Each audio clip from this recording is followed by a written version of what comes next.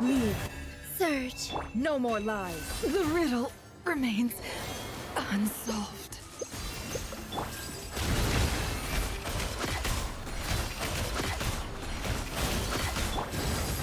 Stars, shine through. Forest, protect us with one heart. Unions converge. Can't hide the truth.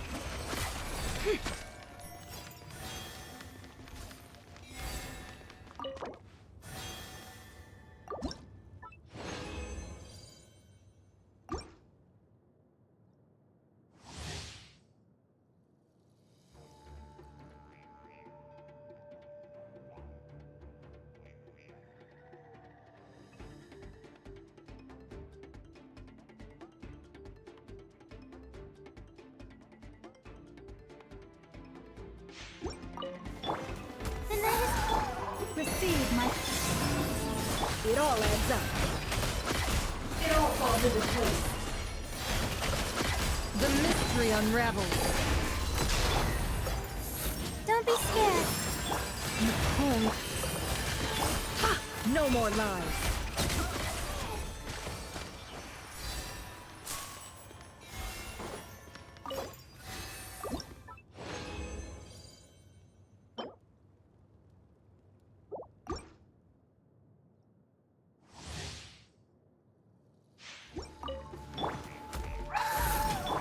Forest, protect us for the everlasting. Surge.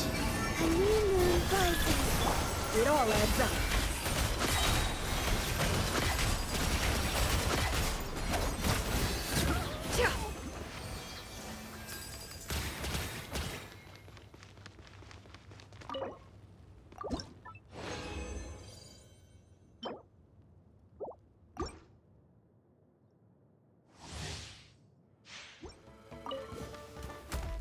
Not now.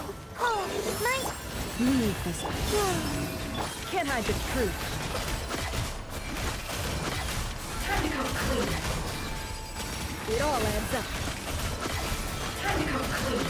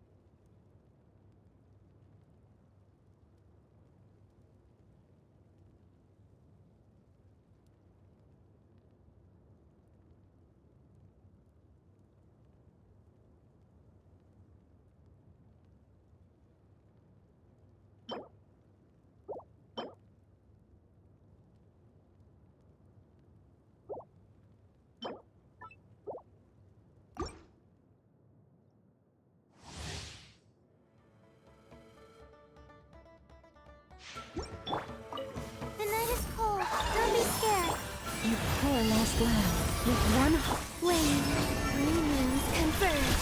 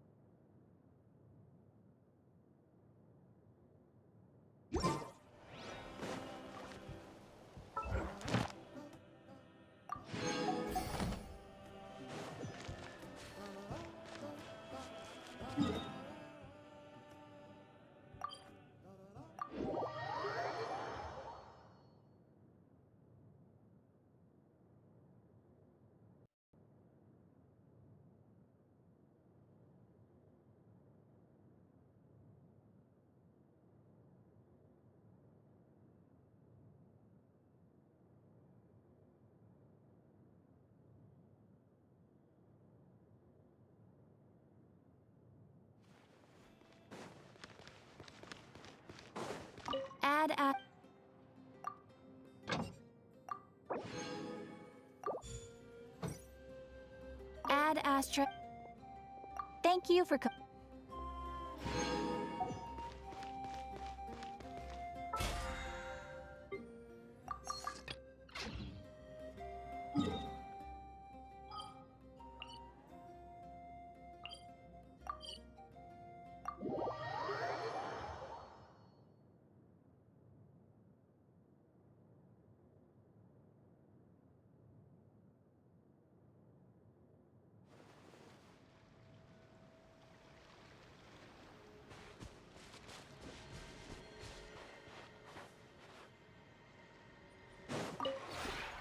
this realm.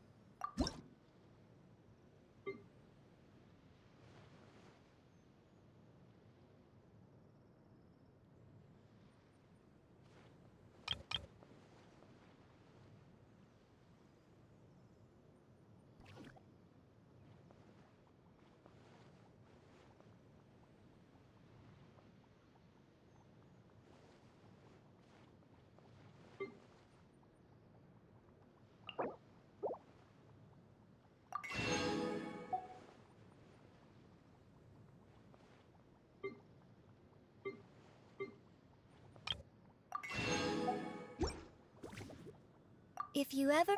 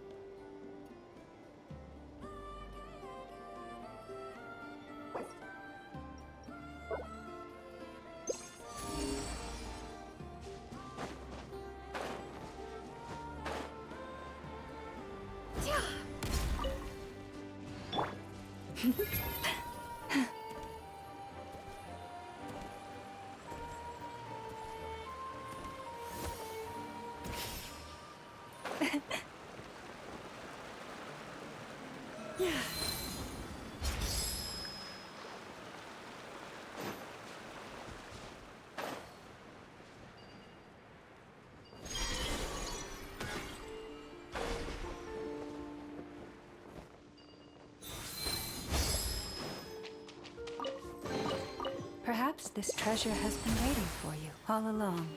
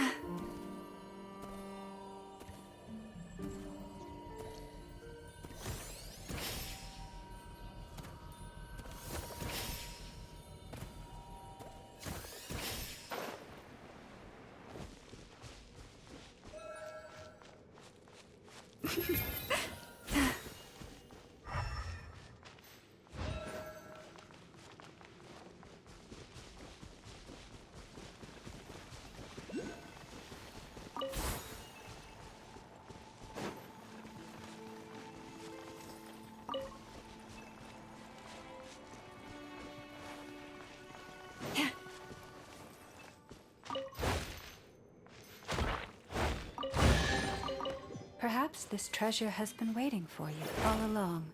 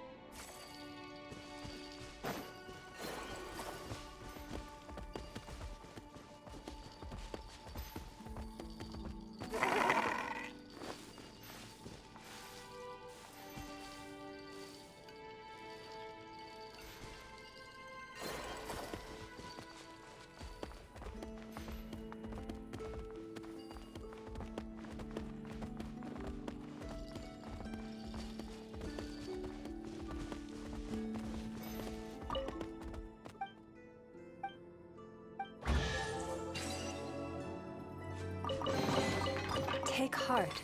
You toil not in vain.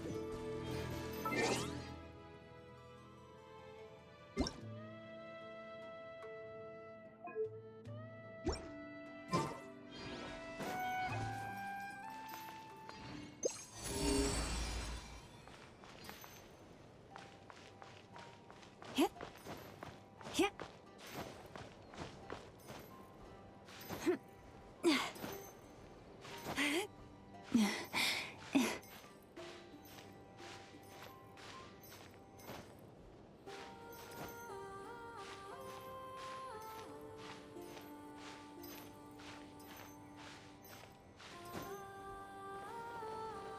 The moonless night approaches.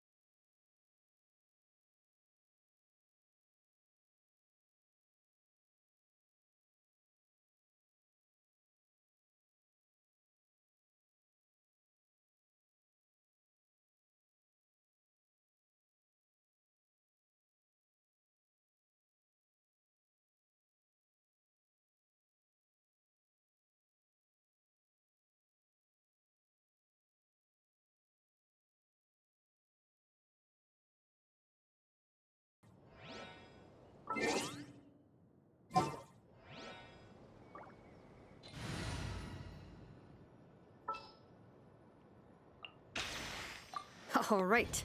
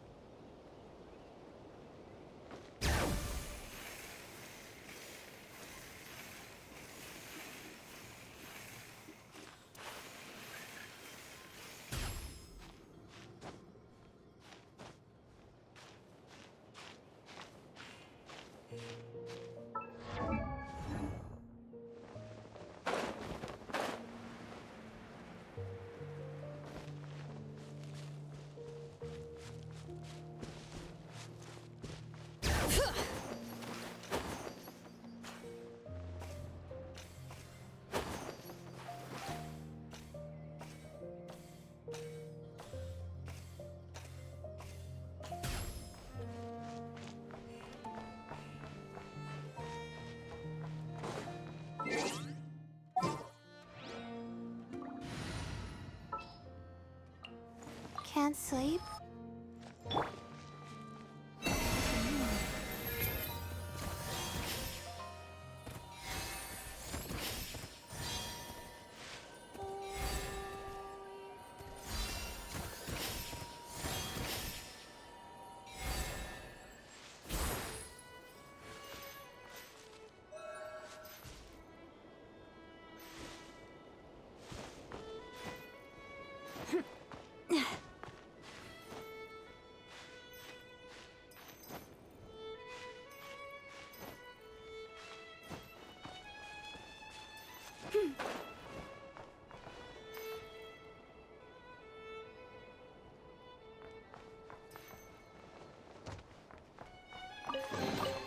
Take heart.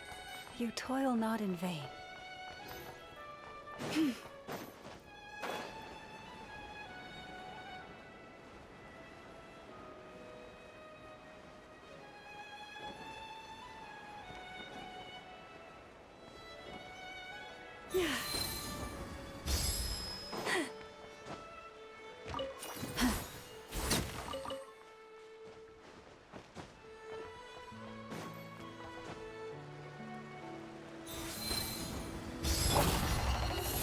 Stars, shine for Floris? slowly. No more lies. Let's see what you're made of. Can't hide the truth.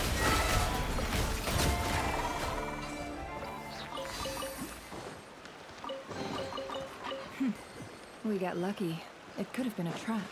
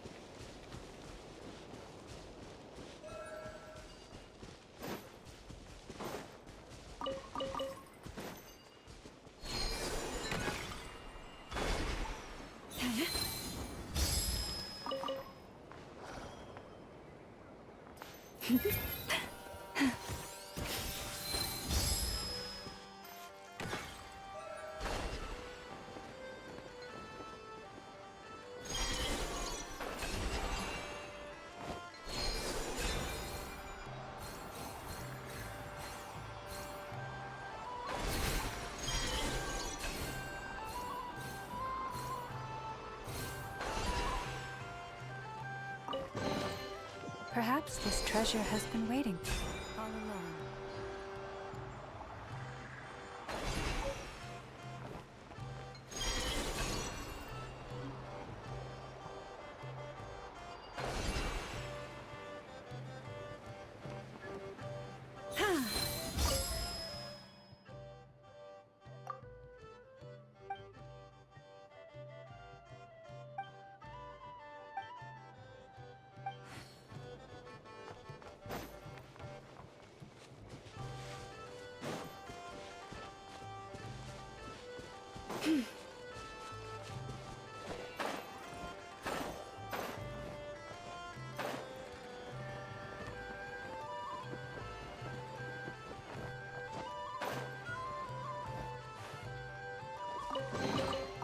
Take heart. You toil not in vain.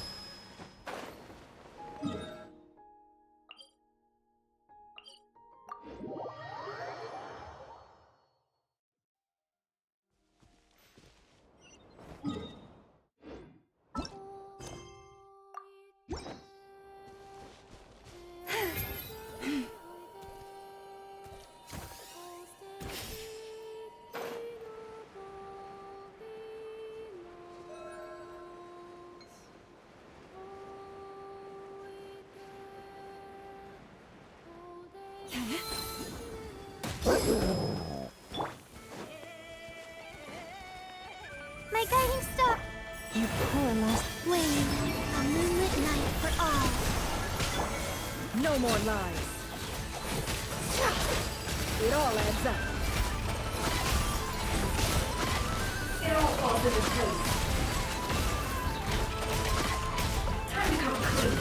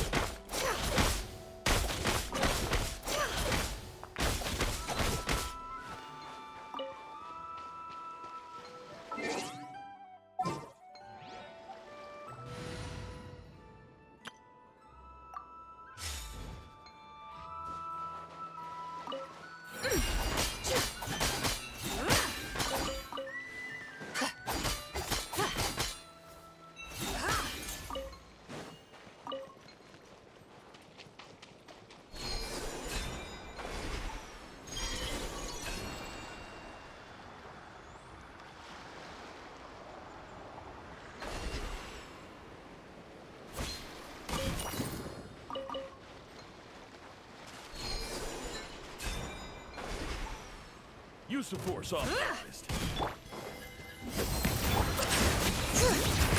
Many brave names echo! Without further ado, Resistance is futile. quiet. A gift from the heavens. I shall gladly accept it.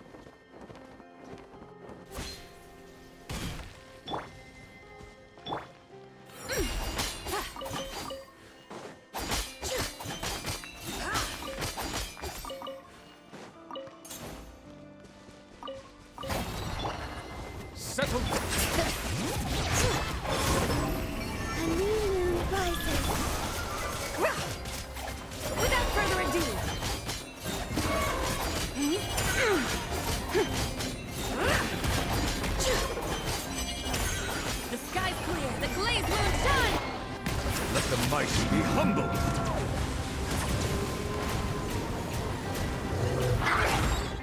Wave. Light the dust!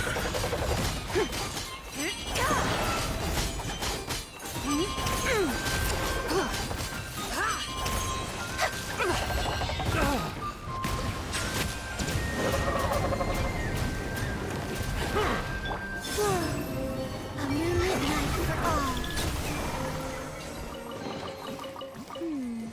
Did they run from home too?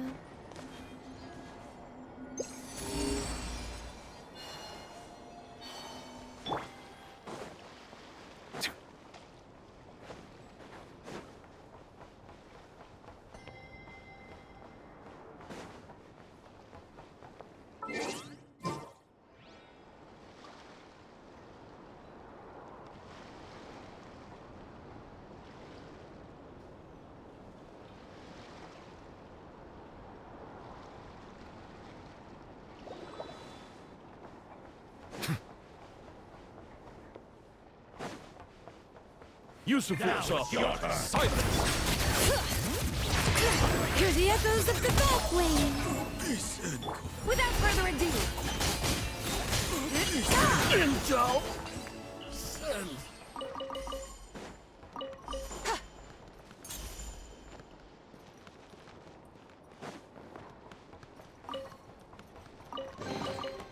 You should take it. It may prove useful. Settle down. bring it! A new moon rises. Be cleansed! Lofty wisdom will show us the way! Like the dust!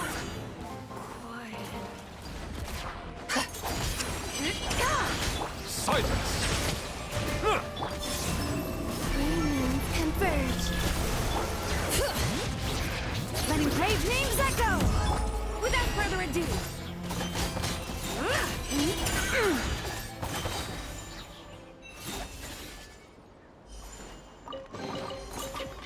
A gift from the heavens. I shall gladly accept it.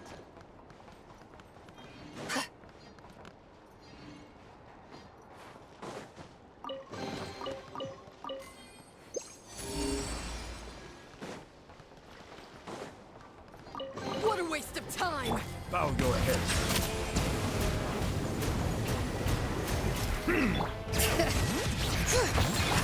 Surge.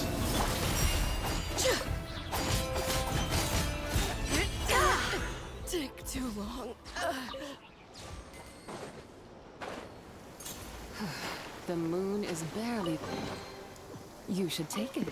It may prove useful.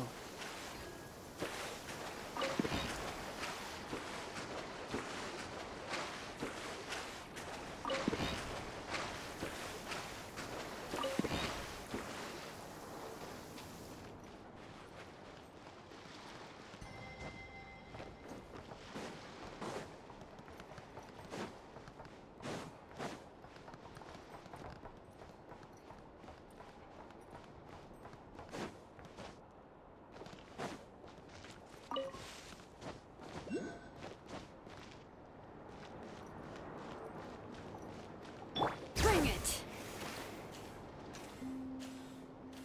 How about we explore the area ahead of us later?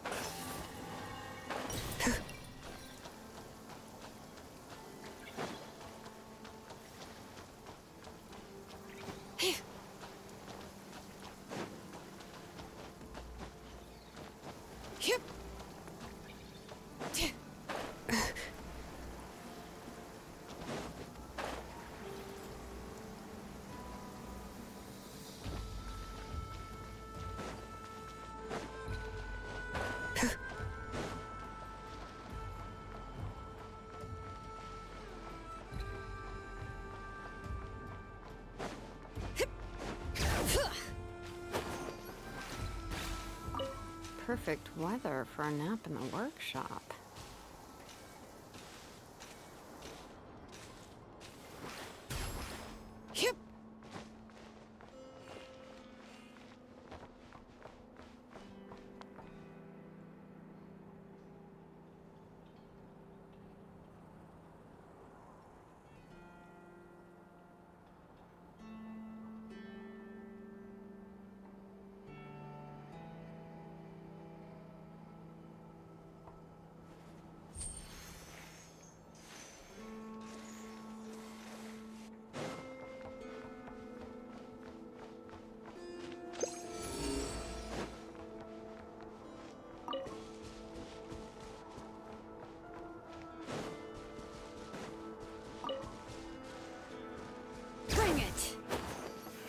Perfect weather for a nap in the workshop.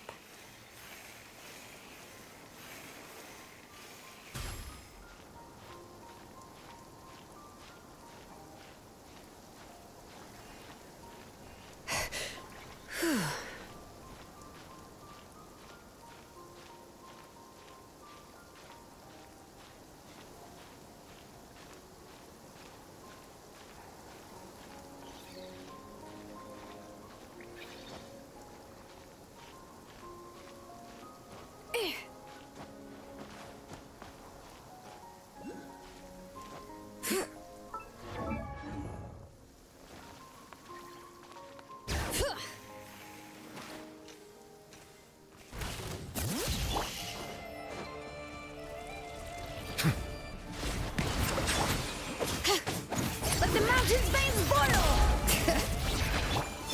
A moonlit night for all.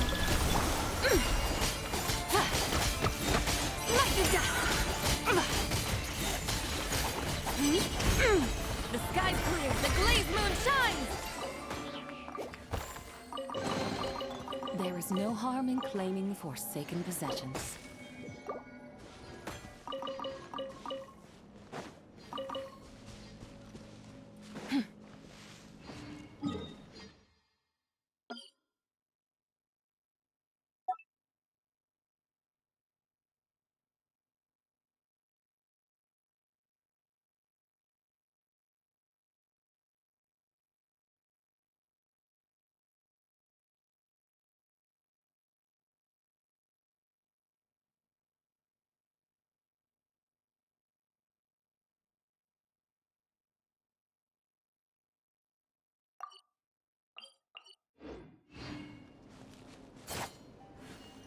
Be cleansed!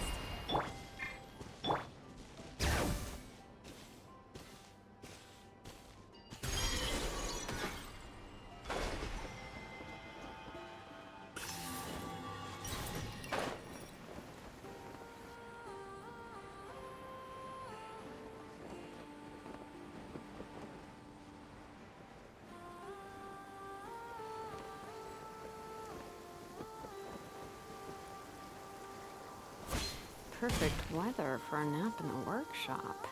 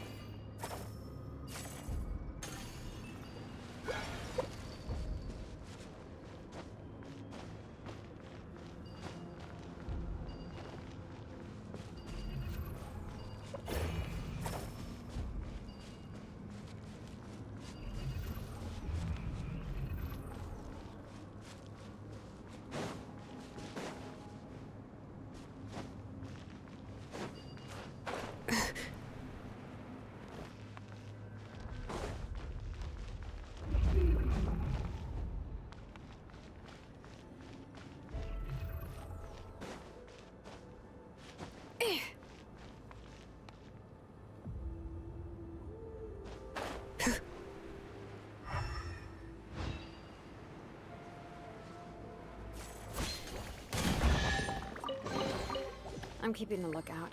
Don't worry, there's no ambush.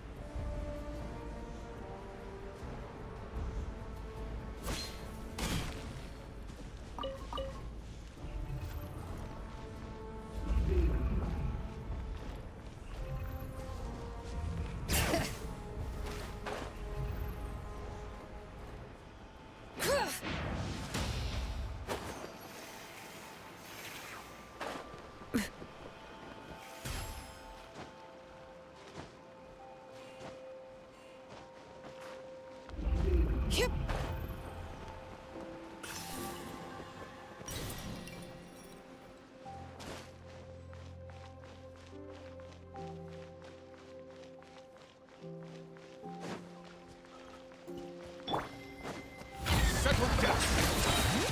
Letting brave names echo! A new moon rises.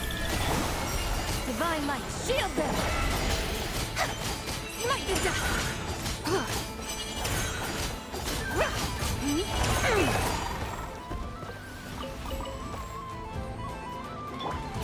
Be sanctified. Let the mountain's flames boil! A moonlit night for all. Smite the dust! The sky clears, the glazed moon shines!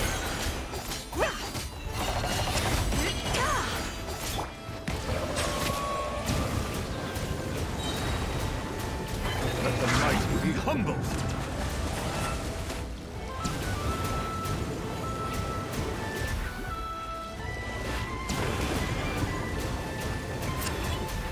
Bow your head. Surge. A new moon rises. Without further ado, There is no harm in claiming forsaken possessions.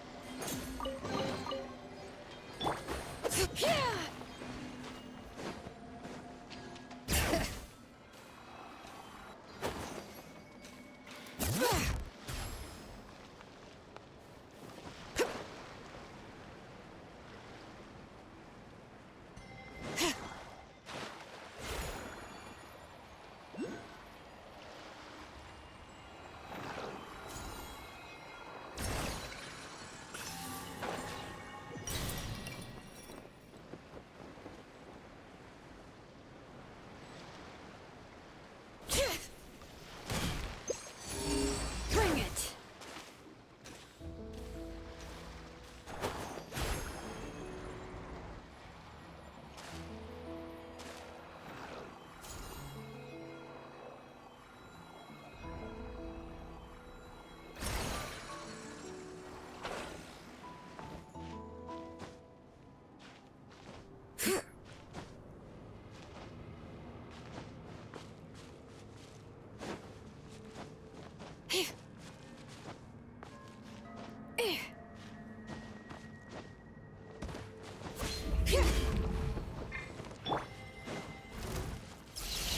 Settle down.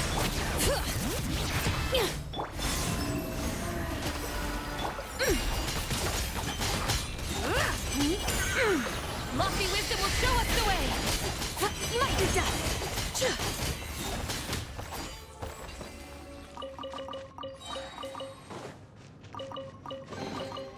There is no harm in claiming forsaken possessions.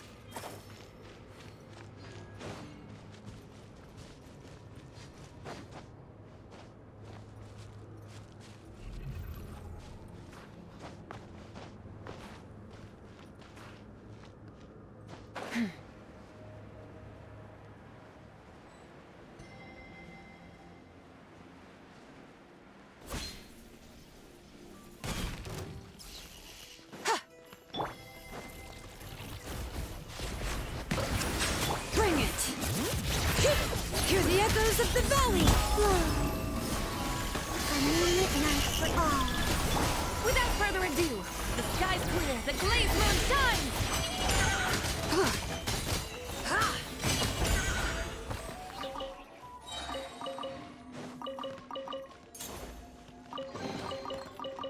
A gift from the heavens.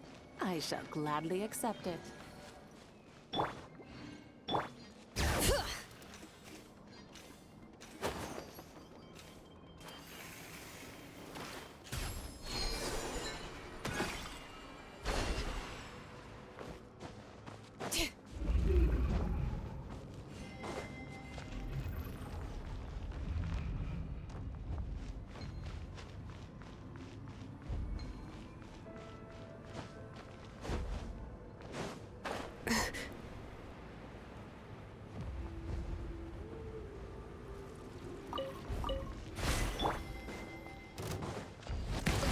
Bring it! Letting Crave names echo! Surge. Green moons converge. Be cleansed! Lofty wisdom will show us the way! Smite the dust! Smite the dust! Bow your head. The tides beckon. Hear the echoes of the valley! A moonlit night for all. Without further ado,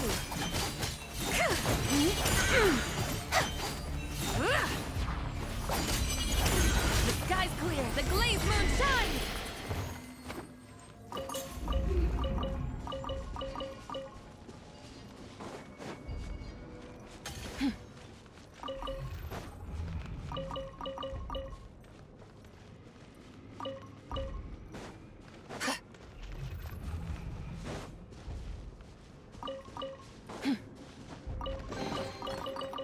A gift from the heavens. I shall gladly accept it.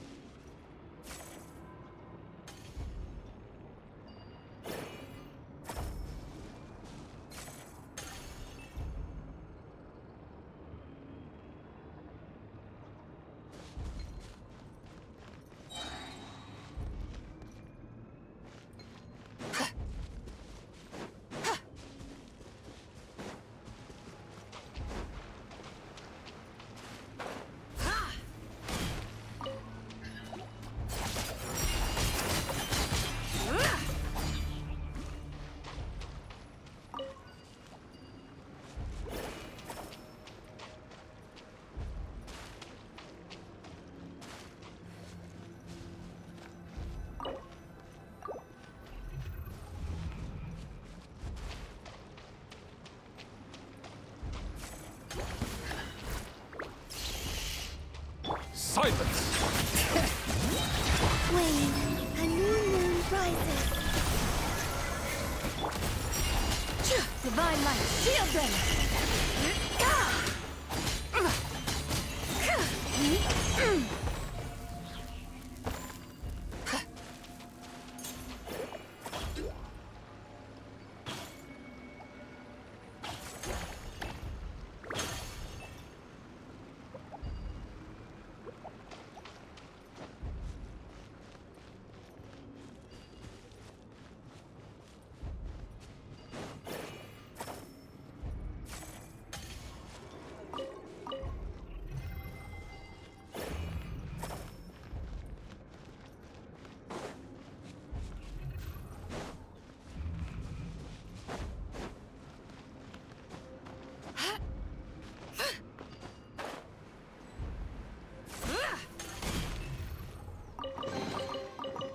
A gift from the heavens.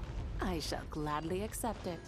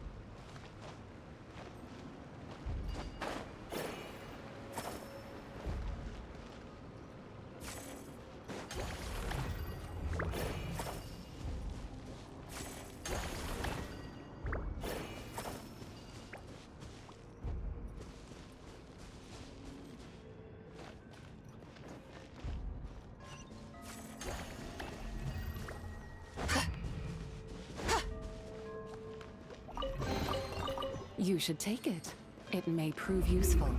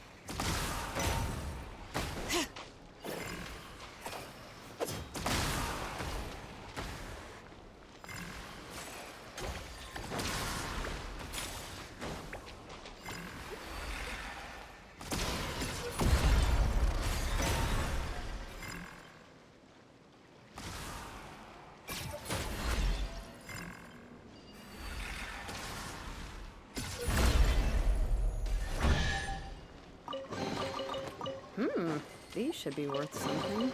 Go on, take it.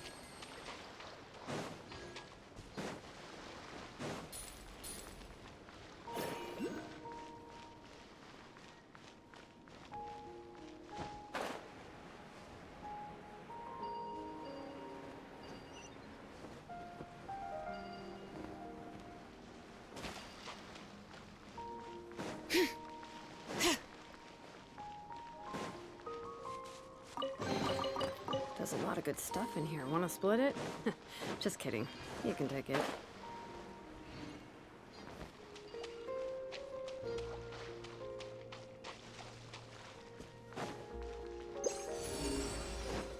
Bring it!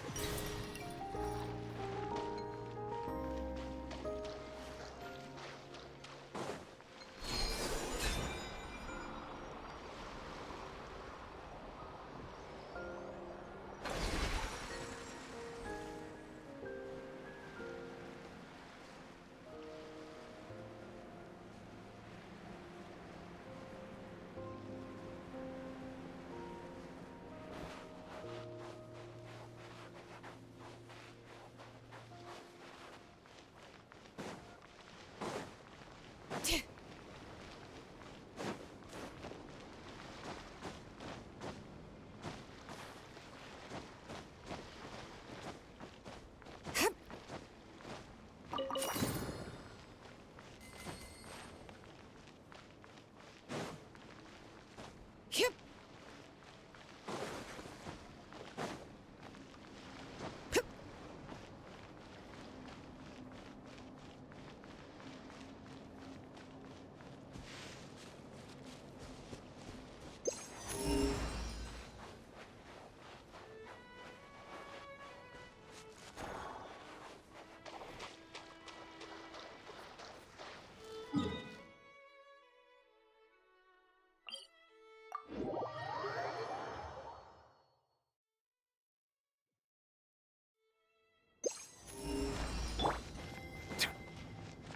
Bow your head. Surge. 3 moons converge.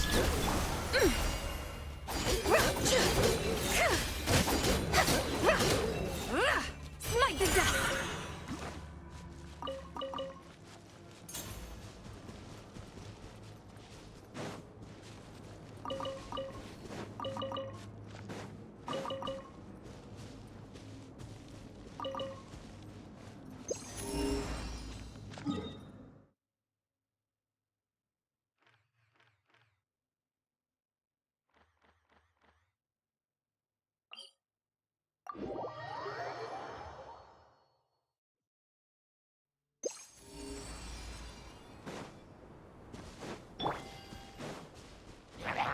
Settle down. Be sanctified. Be cleansed.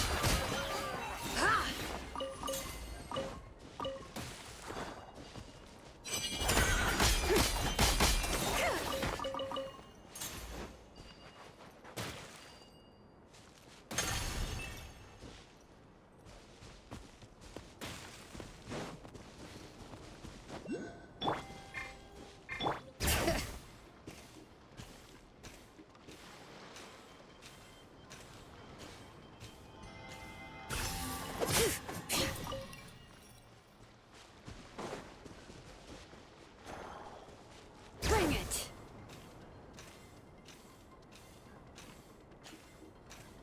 Now it's your turn. Silence. Letting brave names echo! A new moon rises. Without further ado.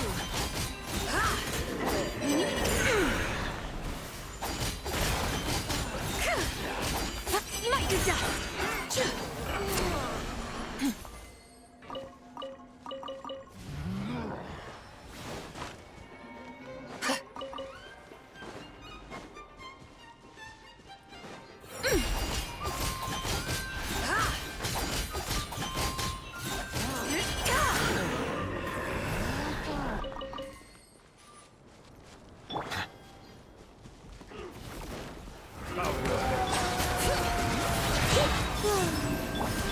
Be cleansed. Light the dust.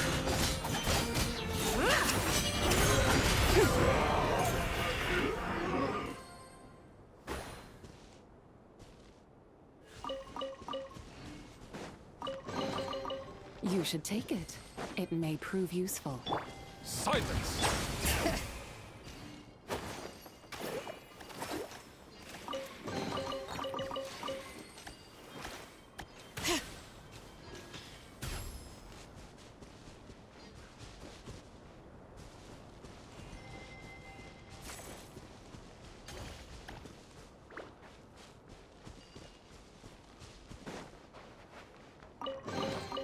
There's a lot of good stuff in here. Want to split it?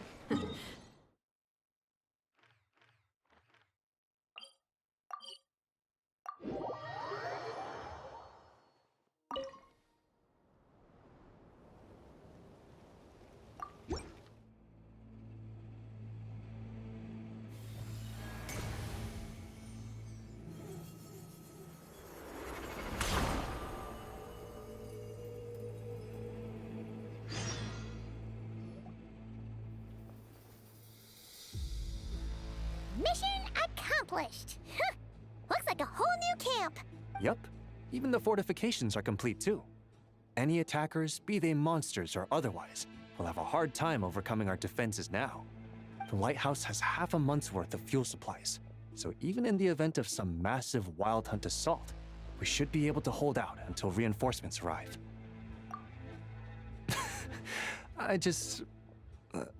It always pays to be prepared for the worst, you know? Either way, guess you can take a bit of a break now that it's all done. Right. And that's why I'll be taking a trip home first. I mean, it's been a while since I've seen my old pops. Home? Oh yeah! Paimon's gotten so used to seeing you here, she almost forgot you're actually from Pyramida. Why don't you come along? If you wouldn't mind, I'd like to host you at our place. We've set up a food truck here, as per Paimon's suggestion, but cooking at home is more convenient all the same. Oh, so you'll be cooking? Well, you're in luck, cause Paimon never says no to a tasty meal.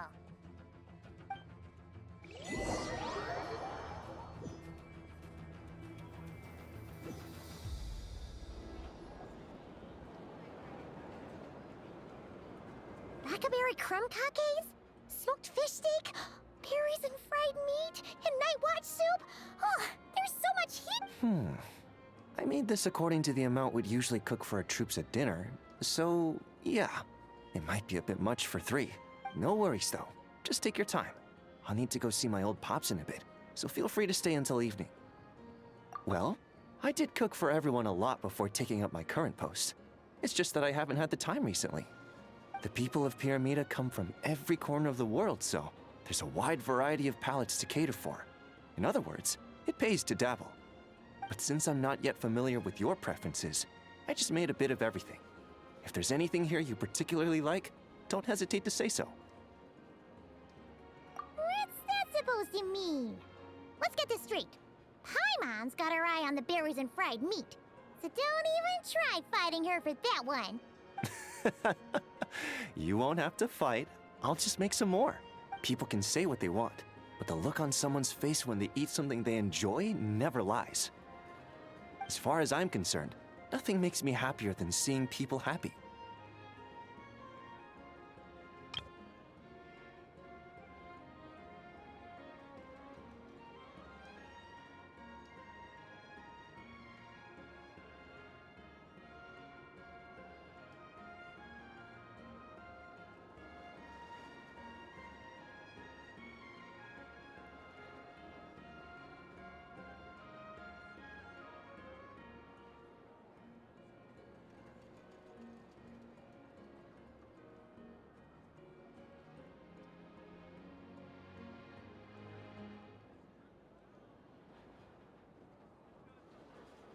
And whether as a lightkeeper or a chef, I'll do whatever it takes to keep them smiling.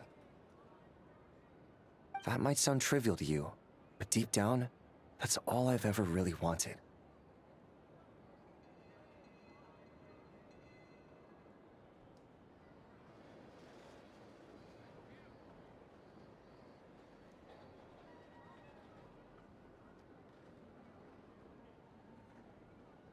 Exactly!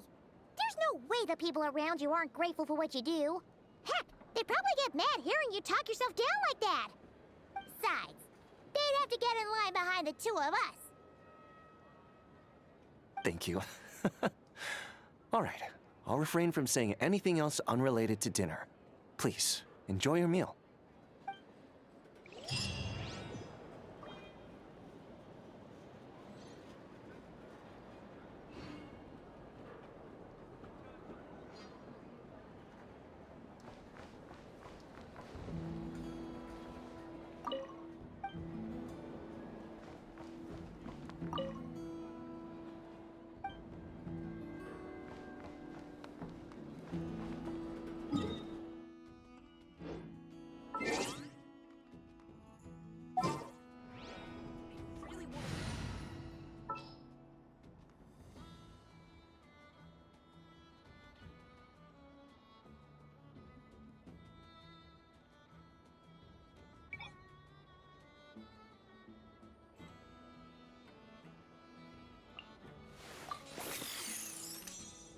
I won't let you down.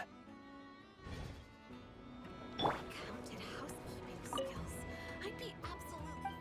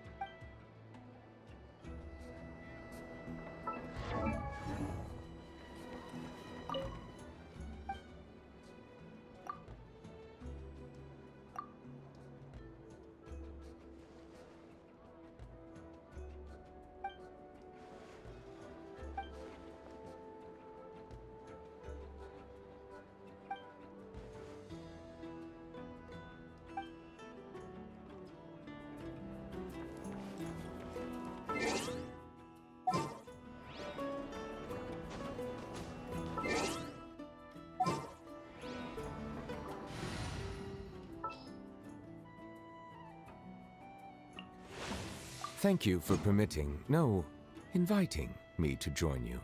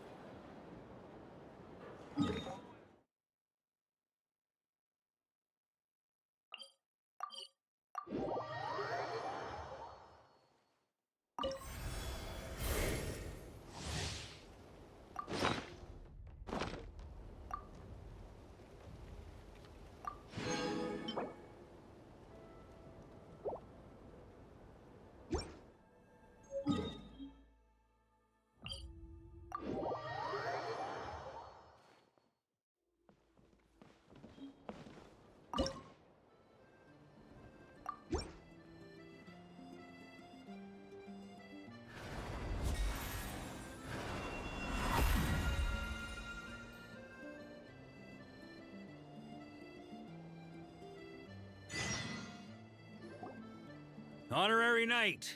Thanks to you, this post's finally starting to look the part. Now, even if we're attacked while the whole camp's dead drunk, we'll be able to hold out till I sober up. Saw right through me. Did you learn all my tells without even trying, Honorary Knight? More like we've gotten used to your nonsense without even trying. Ha! Still, when I'm not on watch, that's when it's time to crack open a cask. You're always welcome here.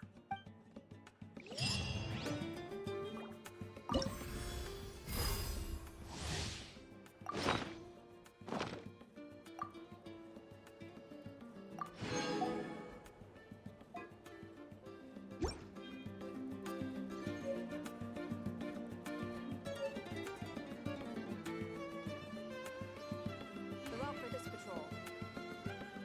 Looks good to me.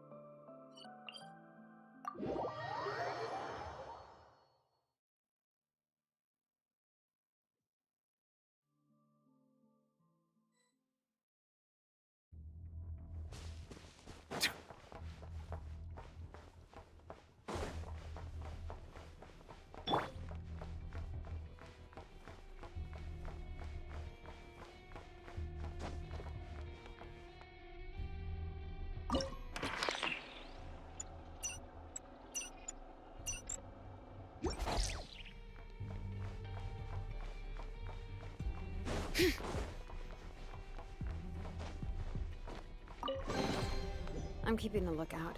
Don't worry, there's no ambush.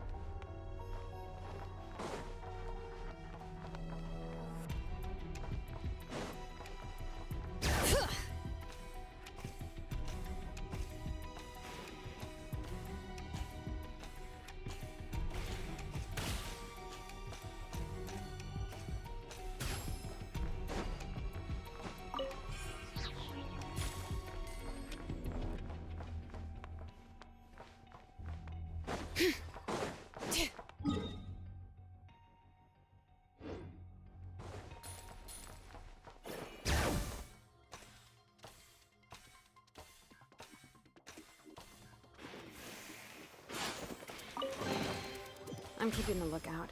Don't worry, there's no ambush.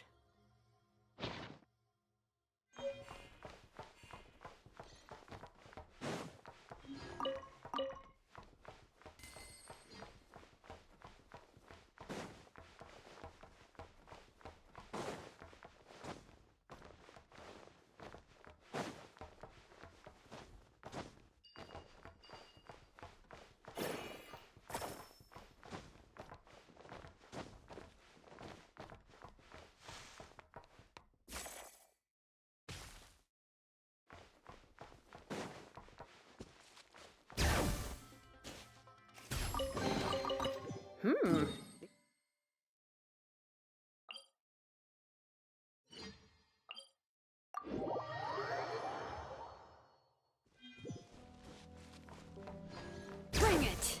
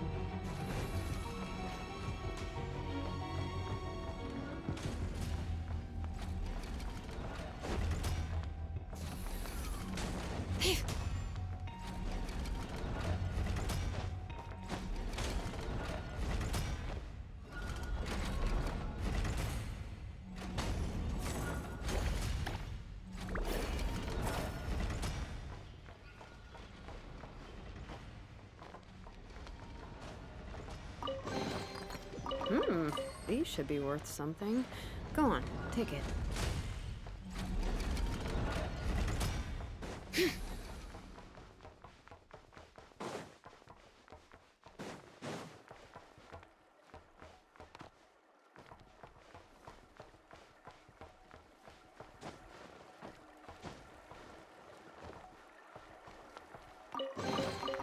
I'm keeping the lookout.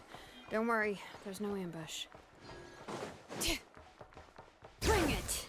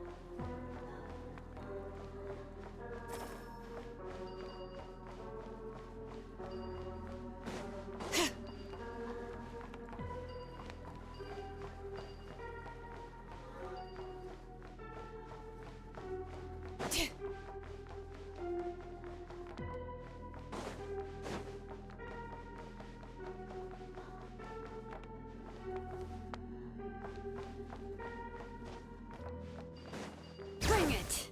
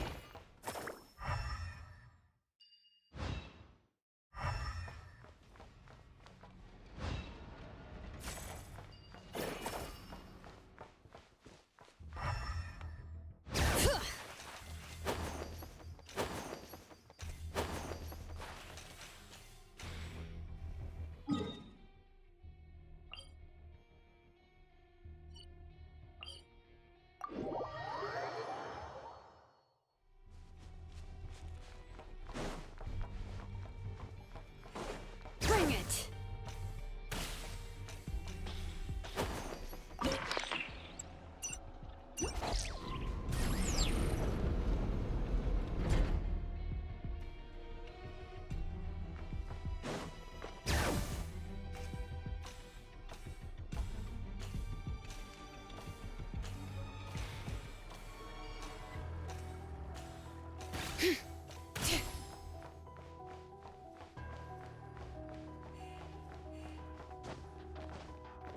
Yep.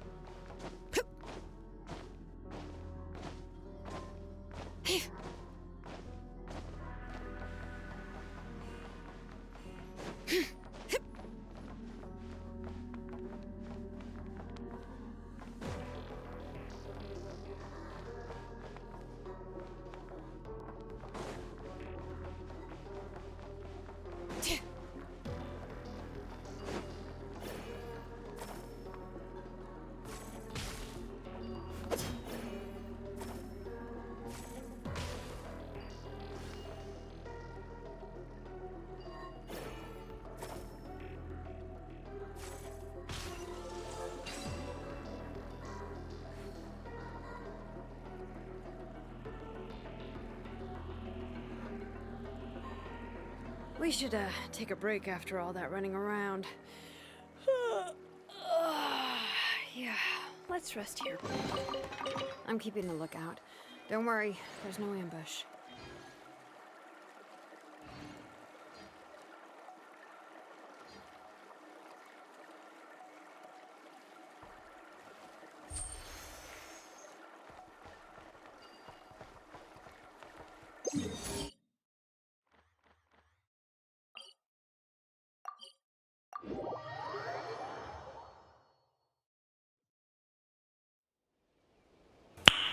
Nice.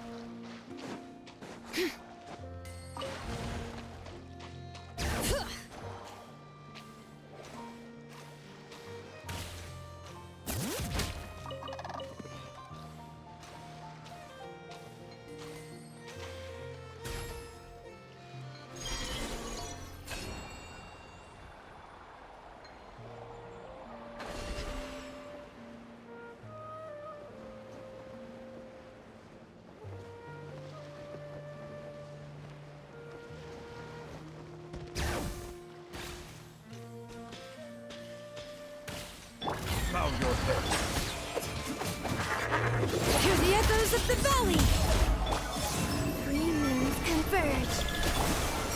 Lofty wisdom will show us the way!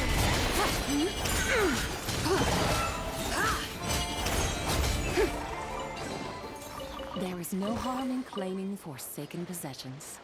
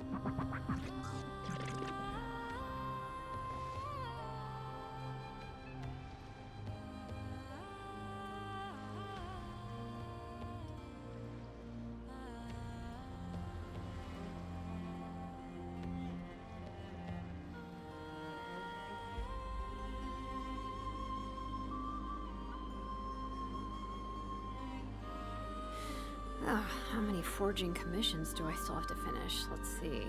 1, 2... not so many as I thought. I'll get to them tomorrow.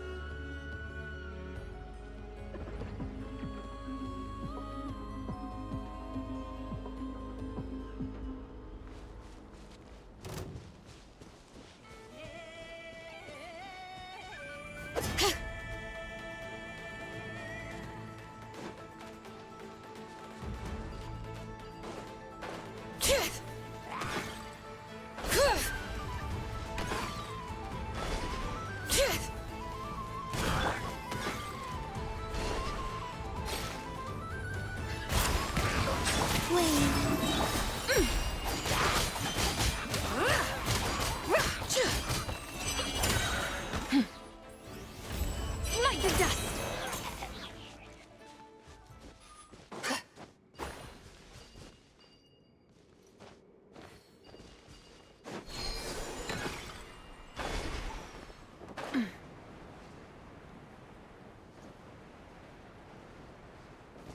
Be cleansed!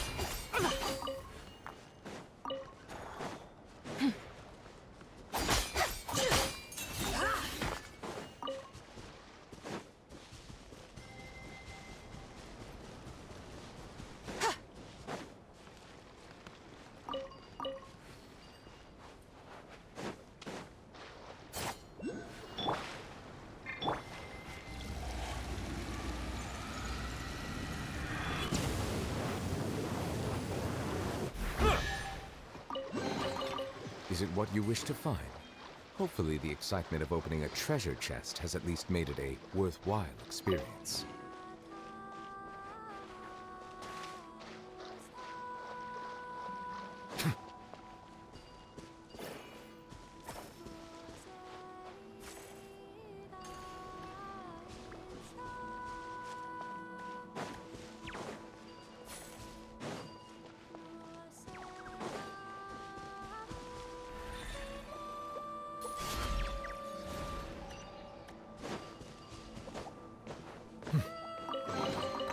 Abandoned property belongs to whoever finds it first.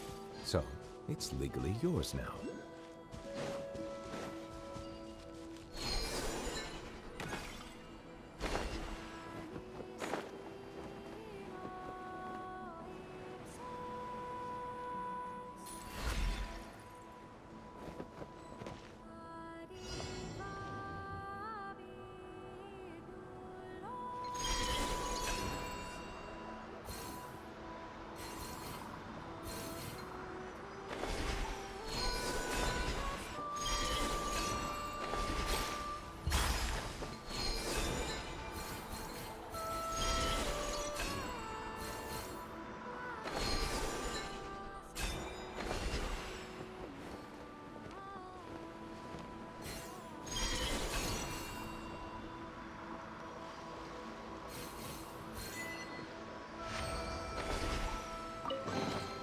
Is it what you wish to find? Hopefully the excitement of opening a treasure chest has at least made it a worthwhile experience.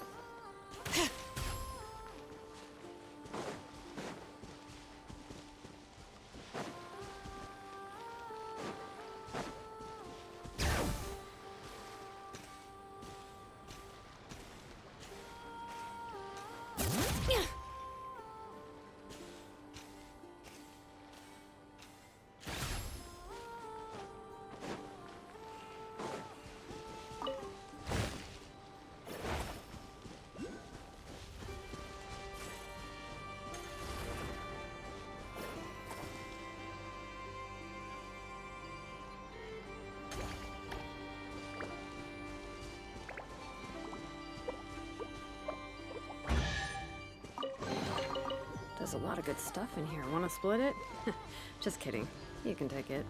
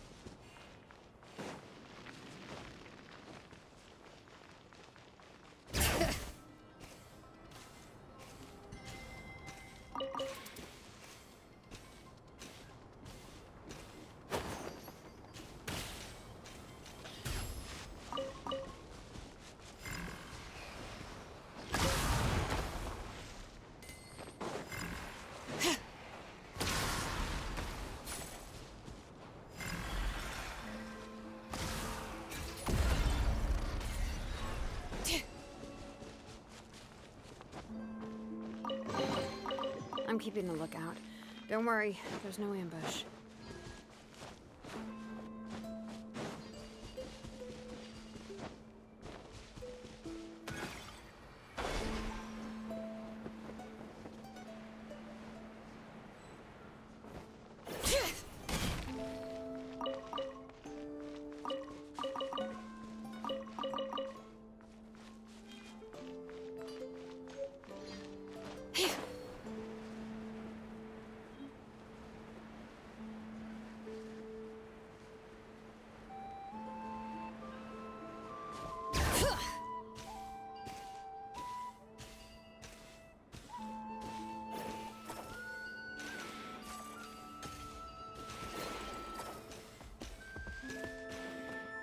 Letting brave names echo!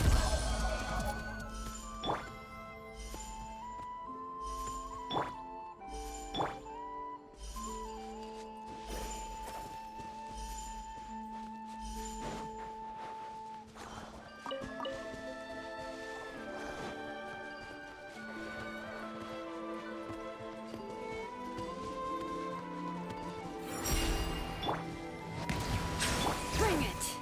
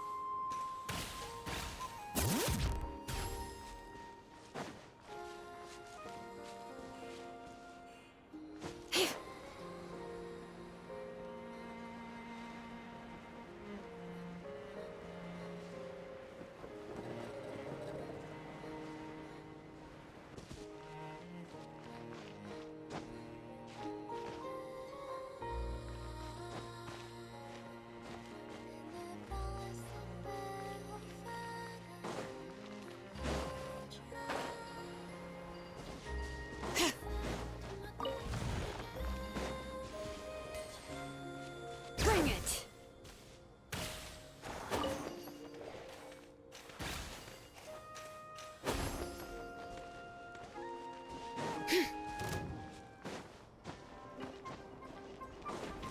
Settle down! Be cleansed!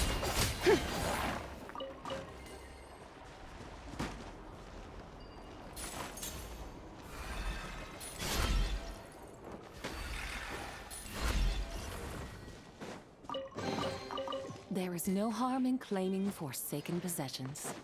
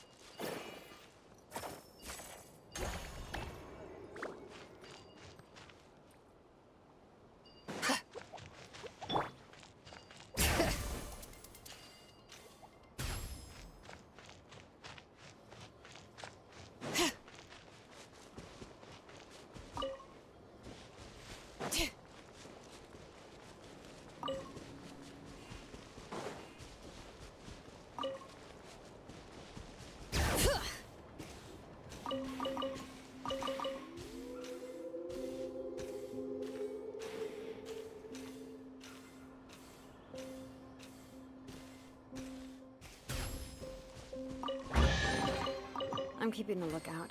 Don't worry, there's no ambush. Bring it!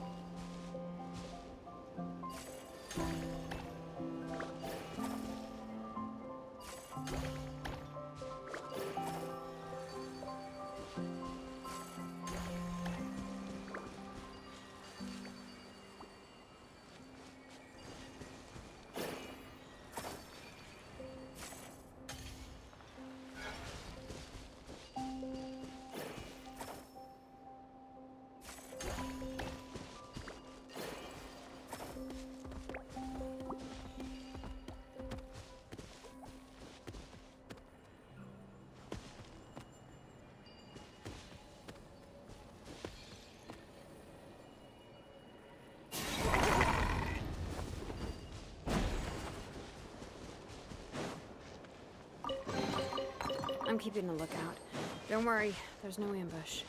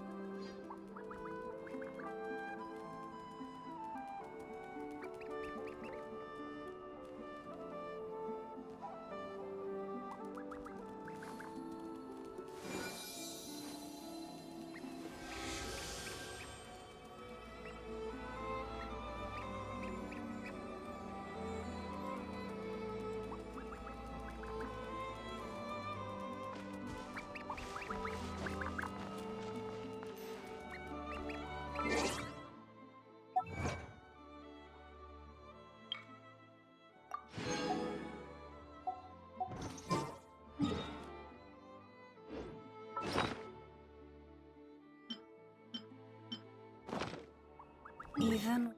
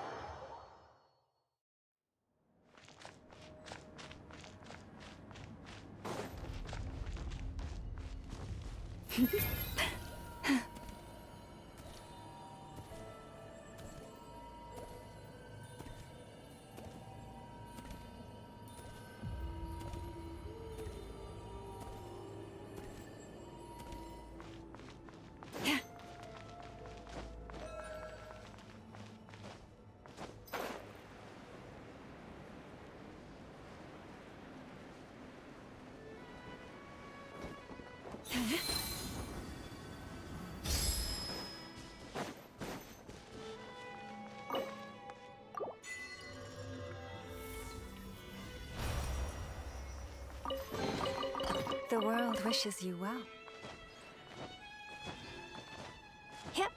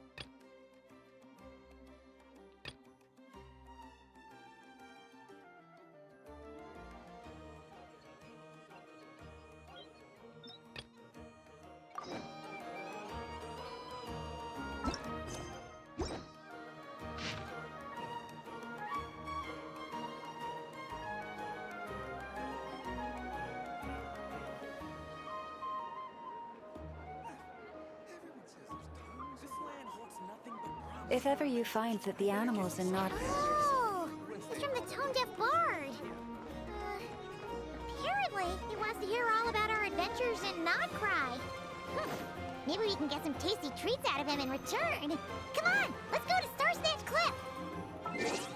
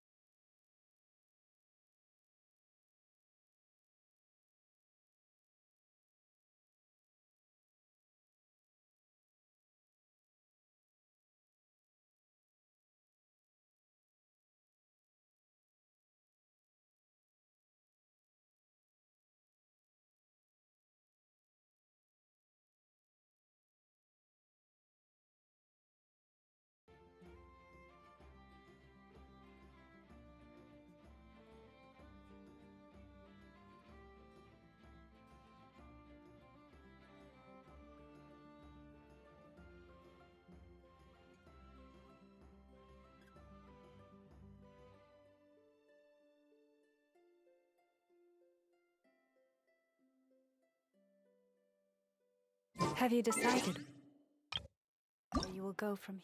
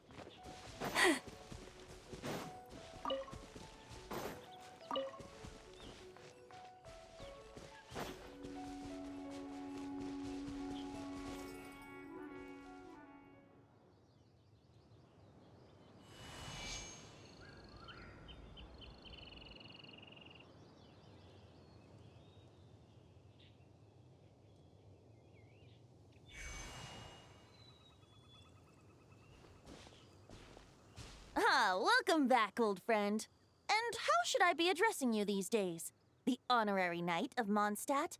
The Tumaini of Natlan? Or the great hero of Krai?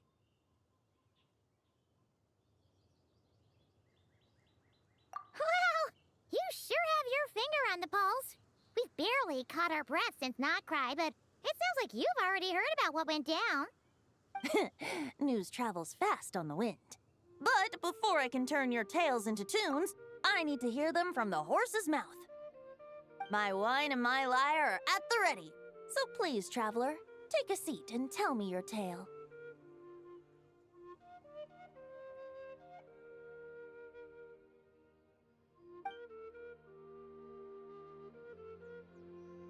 Amazing! Incredible! The Rahier of Solnari and the Doctor? Truly a tale for the ages!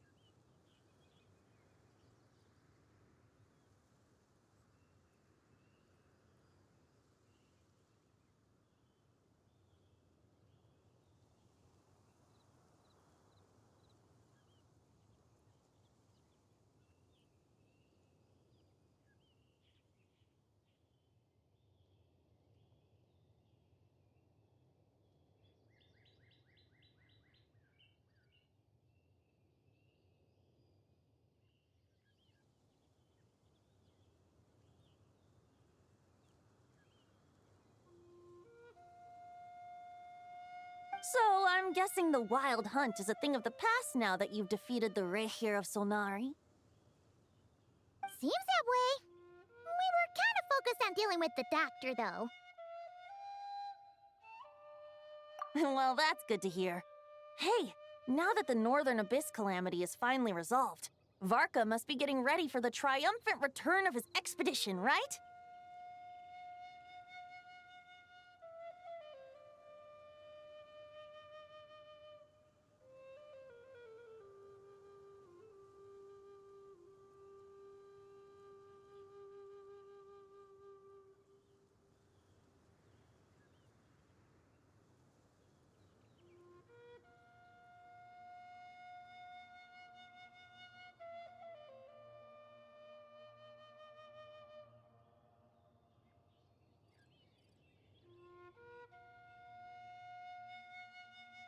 I haven't seen him in the longest time.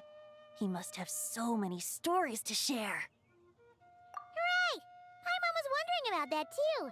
He did call you Barbados. But weren't you still fast asleep back when he was in Mondstadt? Let's call it half asleep. I was resting my eyes in the Thousand Winds Temple one day when I heard a commotion outside.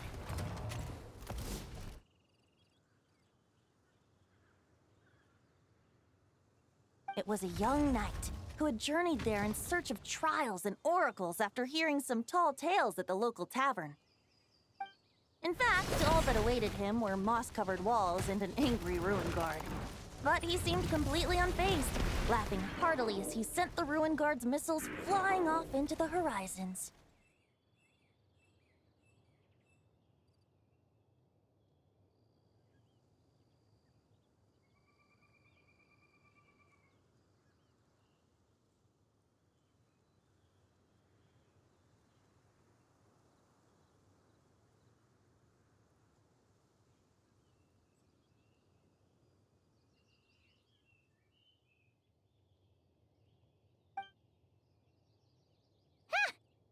Making quite a racket if it was enough. Yeah, it sounded kinda like...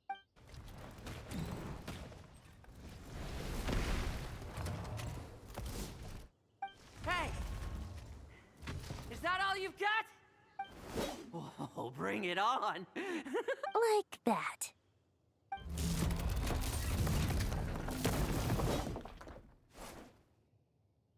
Giving up already?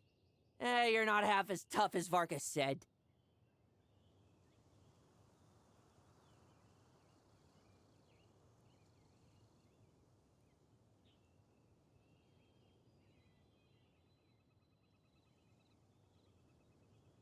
A young knight of Favonius trekking out to the Thousand Winds Temple in search of adventure.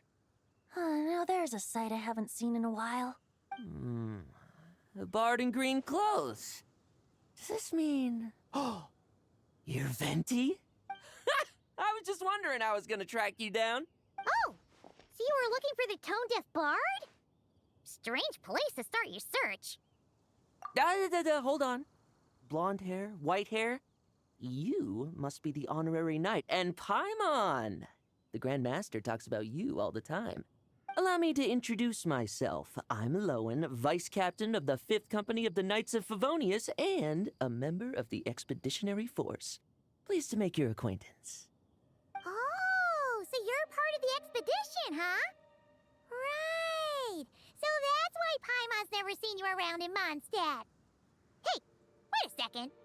We never saw you in Krai either. That's probably because when the Wild Hunt was still running rampant, I spent most of my time out on my own, making mincemeat out of monsters. I barely went back to base at all. Then, once the Wild Hunt calmed down, I got sent back to Mondstadt. Mixed blessing, if you ask me. Sounds like I missed out on some serious action.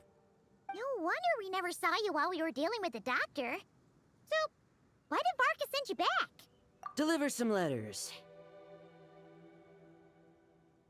There's one for the Knights of Favonius, one for the church, another for the Dawn Winery, at least 10 of them in total. Jeez, how many people has he sent to deliver his mail now? Mika, Inefa, Lowen. He should just hire a full-time mailman already. In fact, he's earned himself a new nickname. Let's go with... Sir Writes-A-Lot.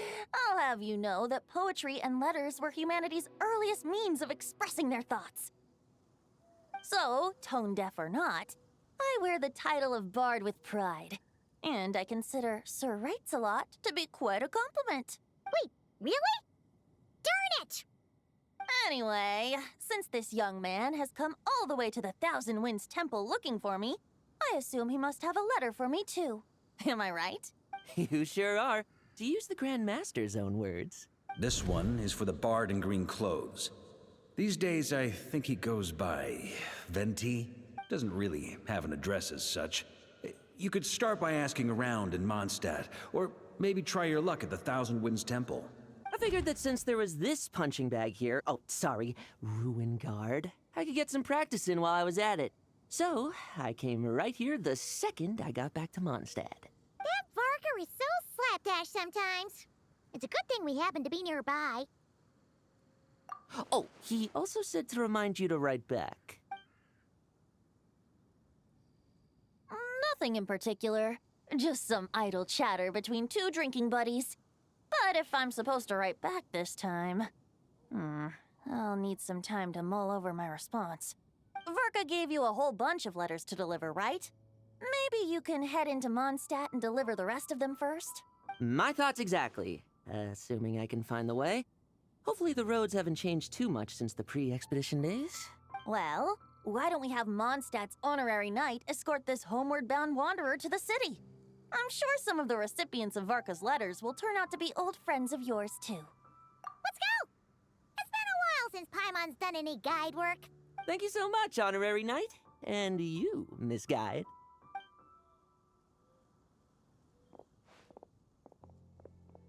The Abyss. The Wild Hunt. Andreas. Get home safe, Varka. Why do my ears feel so hot all of a sudden? Is someone talking about me?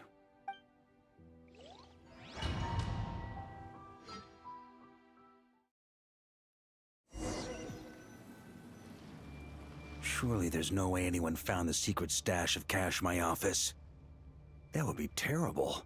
Grandmaster, bad time to get distracted. Watch out! Enemies approaching! Huh? Oh, it's just a few stragglers. They're no real threat to us. This expedition is almost over. We just need to deal with these final few targets. We will make our triumphant return! On me.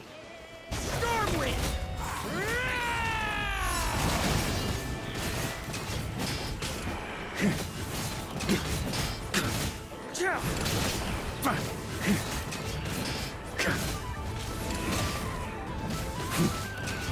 Stormwind! Maria sweeping in!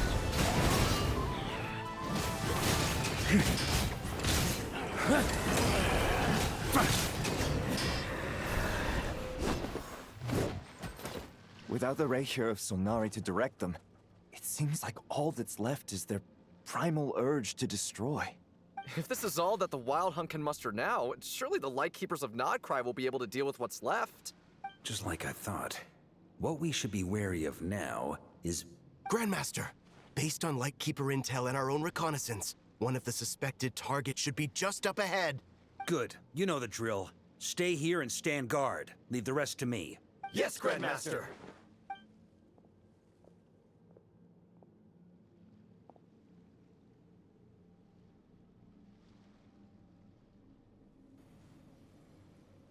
We meet again, Andreas.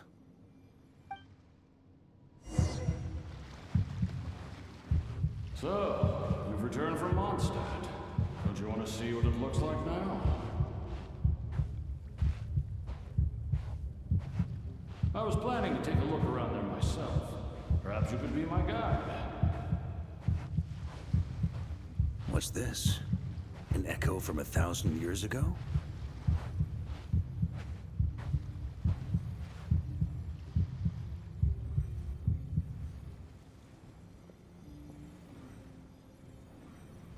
Everything seems normal so far.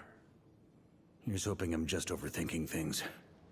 There are 2 other places to check. Maybe this will all go smoothly after all. It's your turn, my friend. Come, Andreas!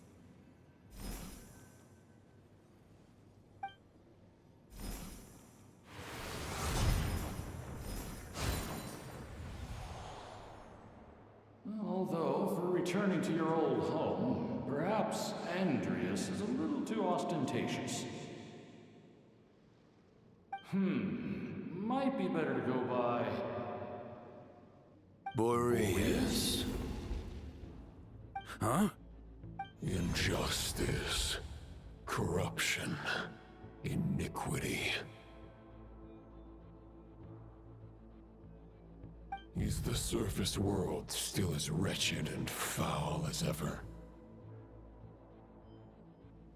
Answer me. heir to the knighthood of Boreas. Looks like I'm not getting out of this without a fight.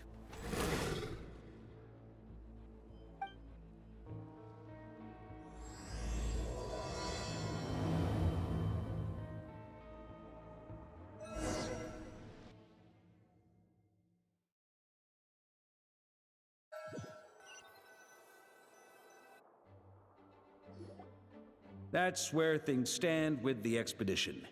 The victors will be returning home soon, so make sure to stock up on wine for the celebrations. P.S. I hope everyone's keeping up with their daily training. I'll be testing you all when I get back to make sure no one's regressed. P.P.S. I wrote individual letters for each and every one of you. Don't forget to write back. That's all. Everyone gets one? Wow! Sir Writes a Lot is really living up to his name. I guess the Grand Master must have something specific to say to each of us. Even I got a letter, and I'm not a real knight yet. Jean? Oh, yes. That's our Grand Master for you. By the way, anyone know where I can find the cavalry captain? I have a letter for him as well. You mean Kaya? He said he was meeting a friend from the church at the Angel Share. Allegedly for work. Said he was exchanging intel. But I'd say there's a 50-50 chance he's just there for a drink. Paimon bets there'll be lots of familiar faces there. How about we deliver Kaya's letter? And these are there too as well! Really? Oh, that would be a great help, thank you. Our thanks to you too, Lowen. The other knights will help distribute the remaining letters. You've had a long journey. Please go get some rest. Great, but I won't be resting just yet. I have one last letter to deliver to Wolvendom. This one, I was planning on delivering personally. I heard that another challenger recently passed Boreas' trial. Well, with any luck, that wolf might be willing to reveal himself to me, too. Very well, but please remember to show respect to the local wolves. I will. Goodbye.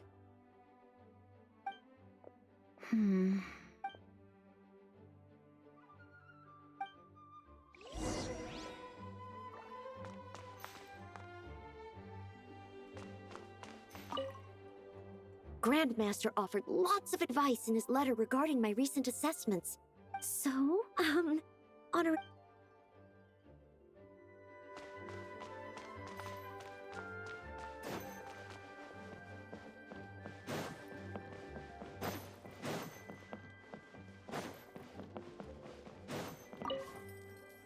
Ah, the Grand Master. The archives are filled with documents awaiting his review. I'm not letting him run off again until he's finished dealing with every last one.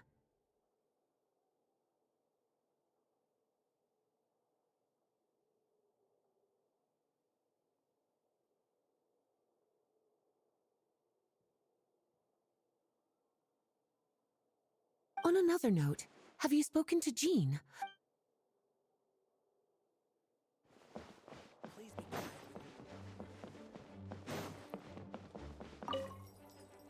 He wants to test me to see if my skills have regressed? I'm assuming you must have seen him going all out before.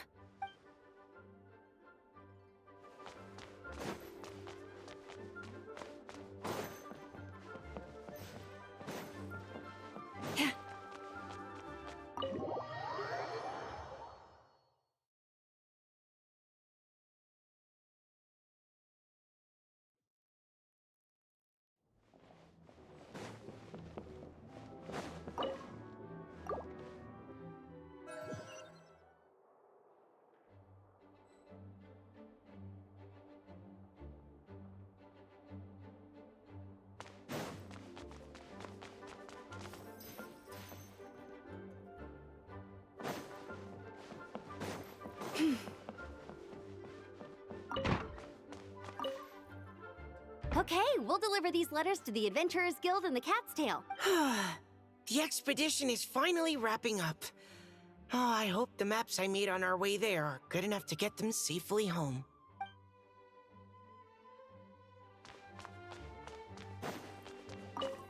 The Grand Master wrote in his letter that the Boom Blossom Bombs we sent worked really well. He wants to know if we've made any more. Uncle Mark is coming home? Yay! I can't wait to go outside and play with him!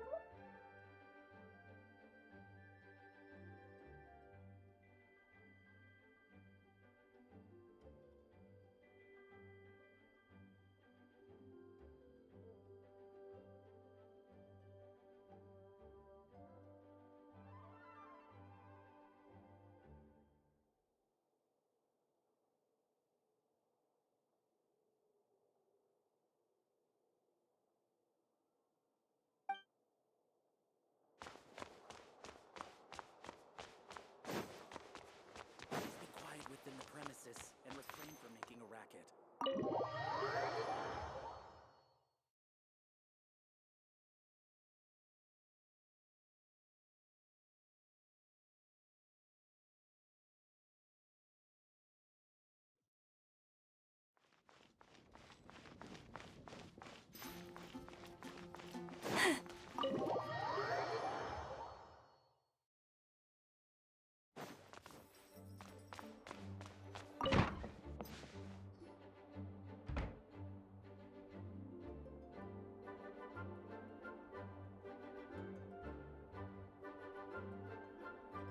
Honorary Knight, you're still here?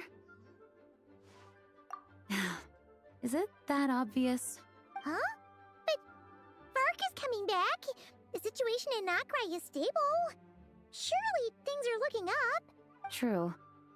From what you and Lowen have told me, the expedition has indeed accomplished its strategic objectives. It seems that Mondstadt no longer faces any threat from the perils of the North, be they the Wild Hunt or the Doctor. And yet, for some reason, I can't help but recall something the Grandmaster said to me before he left. If I don't make it back from this expedition, you'll have to assume the mantle of Grand Master of the Knights of Favonius. If it comes to that, remember to train the next Knight of Boreas in my stead. I've planted some promising seeds in Mondstadt, but they still need time to grow.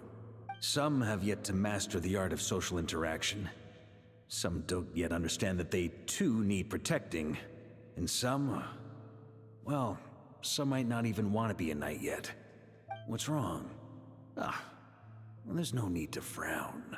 I'm going on an expedition, not marching to my death. This is all just a contingency plan in the event that I'm unable to return. Until I return, I leave them in your care. The lineage of the Knights of Boreas has nearly been extinguished twice in Mondstadt's history.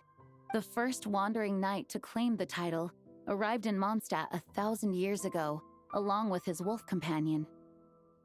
He was as free as the wind. He left no succession plan behind. Even his name was lost to history.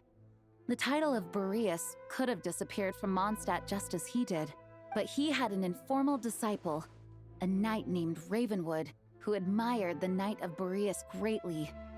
Ravenwood's valor and swordsmanship earned him the wolf spirit's recognition. When the old aristocracy tried to regain power, Ravenwood came once more to Mondstadt's defense. From then on, the title of Knight of Boreas was passed down from generation to generation within the Knights of Favonius. Wolf spirit? You mean that big blue wolf in Wolfenden? Correct. As you may already know, the Wolf of the North is the surviving spirit of an ancient god. And the Knight of Boreas serves as an intermediary between him and humanity. Lupus Boreas, who had never known what it meant to love, came to understand it through the journey with his human companion. In the end, he chose to allow his power to become one with the land. This was once a well-known tale in Mondstadt, but these days, few people are aware that the starting point of the Wolf King's journey was not Mondstadt, but Krai. Huh?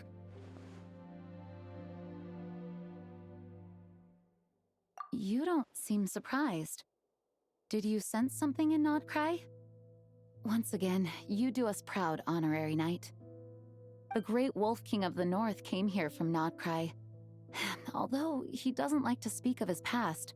In fact, he rarely shows himself to people at all nowadays.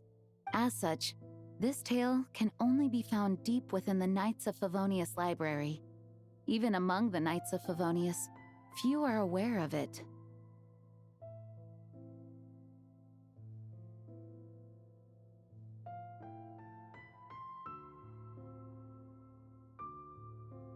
The Grand Master didn't disclose any concrete objectives before departing on his expedition. I couldn't help but wonder whether it might somehow be related to Nodkrai's Wolf of the North. I kept my speculations to myself, however. Sharing them would only spread unwarranted suspicion toward the Four Winds among the people of Mondstadt. You experienced the turmoil caused by Duval and the East Wind's actions for yourself. Surely you can understand my concern? No wonder Varga wasn't clear about his motives. Is that what he was worried about? Very possibly. He was probably also reserving judgment. Having heard about your experiences in Nodkrai, I now suspect that the Grand Master hadn't yet ascertained the true identity of our enemy at that time. And as it turns out, the Calamity born in the north wasn't an ancient god, but rather the Wild Hunt and the Doctor. I guess we were both jumping to conclusions. Yes, I completely agree. The tide can turn rapidly in times of battle. It's a leader's responsibility to prepare for every possible contingency. Even if his contingency plan never needs to be put into action, I'm sure the Grand Master is relieved to know that it's in place.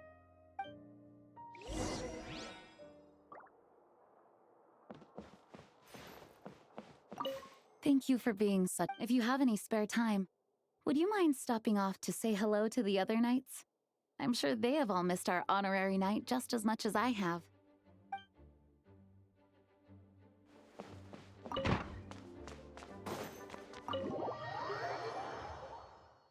That turned into a pretty long conversation, huh? We should probably go deliver those letters to the Angel Share now.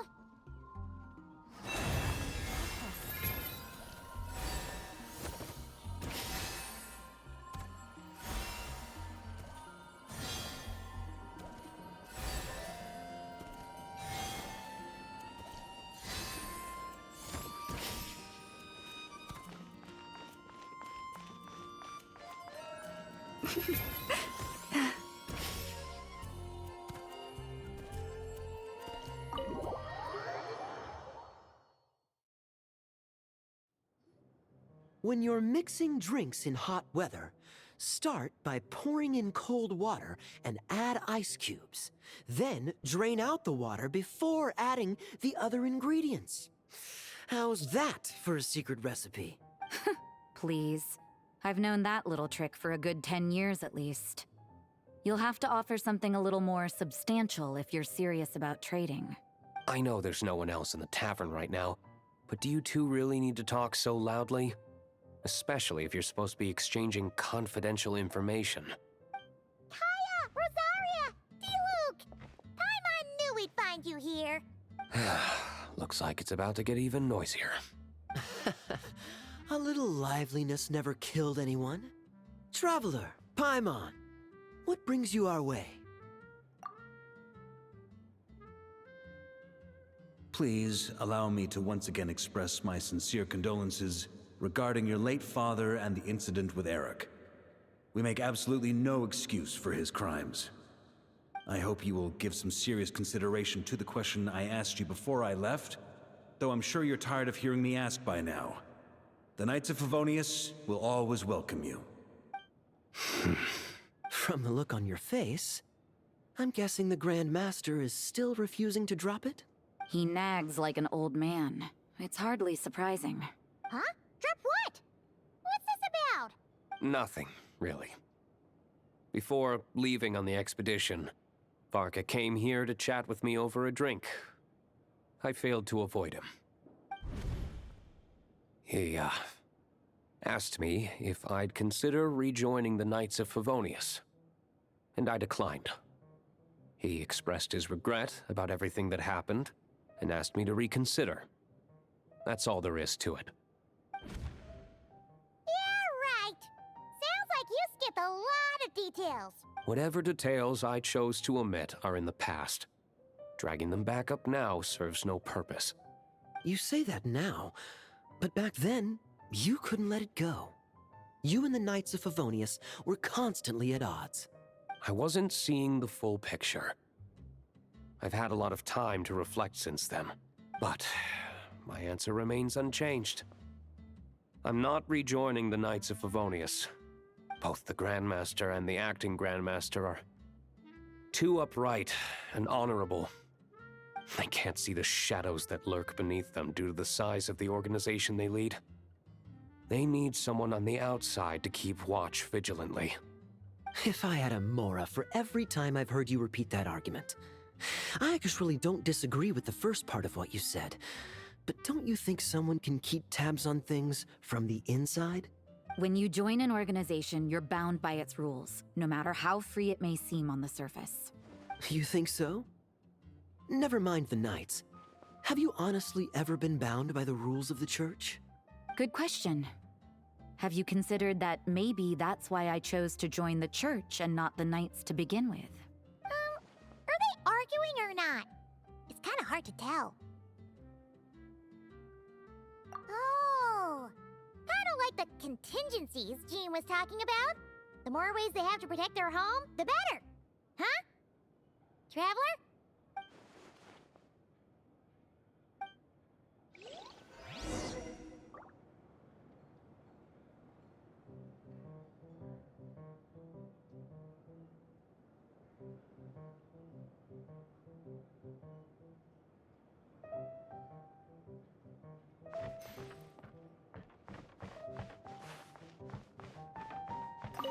What should I report back to the Grand Master on? Public order inside the city? Monster activity in the wild? Oh, and a review of the latest vintages. I think I'll leave it at that.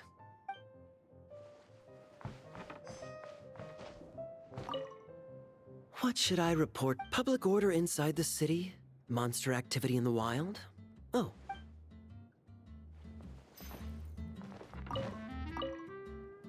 My reply won't be a long one, as usual. I'm sure Varka won't be surprised.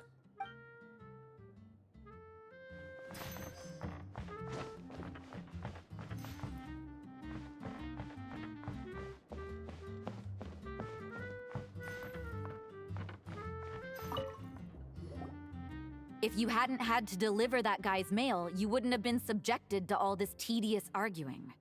When I write back, I'll tell him to quit making trouble for other people. It's no trouble.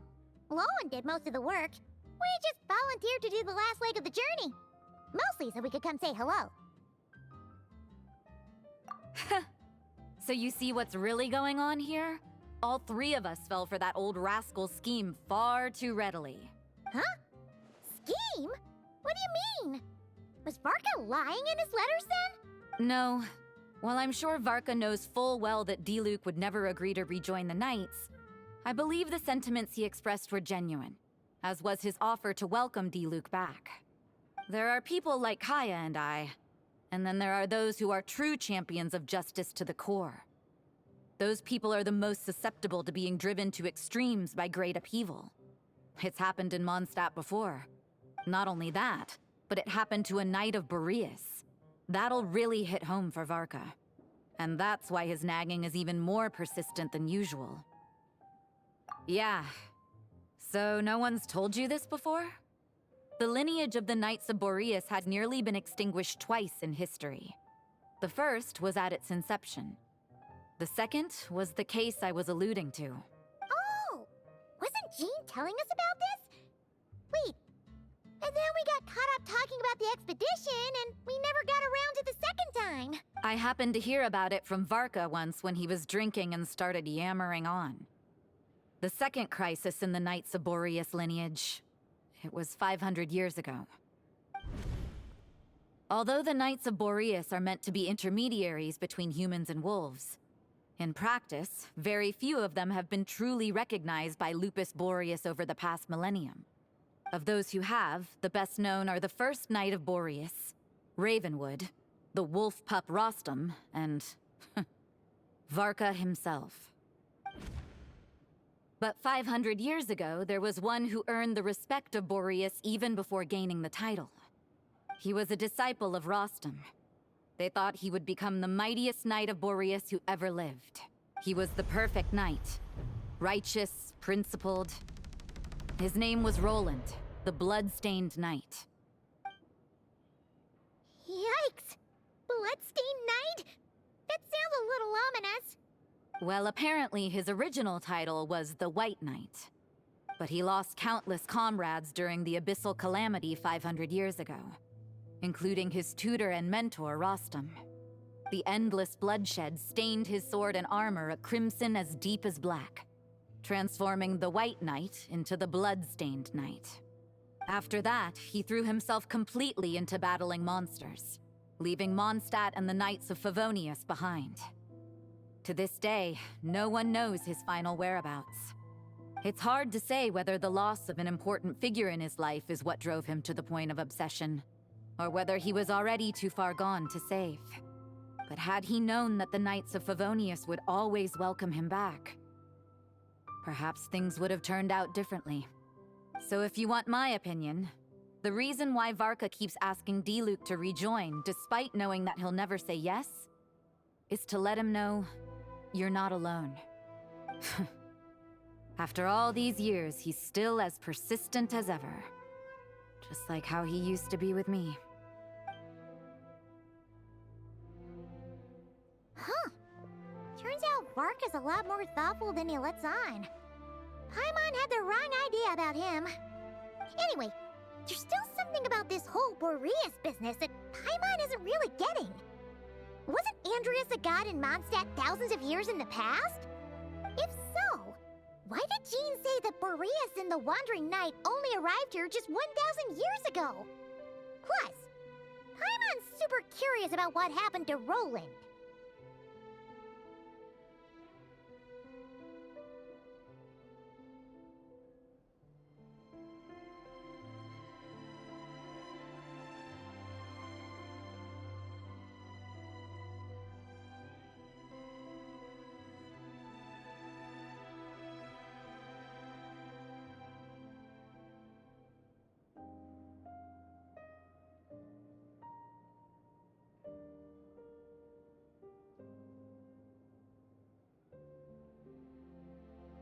That's a great idea! Gene said he hasn't been showing himself much lately, but he always seems happy to oblige whenever you show up. Let's go!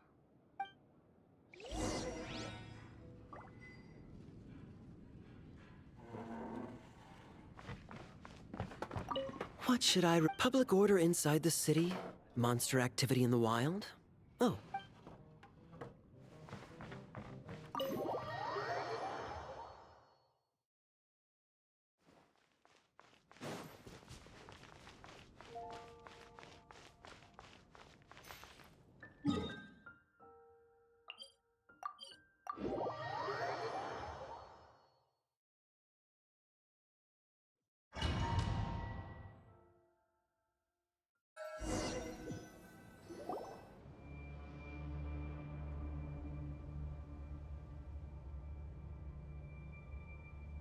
What's going on here?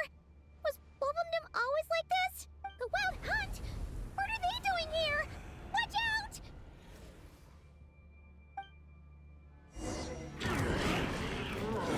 Not now. Cold. Mine's... Leave this place. By the frost. Cool. Humans converge.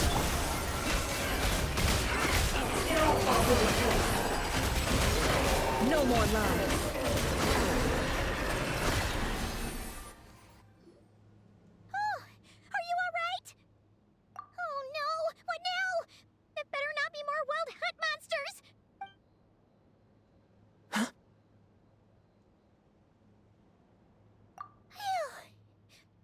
Stop right there! Answer me this. The 2 letters I gave you, who are they for? 2 letters? Wasn't it 3? Okay. Well, Paimon's coolest naive expression doesn't appear to be an act. Hey! What are you trying to say? Wait, what are you trying to say, huh? Huh? Paimon passed a test? Really? You may dispense with your suspicions. The wolf pack has borne witness. They fought against the aberrations that encroached upon this land.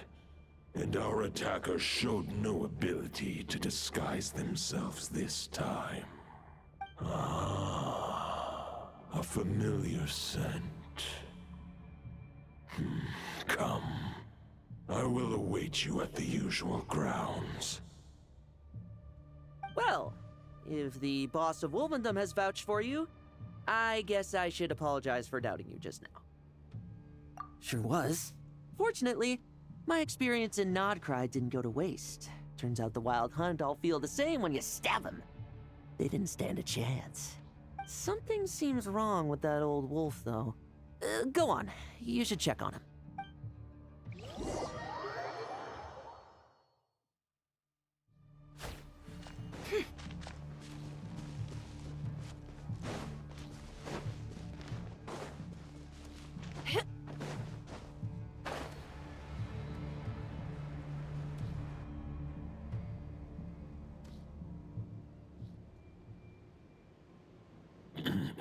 Lupus Boreas, not injured. You are not to blame. With your Iron Claw, you successfully blocked their attacks. However, their assault went beyond the mere physical world. They followed my trail from the distant north across the ley lines.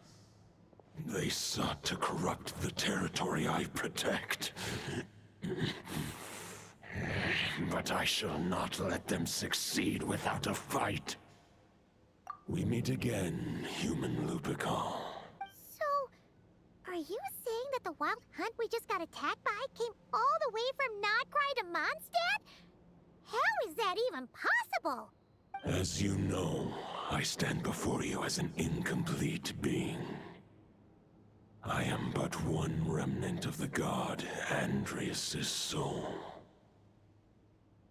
The source of this turmoil. I can sense it. It lies in the north. It is the part of me that remains in Krai, from whence I came. Huh? Now Paimon's even more confused. How can he be in two places at once?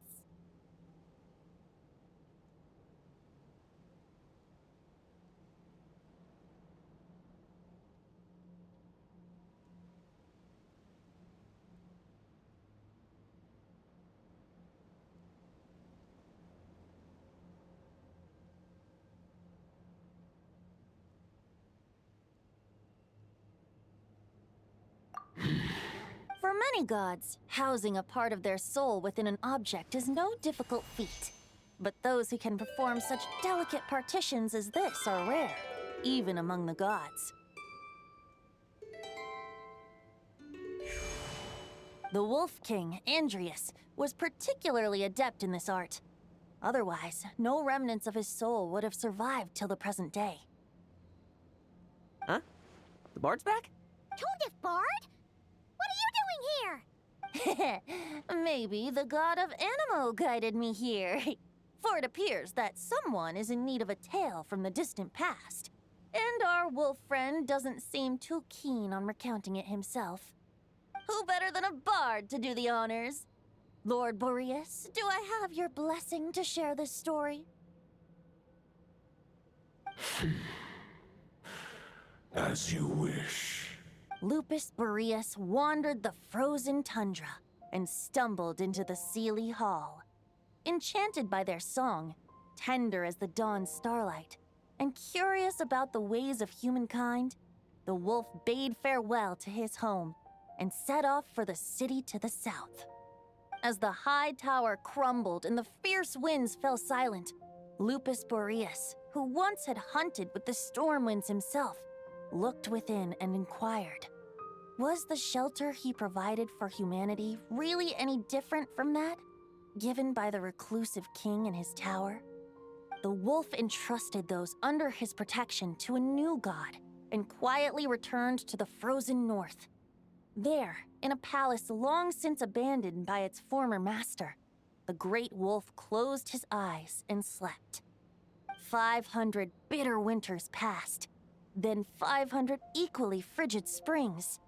He slumbered undisturbed until a knight stumbled in from the cold, just as Lupus Boreas had once done at the Seelie Hall, and awoke him at long last.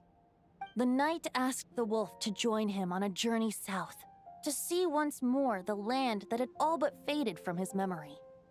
The gentle wolf, unwilling to refuse the human's earnest plea, split his soul into 2 halves and left his home once more.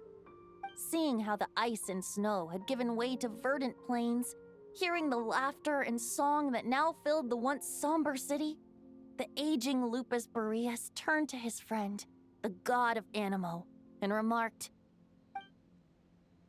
"So, this is the world the humans dreamed of." Though the knight's journey was not yet over, the wolf chose to bid farewell to his companion here. He had written the end to his story. What knowledge he had been gifted flowed into the land. Everything he was, he gave unto the world. Well, that's how a bard would tell the tale. Lord Boreas, is there anything you'd like to add? There is no need for you to ask that question. So that's what happened. You returned to Mondstadt with that knight 1,000 years ago, and then, for the sake of the new Mondstadt, you... You need not feel remorse on my account. That was my answer, my decision. If anyone should feel regret, it is the part of me who remained in Not Krai. I fear Andreas has not found peace in his heart even to this day. That is surely why those vile aberrations were able to exploit his weakness, sowing the seeds of all the turbulence that has ensued. But we followed Boreas' trail in Nodcry. We investigated and discovered no signs of instability. Andreas should still be slumbering by the lakeside. And there's more. I detect another familiar scent from across the ley lines. A scent that reeks of blood. Oh, the White Knight who became the Bloodstained Knight? I remember him as just a man. His lifespan should be no longer than any other of his kind. But before he severed his connection to Boreas, his final destination, it was the ancient kingdom of Conria, as you call it. Beyond that, I know not if he lived or died.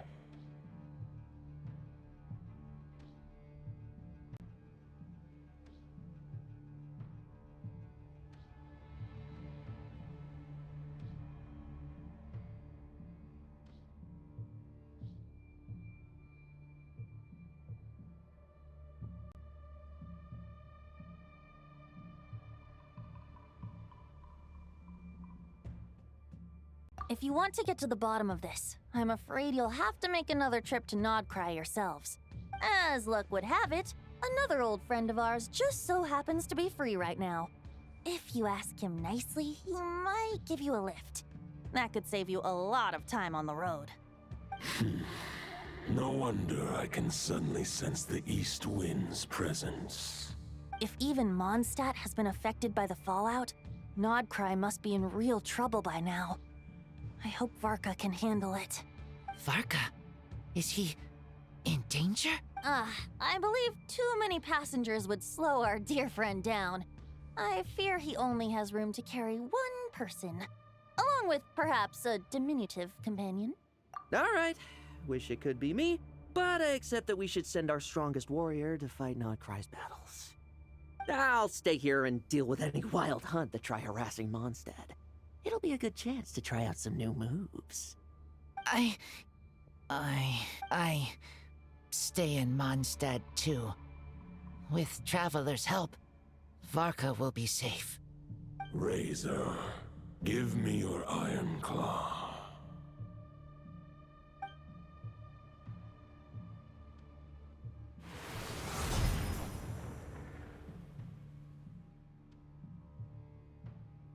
Golden-haired traveler, give this token to the current Knight of Boreas.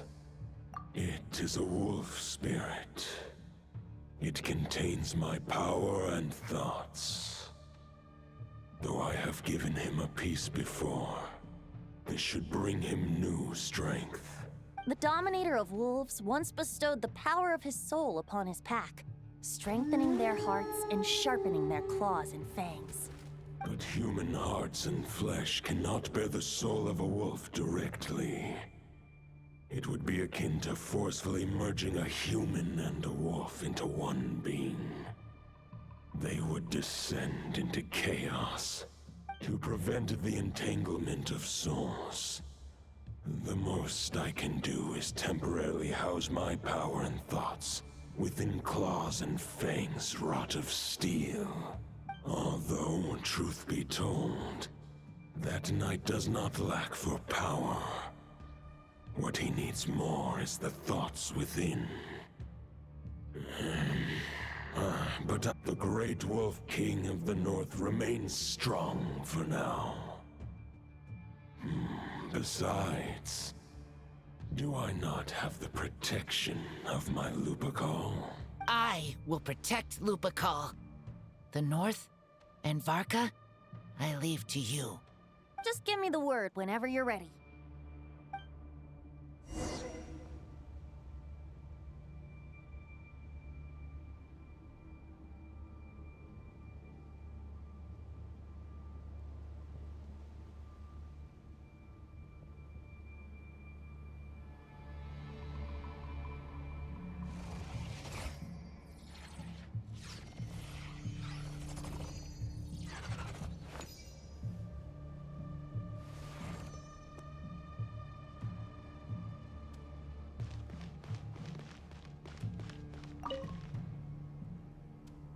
Any questions before you set off? Better ask now. You'll probably have to hit the ground running when you get to Krai. The root of this turmoil lies with the remnant soul that Andrius, Dominator of Wolves and God of the North Wind, left in Krai. He once left Krai and braved the blizzards to confront the God of Storms and claim the right to rule. Yet even as the tower fell, he chose to abandon his claim. Instead, he returned to the north and slumbered for 1,000 years before finally journeying back, under the name of Boreas, with the first Knight of Boreas to witness the new face of Mondstadt. When the wolf spirit could no longer maintain his physical form, Boreas chose to pour his power into the ley lines. With that, he became the North Wind of Mondstadt, as he is still known to this day. Any questions before you set off? Better ask. 500 years ago, Roland seemed destined to become the mightiest Knight of Boreas ever to have lived. But he was too pure of heart. He believed firmly in his own ideals of chivalry, vowing to eliminate all injustice from the world. Neither his mentor, the wolf pup Rostam, nor the Grand Master, known as the Lion of Light, could persuade him to temper his obsession. But what was the scent that reeks of blood that Lupus Boreas sensed? Any questions before you set off? The soul of a wolf is as unyielding as ice, and Andrius is a master of molding and shaping it. His people once drew great strength and wisdom from the wolf spirit, but human hearts and flesh cannot contain the soul of a god. Attempting to place the wolf spirit in a human vessel would slowly devour their sense of self, even if Lupus Boreas did not intend for that to happen. That's why Lupus Boreas developed the technique of imbuing weapons with his soul. It is his way of blessing his human Lupacol with the wolf spirit's protection. In fact, there is an ancient song that tells this tale. A weapon once of common iron, now through friendship turned divine. Twixt man and wolf a bond was made, a power born within the blade. As much as he might claim not to accept humans, his actions sing a different tune. Oh, but Keep that little observation between us, will you? Any questions before you set off? All right. Over to you, Dvalin!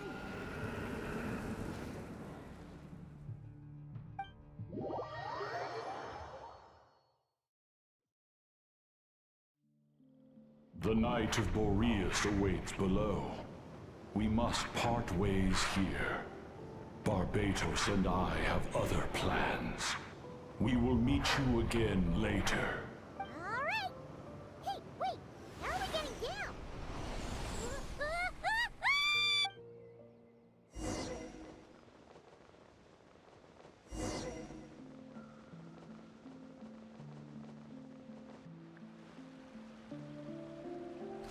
Hold the line!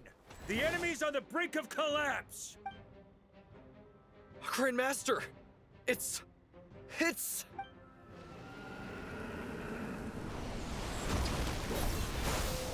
Haha! Reinforcements!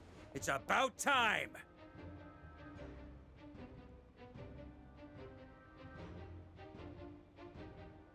And Paimon too! We're just about hanging in there. Most of their grunts are taken care of now. Their leader's gonna have to make a decision soon. Fight or flight? What will it be, mightiest knight of Boreas? As expected, this hastily summoned Wild Hunt horde is nothing but a disorganized rabble. A mere shadow of the forces gathered by the Rahir of Solnari. But they have served their purpose. I now understand your tactics, and you, in turn, understand mine. This is fair. This is the way of chivalry. Farewell, heir to the knighthood of Boreas. Whether you choose to resist me or not, I shall set right the injustices of this world. In the name of the blood-stained knight.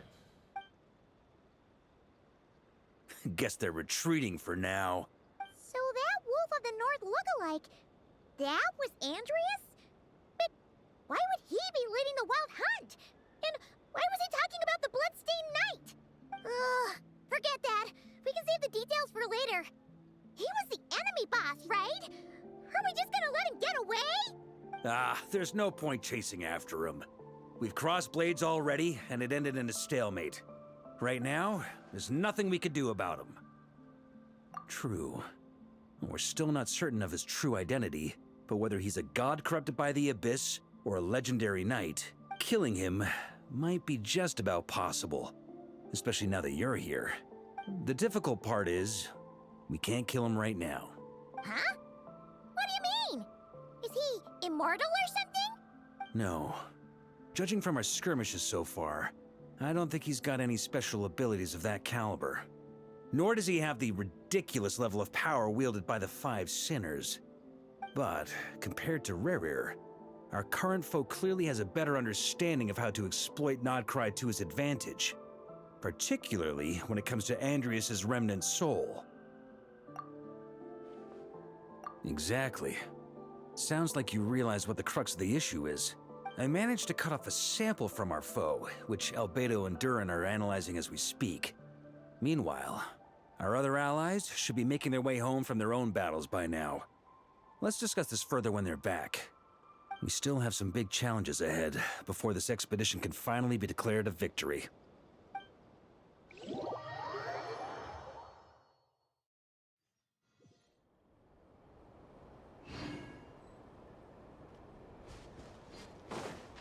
The meeting's probably gonna be in the biggest tent, right? Looks like a bunch of people are there already. Why don't we go chat with them?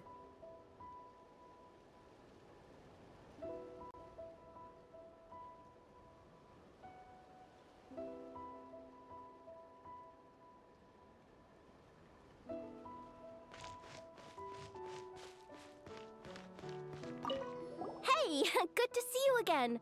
Oh, Boss Sneff asked me to pass on a message. She went to see Lauma and Columbina at the Frostmoon Scions.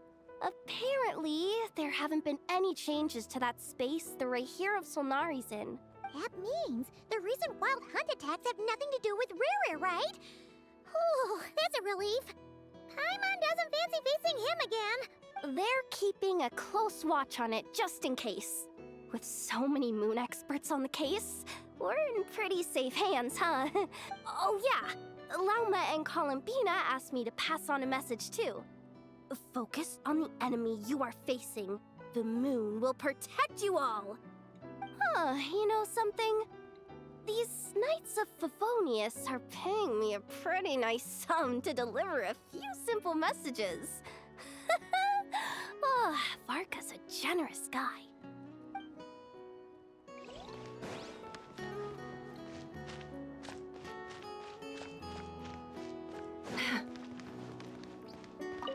Short distance propulsion module on cooldown.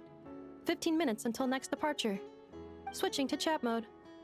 Hello there, Paimon, traveler. Varka placed a sizable order with the Clink Clink Krumkake craft shop. Aino is hard at work producing the strategic reserve, while I am handling the deliveries. Secondly, I am also here to attend the meeting in her place.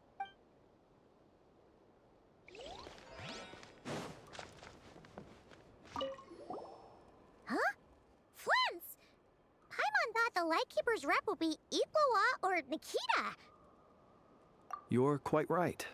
However, Itlua and Nikita are both busy organizing the Ratniki's region-wide response to the recent attacks. And since I'm well acquainted with everyone else here, I was the one they recommended to attend the meeting. Sometimes you don't get a choice when there might be consequences down the line.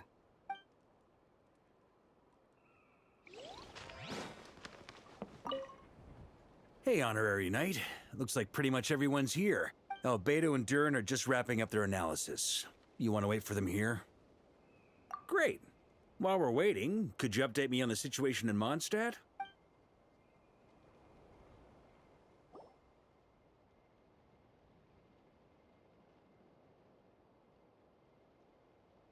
And that's where things stand. The Wild Hunt is no longer under the Reikir of Solnari's control, but it has been reborn from the ashes and is now launching widespread attacks. Intel from the Frostmoon Scions and the Curatorium of Secrets corroborates this. No disturbances have been detected in the space where Rere resides. What we are facing here is a completely new foe. Summarizing current situation. To confirm, the present leader of the Wild Hunt is the creature resembling a wolf. Andrius, god of the North Wind. More precisely, it's the external will that has seized control of Andrius' spirit, namely Roland, the Bloodstained Knight. Whoa, whoa, whoa, whoa. Hold on. I'm completely lost. Isn't Roland some Mondstadter from like 500 years ago? How'd he suddenly get wrapped up with a god from 1,000 years in the past and the present-day Wild Hunt? Allow us to explain that part. Are you familiar with compensation mechanisms? When an organism sustains damage, relevant tissues will undergo changes to offset the loss of function. For example, when one kidney is damaged, the other will be strengthened to compensate. Or when a main artery is blocked, the collateral vessels become more active. Similarly, when the Wild Hunt lost their leader, the Abyss harnessed the memories that flow throughout the ley lines to fashion a new one, fit for the present circumstances. That new leader is a mirror image of Roland, the Bloodstained Knight. Right. No matter how strong the compensation is, it will never quite match the functionality of the original organ. The Roland replica can't possibly imitate Rere's overwhelming power, nor his ability to disguise himself as others. So, the Abyss made use of the connection between Roland and Boreas to compensate for this lack of power.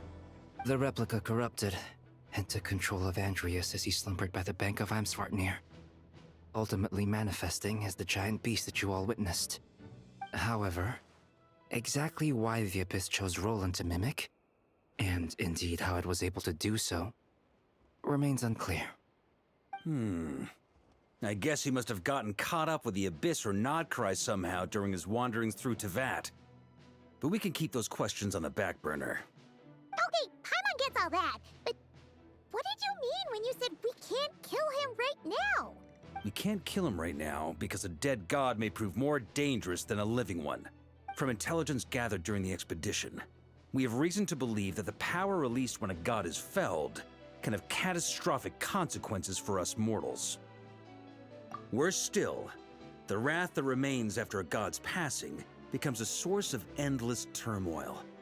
Once god remains contaminate the land, they will persist for thousands of years. This land has already been ravaged by the Wild Hunt. If we add god remains to the mix, it'd be like adding salt to an open wound, placing everyone who lives here in perilous danger. Query. While I can indeed find records of disasters caused by god remains in my database, there also appear to be cases of gods dying naturally with no ill effects. In that land, the passing of the Pyro-Archon's flame is a common occurrence throughout history, and even the part of Andreas who remains in Mondstadt has experienced death once before, has he not?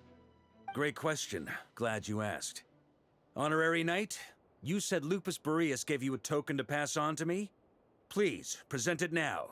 It should help explain things faster.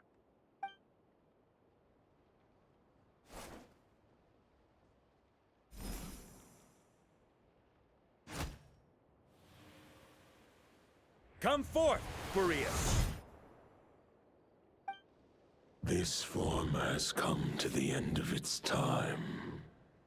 I'm afraid I can accompany you no further on your journey. My soul will fall into silence, and my power will flow into the ley lines of this land. Perhaps this is all that a wolf can hope to do for humankind. Do not grieve for me, for this is the end I have chosen. Instead, remember that one day, your wandering too must come to an end. Where and when shall that be? A final wish before I slumber.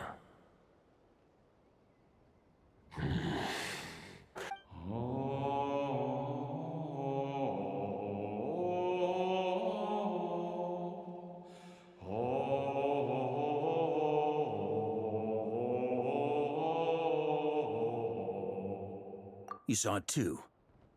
You must have keen powers of perception. Not that it surprises me. That was Boreas' final thoughts before merging with the ley lines. It's the reason Mondstadt remains unharmed by his god remains. In his final moments, he made a choice to give everything he was to the ley lines. All to protect Mondstadt from harm. Sounds like Andreas spent thousands of years searching for his place in the world, too. Yes. And now our task is to return the answer he found, the decision he made, to Andreas' heart. Only then can he break free from the corruption and control of the Abyss, and make that decision once more. I see. I would say that planting thoughts inside the mind of a god sounds a little far-fetched, but since it was his own wish to begin with, it sounds feasible to me. Wait, we already have a perfect solution? Ha ha ha. If only it were that simple. Unfortunately, this one thought alone is unlikely to be powerful enough to break through the Abyss's control and reach Andreas' heart. We need to find a way to make the thought within this sword stronger and more resilient. For now, Boreas needs all his remaining strength to fight against the abyssal corruption to Mondstadt's ley lines. He can't afford to send us any more of his power.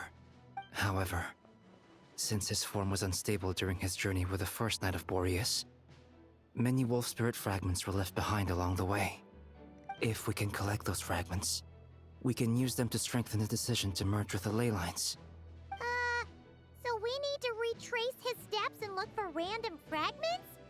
But they could be anywhere between Krai and Mondstadt.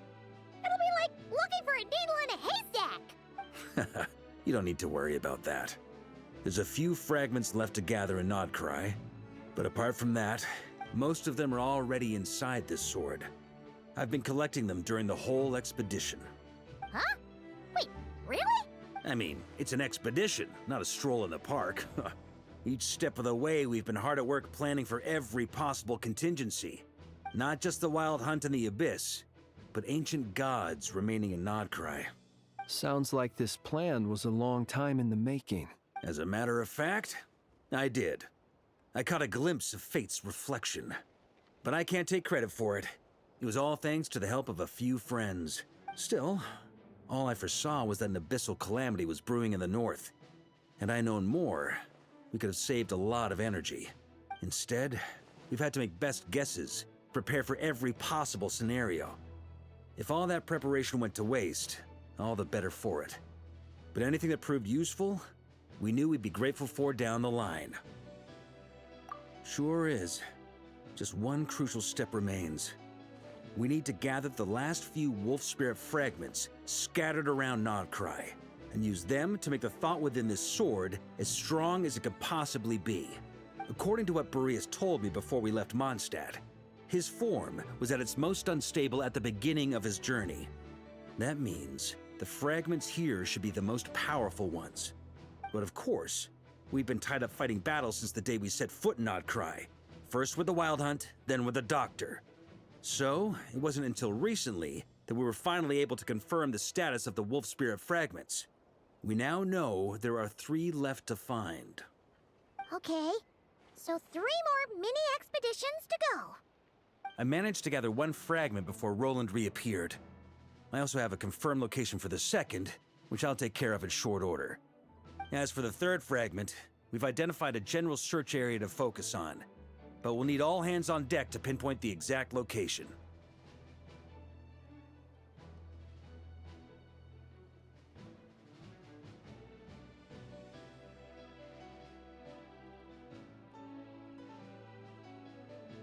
The final snag is that since our foe is a replica of Roland, he too will be aware of Andrias' history. He's sure to try and sabotage our plans by any means at his disposal. So everyone needs to bring their A game. With our foe being from Mondstadt, it's our duty as Mondstadters to defeat him. And since the Wild Hunt is involved, the Lightkeepers will provide their full support. The Clink Clink Krumkake craft shop will also help in any way we can. So what do they need me here for? Wait, I think maybe I signed a contract at some point. Didn't exactly scrutinize it, though. I mean, who actually reads those things anyway, right? Ah, great. Knew I could count on you all. Lastly, our friend from the Curatorium of Secrets will provide intel and relay battlefield communications. Looking at you, Yehoda. So, you'll be darting back and forth across the battlefield. Dodge. Rating for Yehoda updated. Higher quality ingredients will be used to prepare your future meals. Darn it! I should have known this payday wouldn't come that easy. I'll deal with the second Wolf Spirit fragment, which we already know the location of. The moment you make any progress with Fragment 3, be sure to give me an update. Traveler, could you join me in retrieving Fragment 2? I have a feeling that your unique constitution might come in handy. All right, time is of the essence. Let's move out, people. Dismissed!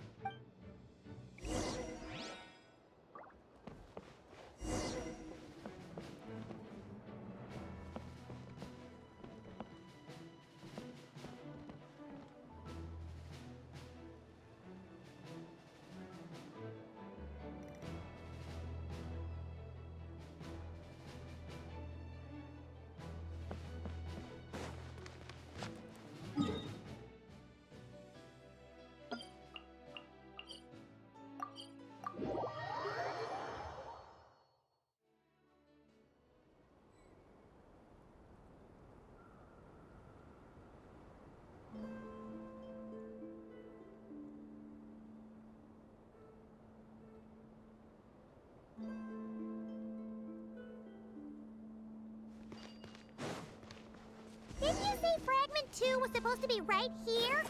Where the heck is it? Seems like we've run into a slight hindrance. Can I leave this to you, Honorary Knight?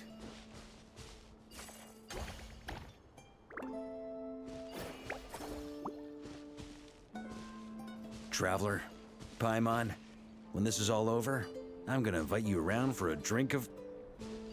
Whoa, whoa! Stop thinking about Mondstadt's wine and keep your head in the game! You can't be daydreaming about alcohol before a battle! Huh? Well, all right, just trying to lift our spirits a little. You want to see some photos I took of me and the knights before the expedition, maybe? Shut up, shut up, shut up! Can't we please just focus on finding the wolf spirit fragment?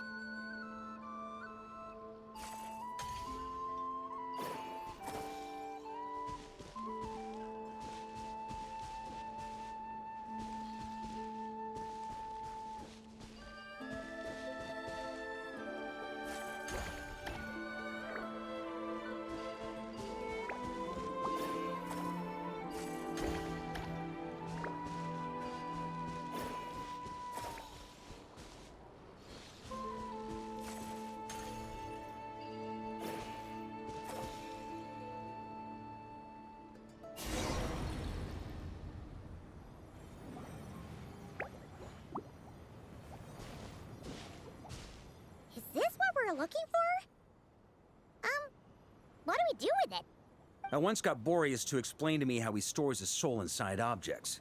All I need to do is transfer it to my sword.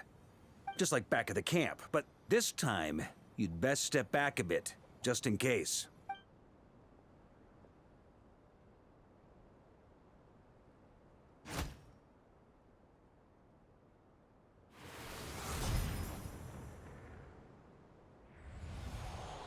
So, you're saying you don't know how to love people, and you don't understand human love either. Why do you laugh? Sorry, I just think the fact you're ruminating on this is all the proof you need that you have love in your heart. I have a funny feeling that by the time this journey ends, you'll have found your own answer to the question of how to love. No, you're wrong. There is no redemption at the end of this path. Even if I am stained black with blood, my conscience will remain as white as snow. If pledging allegiance to the Abyss is the only way to sever the injustice of fate, then I shall serve in its name. Ugh!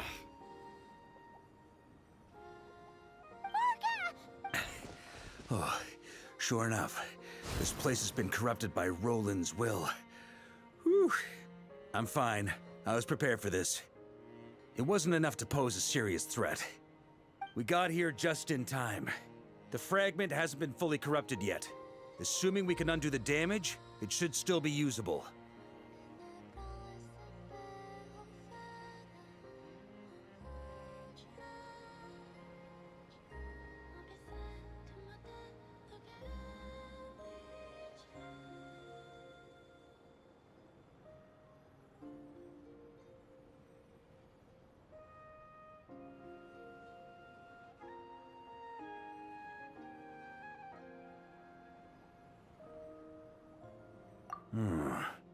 Purifying the abyssal corruption would definitely be a safe approach.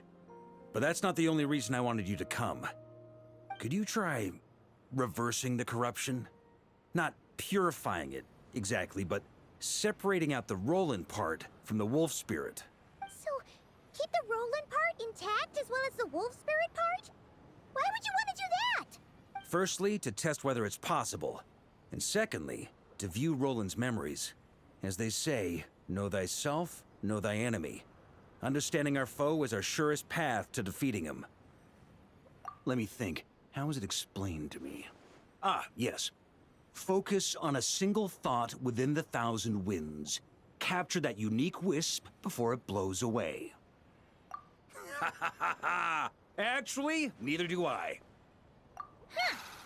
Sounds like something a certain tone-deaf bard would come up with when he keeps... I thought it might mean something to you. Never mind. I'll explain it in more human terms. Traveler, when you were in Natland, you went fishing for ancient names, correct? If I'm not mistaken, the Night Kingdom was like a river flowing with concepts, and you were trying to capture the concept belonging to a particular ancient name. I'm thinking the same basic principles should apply here. Okay, but back then, we had a bow and a net. This time, we don't have anything at all. This wolf spirit fragment is like a puddle compared to the Night Kingdom. No need for a boat. As for a net, this is what I've heard. Thoughts and emotions are like interwoven threads. They can create a net, or they can create a rope. They can separate love from hatred, and they can bind objects and events together. Thought is the anchor for a being's existence, through which emotions are drawn forth.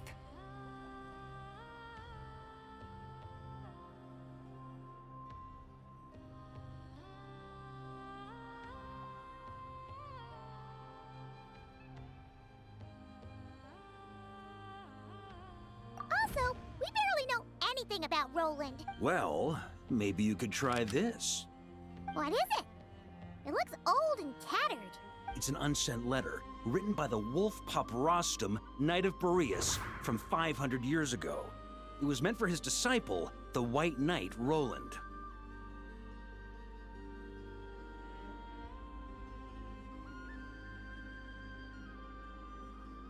Voice jump scare real quick. I just really wanted to shout. Wait, let me hide my my thing. That's a heck of a thing to have sit in your back pocket. I just wanted to show that. I thought that was funny.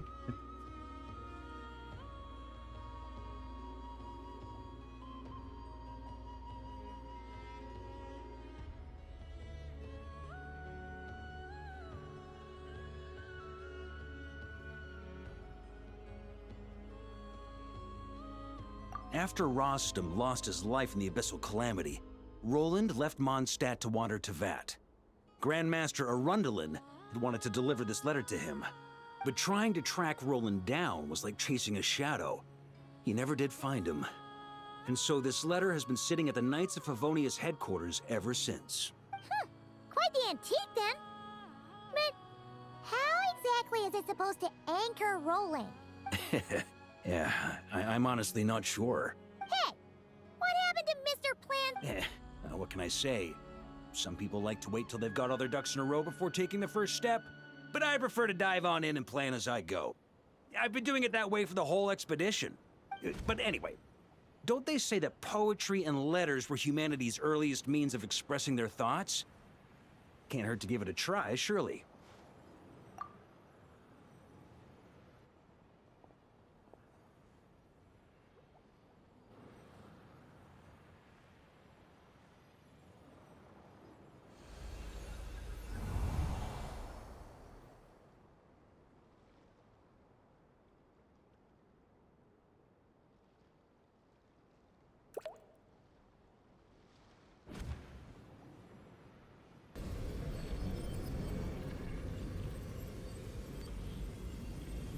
Whoa, it actually worked? You really are making this up as you go along! So the assimilation of souls really can be reversed, just like he said.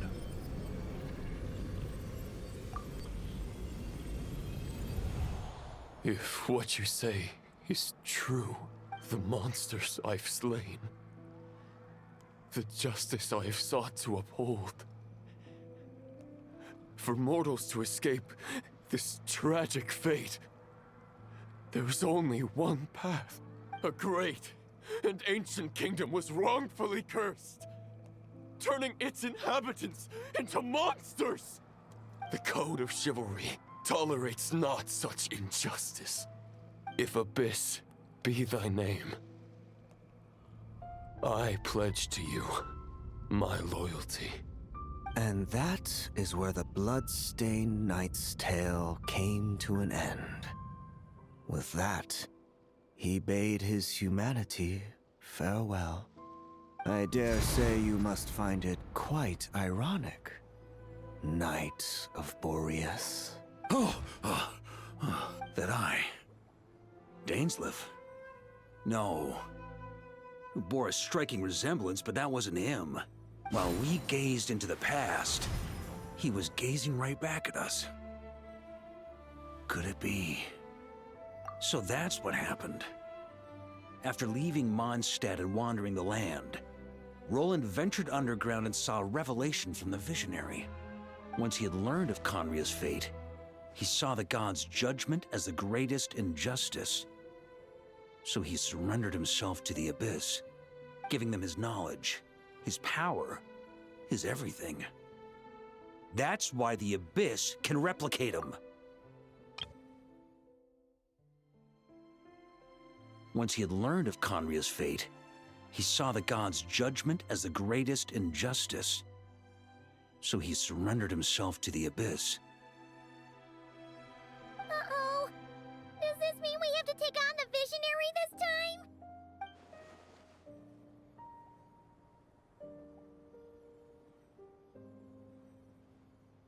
I'm inclined to agree. If our enemy could see the future, both the Wild Hunt and Roland would be acting with far more lethal precision. But even without the Visionary's input, Roland still has an intel advantage we can't afford to underestimate. Every minion of the Wild Hunt serves as Roland's eyes and ears. We need to think one step ahead if we want to outmaneuver him. And on that note, I have a plan I want to discuss with you. Well, the fewer people who know, the less likely it is to get leaked. Besides, it wasn't a fully formed plan back then.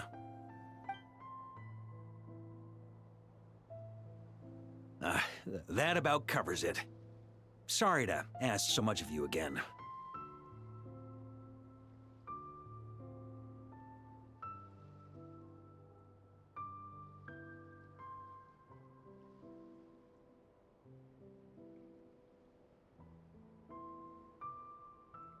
No plan is free of risks.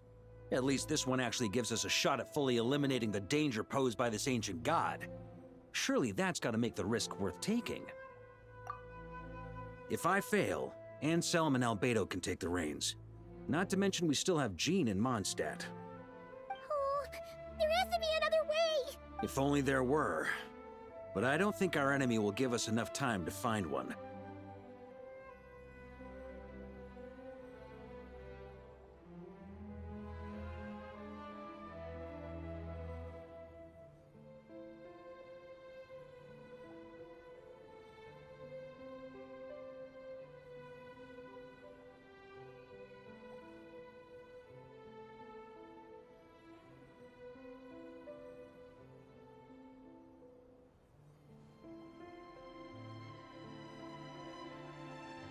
Hey! Are you guys done here yet?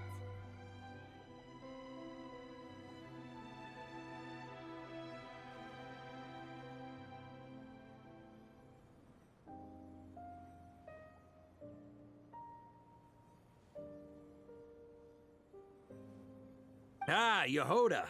Yes, we've successfully retrieved the Wolf Spirit fragment here. Any progress with Fragment 3? Nope. It's a total disaster. Come on, we're out of time. You'll just have to trust me on this one. What can I say? I'm not the Grand Master for nothing.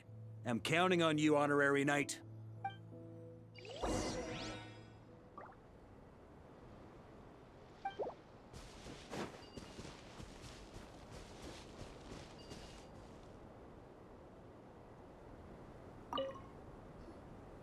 Fill me in. What's the situation? We ran into resistance almost as soon as we set off. Albedo said we should split into 2 teams and continue searching while he and the others kept the Wild Hunt occupied. Good call. Locating the Wolf Spirit fragment is our key objective. Well, it seems the enemy figured as much too.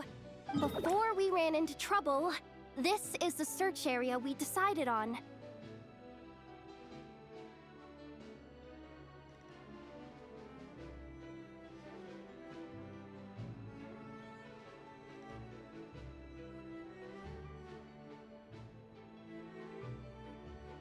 The 2 teams are holed up here and here. They should have a clear idea of the fragment's location by now. But the Wild Hunt is stopping them from relaying messages back, right?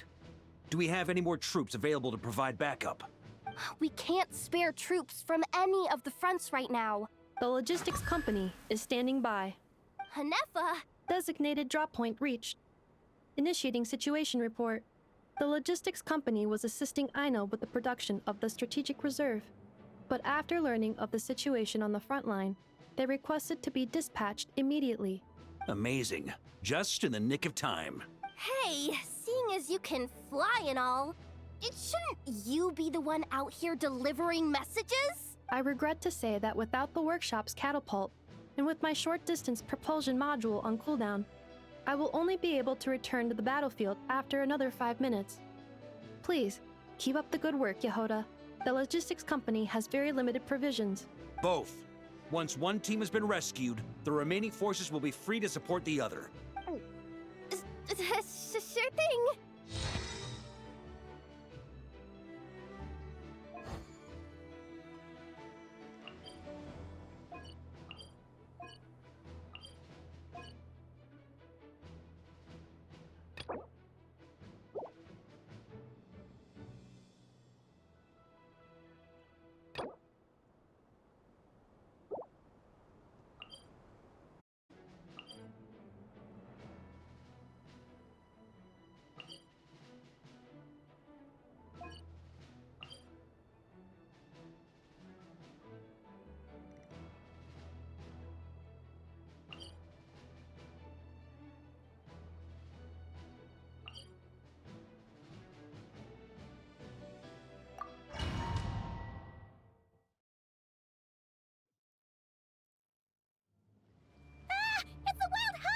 Something doesn't seem to be getting any weaker as the battle goes on.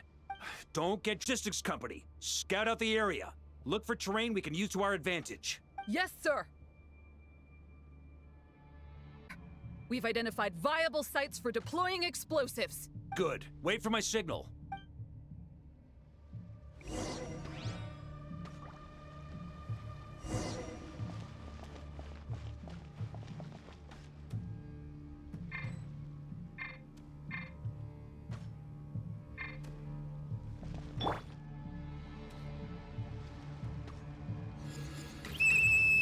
Logistics company, deploy!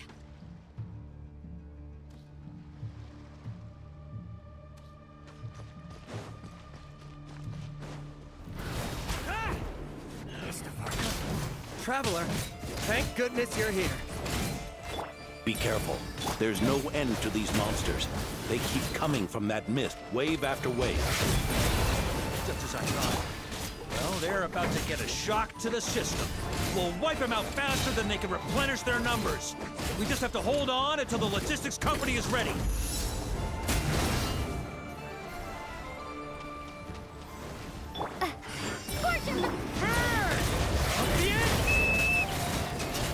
Is that the signal to say they're ready? Maria sweeping in! Yes, right, Master.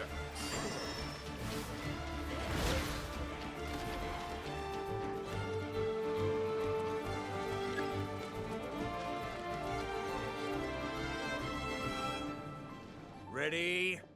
Fire!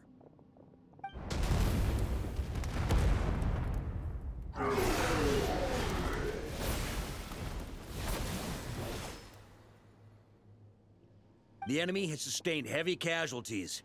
Should be a while before they're strong enough to pose a real threat again. Brave knights, on behalf of the Lightkeepers, I thank you for your assistance. There's no need to be so formal. When it comes to the Abyss, we're all in this together. Now, please tell me everything you've learned. Very well. We've narrowed down the search area for the final fragment to this zone here. That's not exactly very narrow. We split the search between us and the Knights. Maybe they'll be able to narrow it down further? Either way, I was about to go lend them a hand next anyway. It would be our pleasure, Mr. Varka. We've run right through our supplies. Now that they've lost their numerical advantage, they're no match for us.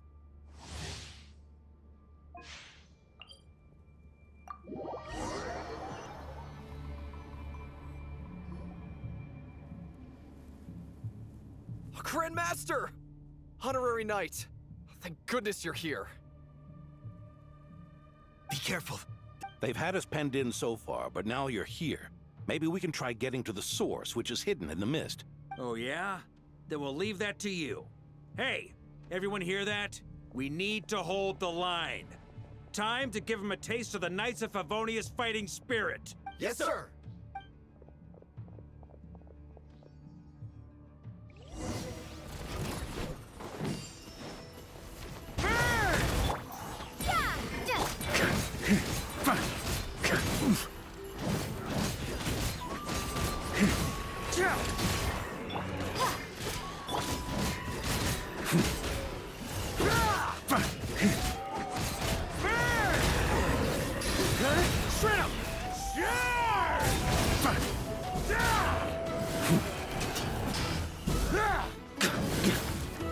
Hey, they're running out of steam. Now's your chance. Affirmative. Sorry to keep you waiting. That's their source. It was hidden in the mist. If we destroy that, the Wild Hunt won't be able to summon any more reinforcements. Knights of Pavonia, charge!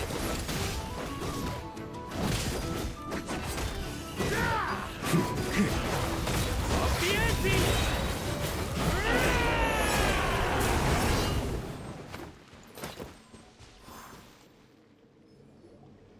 Ooh, I'm glad that's finally over.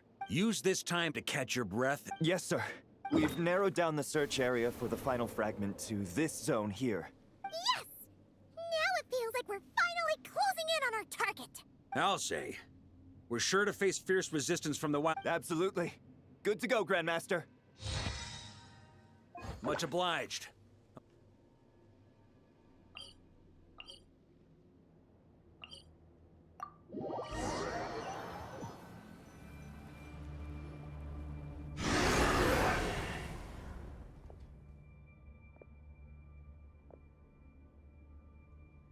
The hiding in the mist trick again. These guys must be easily amused. You all know the drill. Yes, sir! Time to ignite!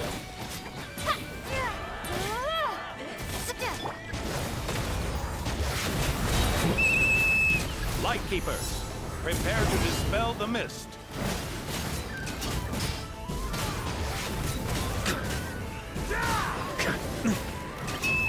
Knights of Favonius, charge!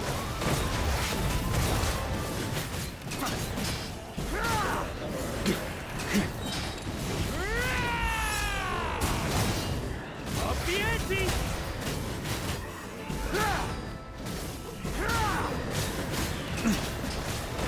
Thunder! Time to counterattack!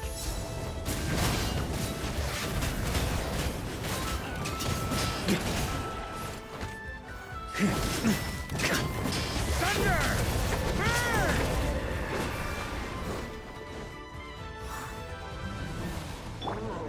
Scorch and burn!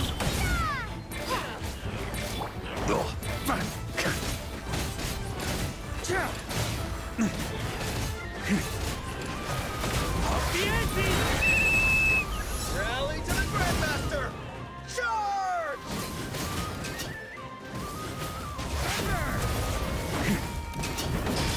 Time to ignite!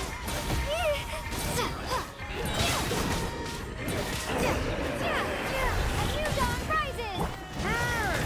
Up the ante!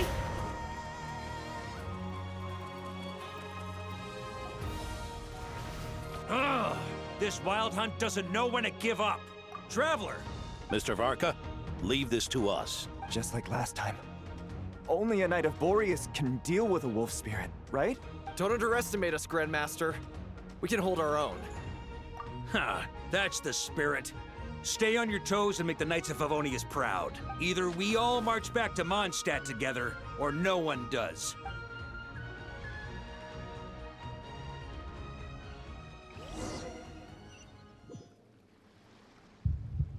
Ugh. The final fragment is right there. Don't let me down.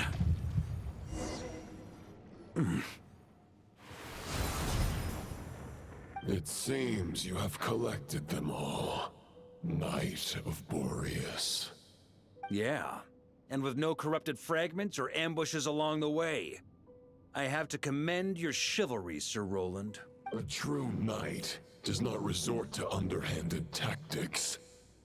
Were this body not a false one created by the Wild Hunt, nor would I countenance those monsters to taint our duel with their presence. If you need a moment to rest, take it. Victory will be mine, regardless of whether the path to it is the one I would wish for. Save your breath. If you want to fight, let's fight! As you wish.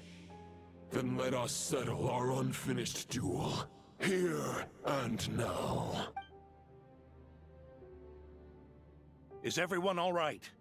My granny fights better than these rookies. It's Egbert I'm worried about. You still alive? For a moment there, I thought I might never taste the sweet wine of Mondstadt again. Hey, stay put, you guys. Leave the rest to us. Forget us. We can take care of ourselves. You're the only one still standing. Honorary Knight, find the Grand Master. We can't lose our Varka!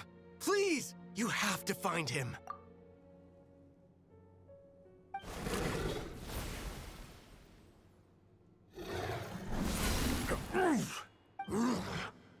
You're holding back, Knight of Boreas. I can tell you do not wish to strike me down. This duel does no justice to the way of chivalry. I wield the power of a god, while you dare not swing your sword with true intent. Your plan is doomed to fail. How can a helpless lamb hope to tame the heart of a wolf, when the wolf has seen through the lamb's plan? Ha ha ha! You're on to me already, huh? Andrias's question, Boreas's answer, the means to bear a soul. I knew it all 500 years ago. Though the false path may be wide and welcoming, only destruction lies at its end.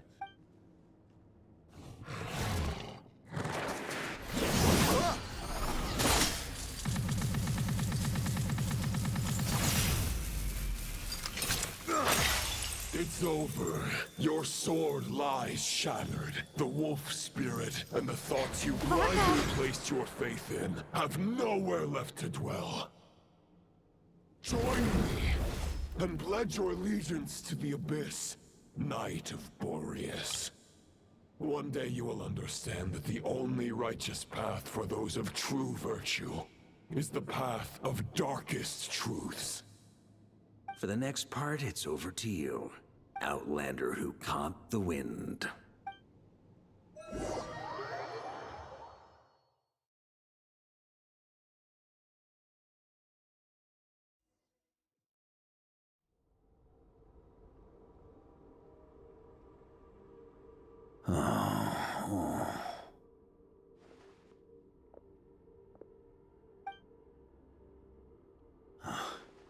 The sword is unbroken, but I can't sense the wolf spirit.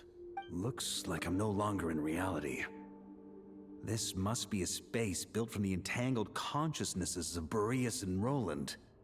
There's no way back, and all that lies ahead is the wolf's maw. Huh. Guess the only way is through.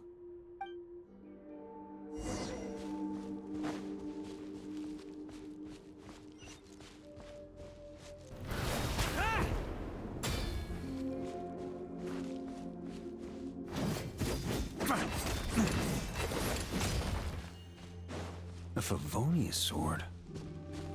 Who left this here? Lonely warrior. Take me to see him.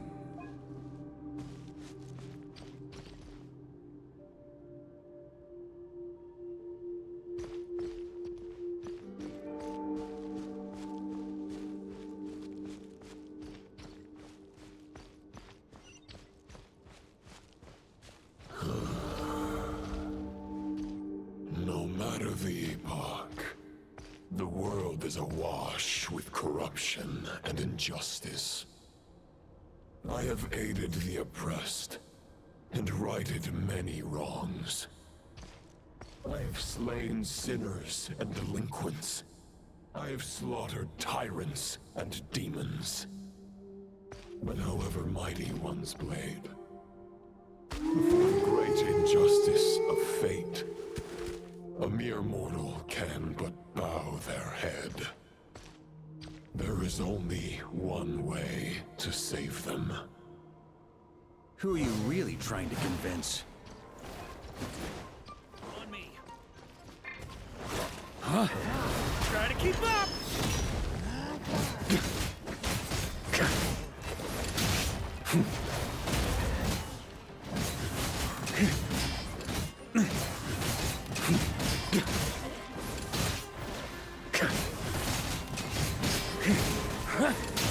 Stormwind!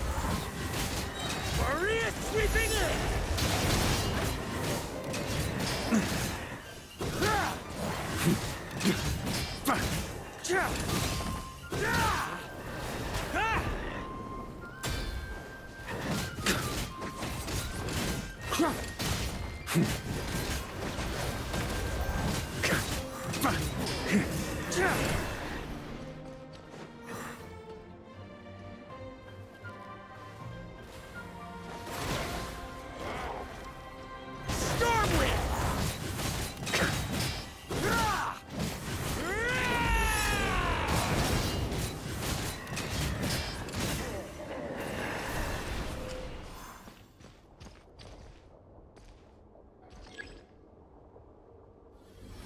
Is this the fairest shadow? It doesn't look like an imitation. The title of Boreas must find an heir.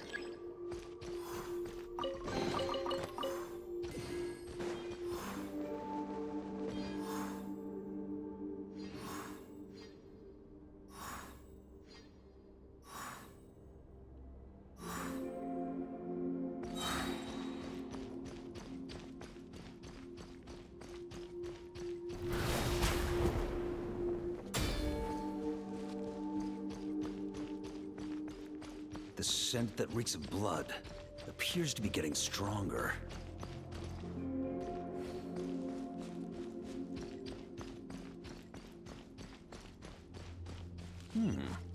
Looks like I can just jump right over these obstacles. Ah.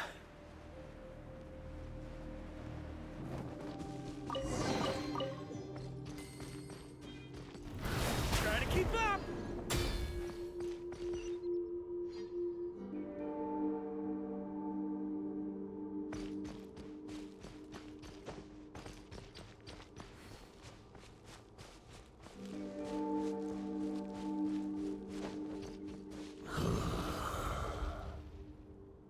No matter the epoch, the world is awash with corruption and injustice. Even the most fearless hero cannot fight what fate has ordained. And even the holiest god cannot escape the shackles that bind them. Lupus Boreas, if you still harbor love for humanity, then you must surely know. There has only ever been one way to save them from injustice. Surrender to the abyss. Malicious lies!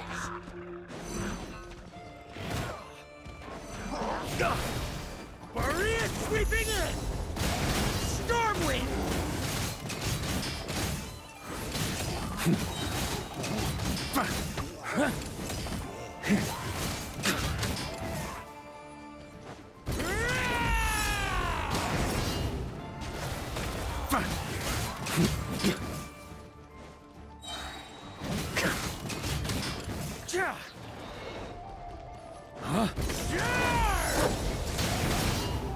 Stormwind!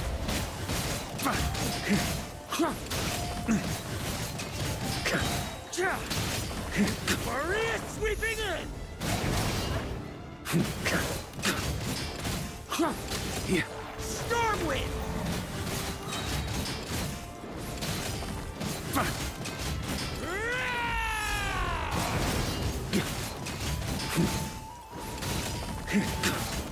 Stormwind! Maria sweeping in!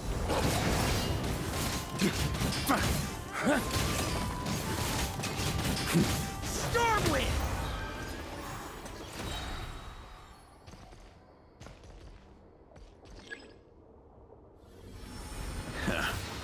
My old friend. This is not where your path ends. You must continue on.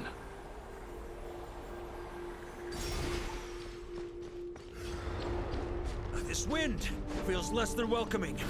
I'd better take shelter.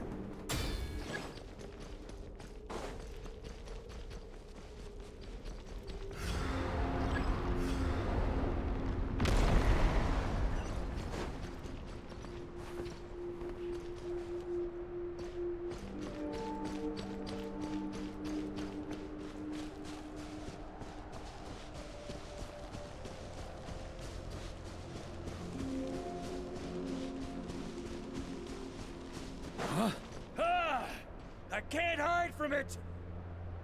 You must deliver it.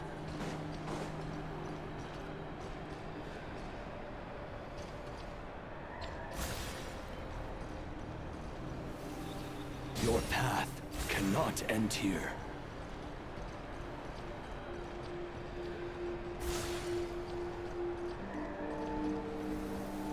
You draw near to the heart of the wolf.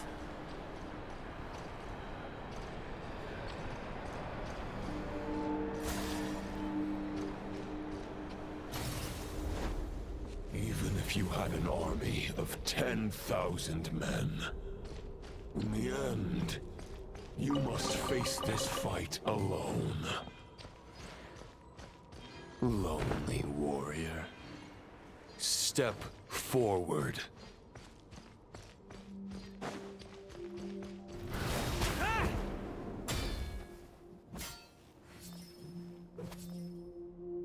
Is this the heart of the wolf?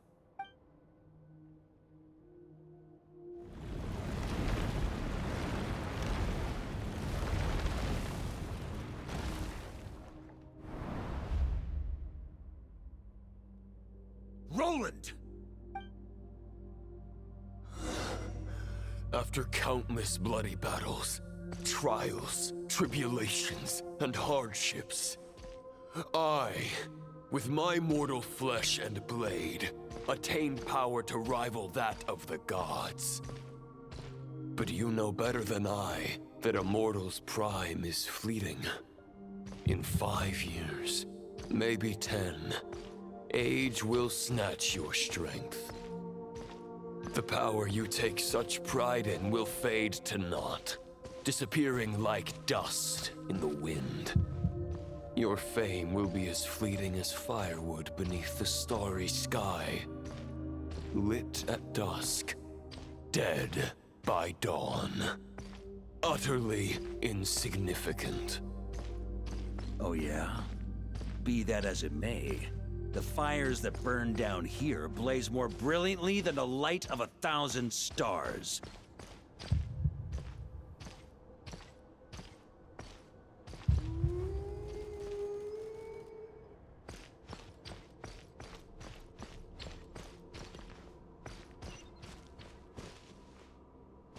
They blaze for but a moment. 100 years from now, your earthly flame will be long snuffed out. And those you once illuminated will be left cowering in the cold and empty night. Ha! No. They'll remember me in 100 years, just as I remember all of you from centuries ago. That's the thing about firewood. From the embers of a dying flame, a new fire arises, burning bigger and brighter than ever before.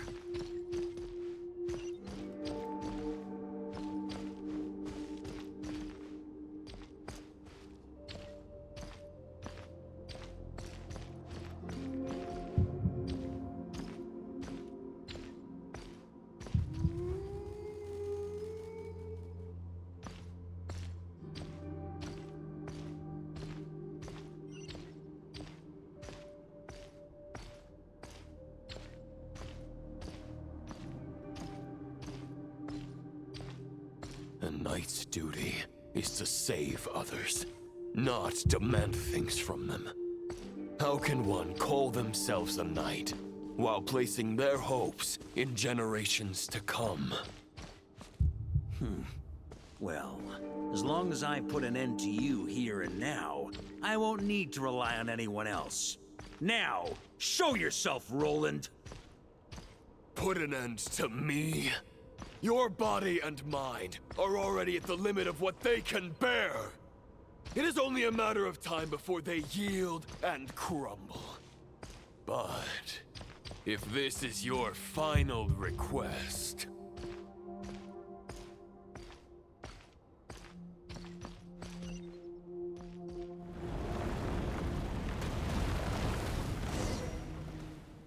I shall do as you wish, Knight of Boreas. Huh. You're not quite how I imagined you. You don't seem half as crazed as the memories contained in the wolf spirit. Not once have I strayed from the righteous path. But when I look at you, I do not see a hero capable of slaying dragons. Just a lost soul who has wandered far too long. I guess we have that much in common. Neither of us are at our peak. The Rayhir of Solmari's forces have been defeated, and the Roland you see is but an imperfect image cast by the Abyss. I wield the power that Roland did at his peak, but my heart and mind remain frozen in that blood-stained moment. Therefore, I, in my current form, am flawed. A knight cannot bear their own stagnation. After redeeming you from injustice and guiding your surrender to the Abyss, I shall rectify myself and continue to follow the knightly path. Huh. The world out there can bear no more of your torment. Your obsession, clearly, remains exactly as I had imagined. I suppose there's no chance to make you see the light.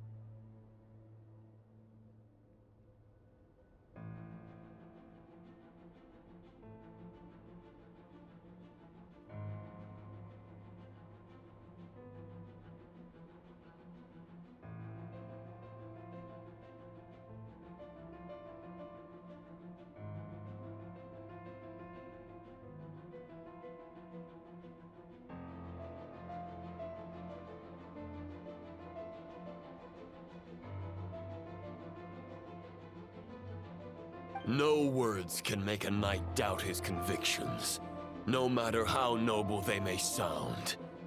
Neither of us will sway the other, but you have long known this truth. Otherwise, why would you pin all your hopes on Boreas' single thought? But now the blade that once housed the wolf spirit has been shattered, and all you hold is a phantom that bears its form. You no longer have the means to change the situation, and no one will come to your rescue. This place shall be your graveyard, lonely warrior. Huh. Maybe you're partly right. But I think I might just have a shot at a rescue. What do you mean? There's only one person's mind I need to change, and it isn't yours. Forgetting where we are? This is the heart of Andrias, god of the North Wind.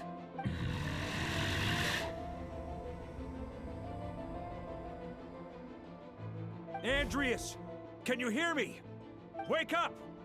You are the great god of the North Wind. How long will you allow yourself to suffer the domination of the Abyss?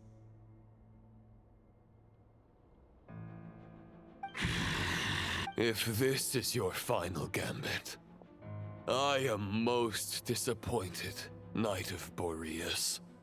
Grand displays of heartfelt wishes cannot summon miracles. This world shows no such mercy to its Return. Return to the ley lines. This is my choice. My memory. Is this the answer that I found at my journey's end? Andrias, at long last, I have delivered your... A Knight of Boreas. Watch on. This is all that a wolf can hope to do for humankind. On behalf of all humanity, I thank you, Lord of Wolves. Boreas is returning to the ley lines. But why? Your sword is broken. You no longer have the means to bear his soul. Unless... surely not. Begging for miracles is a futile endeavor. I know better than that. But a sword is just one kind of vessel. There are other ways to store a soul.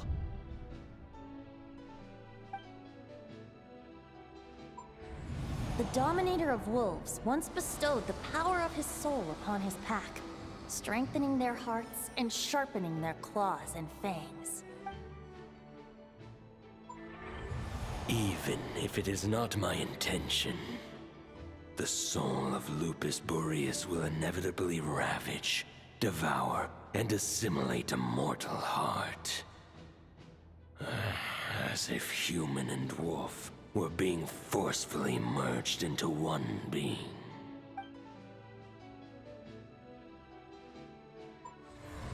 If a mortal heart is to bear the soul of a god, this is a path that cannot be retraced. Yet, I shall not dissuade a knight from embarking on the quest of his own choosing. Your heart, your soul... they are collapsing. Now I see. You were wondering how a lamb could tame the heart of a wolf. Isn't that right? Here's my answer. You get the wolf to swallow the heart. The wolf spirit within the sword was merely a decoy. The true thoughts and memories were carried within your heart. To avoid arousing my suspicion, you deliberately allowed Lupus Boreas' soul to assimilate your own, then be devoured by me. But How did you have the strength to fight while bearing such a great burden? Compared to Lupus Boreas' decision, my sacrifice is nothing. You have a stubborn will and employed an exceptional strategy. But this is not the way a true knight fights. The choice you have made is a flawed one. Your soul is now merged with that of Andreas. When he fully joins the ley lines, you too will fall. Neither Barbados nor the Traveler will be able to anchor your soul from within the ley lines, let alone rescue you. You have lost, and so have I. Regrettably, I can no longer offer you salvation. May your soul rest in peace with Boreas, lonely warrior. Haha! Lonely? Sorry to disappoint you, but as much as it sounded like the perfect ending for both of us to return to the ley lines together, the fact is that, unlike the true Roland of the past, I still have fine wine and good friends to get back to. They're looking forward to my triumphant return. I'm not ready to accept my fate just yet. Ding dong! You've got mail.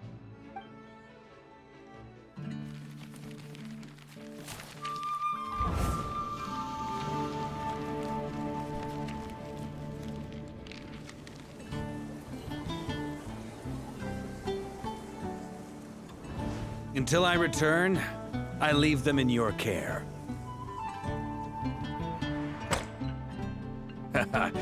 The Knights of Favonius will always welcome you.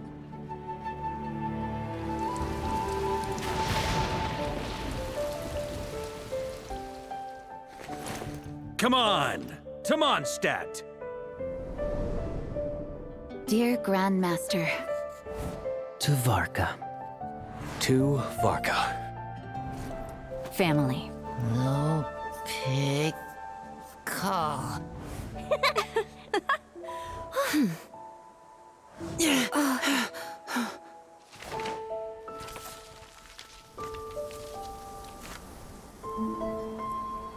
Poetry and letters were humanity's earliest means of expressing their thoughts.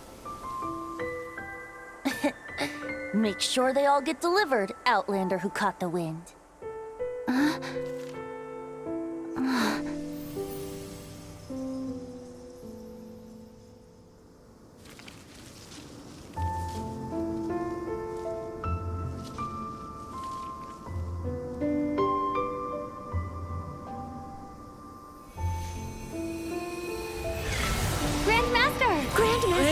Grandmaster. Master. Varka. Go Varka! Hey, Sarai! For Varka.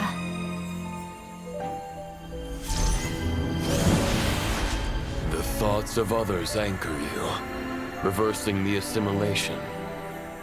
Using your connections, relying on outside help. This is not the way of a knight. The Abyss can sustain me no longer.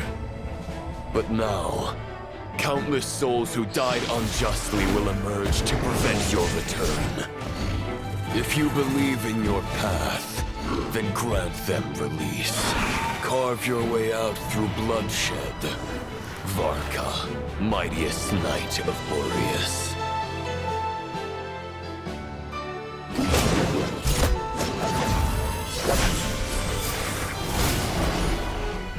This is how it ends. Throw the plan out of the window. Fight my way to victory.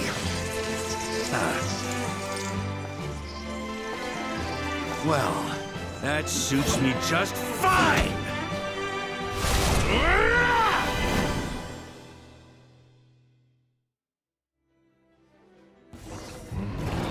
A knight is always true to their word. So please, keep your promise and return victorious. You are not alone. Right back at you, Varka. Up the ante! Burn! Up the ante! Up the ante!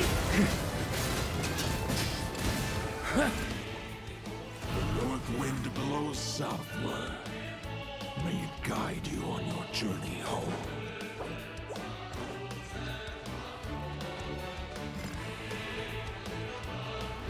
Try to keep up!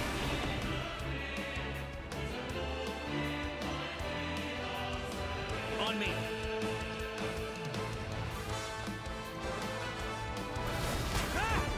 Leave it all to me.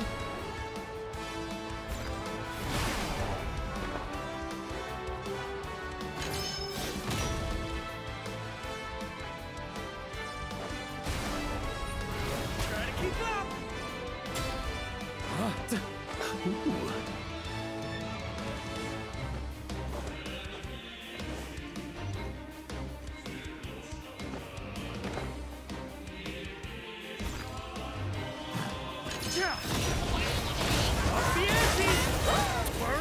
Sweeping in!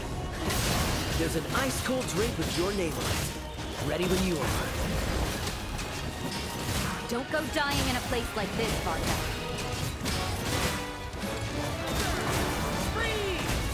Charge! Up the ante! Up the ante!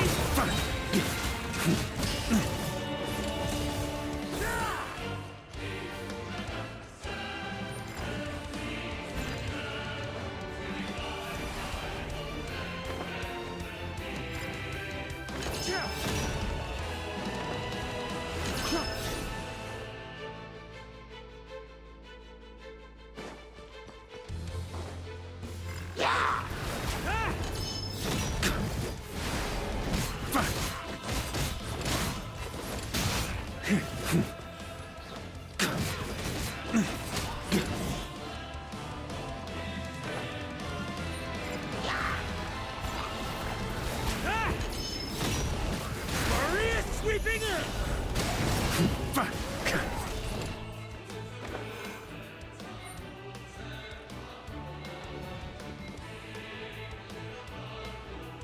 On me.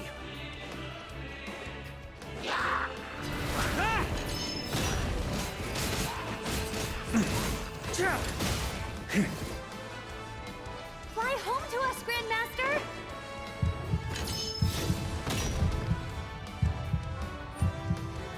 Huh? Yeah.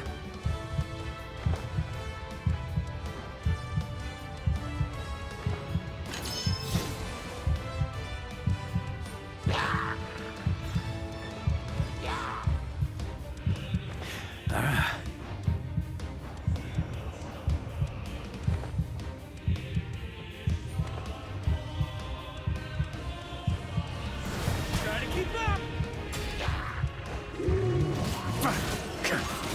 Spread your wings and soar toward a new dawn. Fate's chosen Lupica.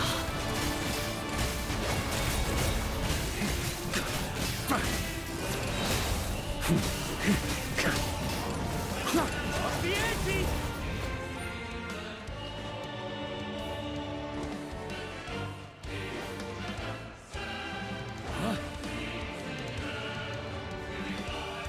One final battle!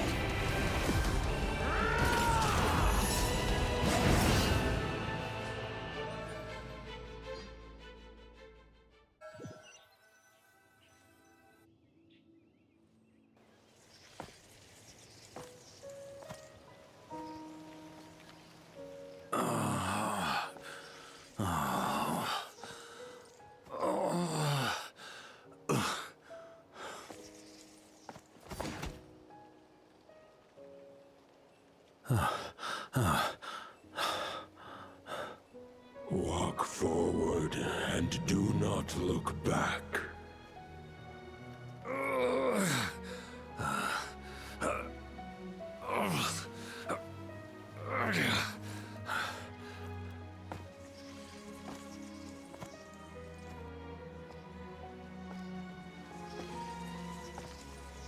Varka, now I know the meaning of my name. After the lengths you've made everyone go for you, you'd better make sure to thank us all properly when you get back. You know, I have a lot of things to update you on, but they can wait until you're back. I have no intention of returning to the Knights of Favonius, but I trust you will find a way to manage on your own.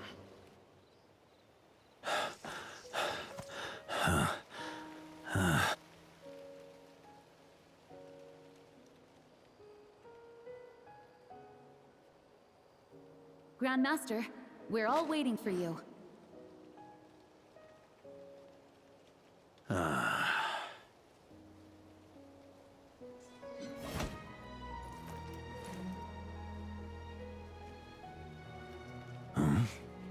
Oh.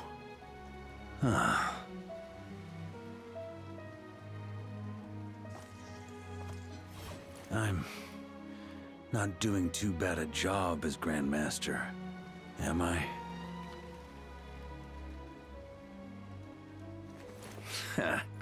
I'll take that silence as your approval.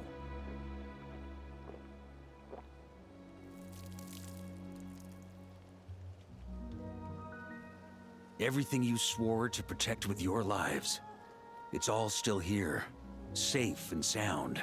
The Knights of Favonius, Mondstadt, and the oath sworn by every knight. I'll protect them all with my life. And so, I'll deliver that letter on your behalf.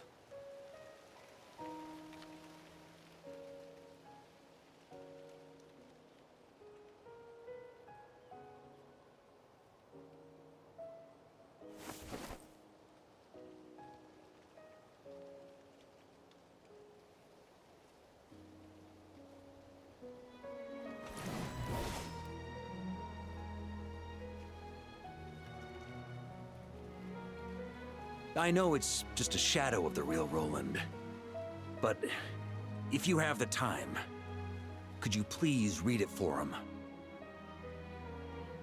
Rostam and Arundelen, they never forgot you.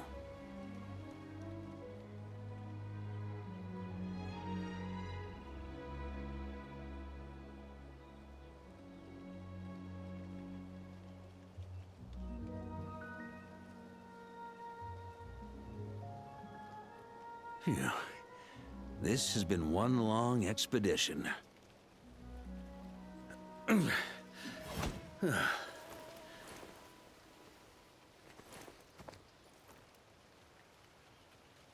From here on out, I think I'll let the wind lead.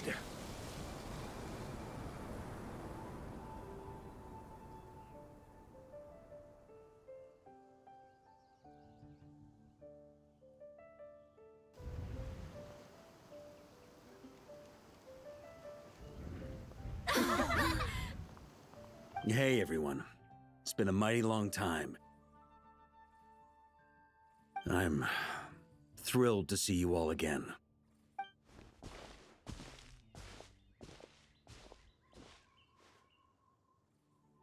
Welcome back, Grandmaster.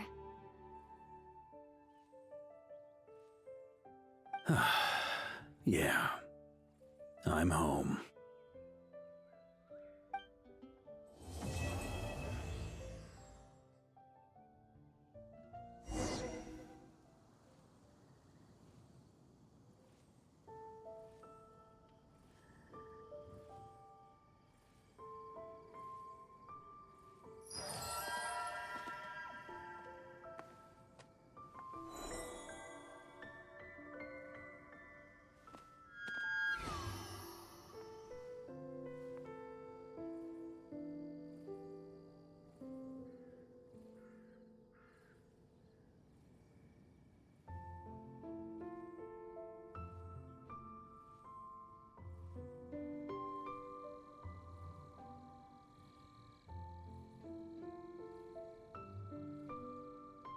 Even when the night is gone, and even when the sky is hidden from view, still the moon shines its light upon you.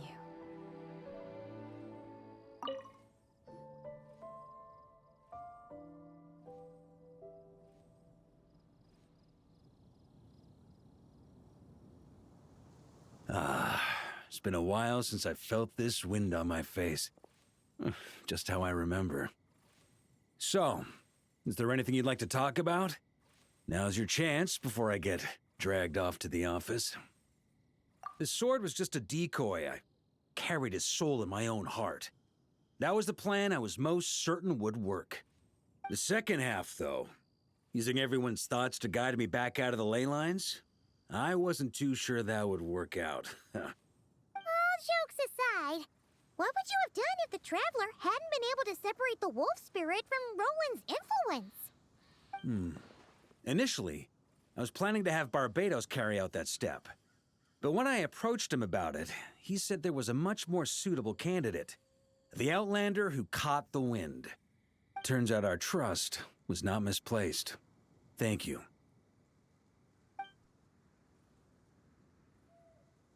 Then, I guess we'd have had to get Barbatos to send a wind to blow me back home. But it would have come at a heavy price, and with no guarantee of success. Besides, I'd rather not have him expend that kind of power.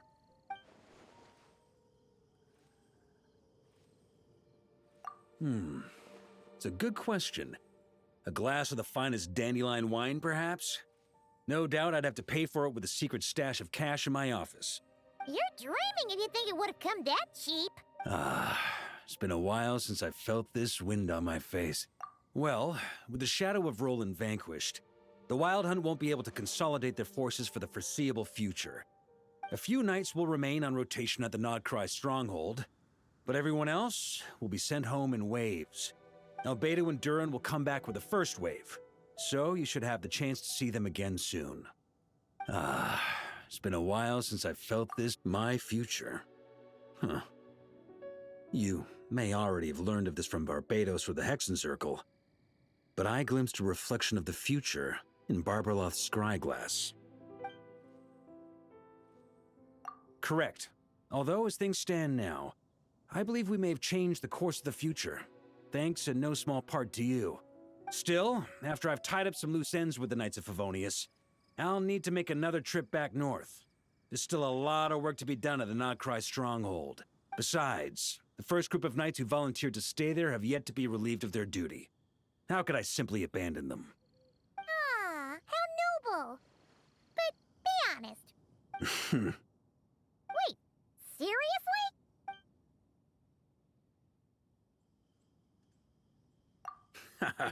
I'm only pulling your leg. You'll be seeing a lot more of me in Mondstadt from now on. It's been a while since I felt this wind on my face. All right then. I'm gonna stay here and enjoy the breeze for a little longer. For all the wine in the world, there's no feeling as intoxicating as the wind from your hometown after a long time away.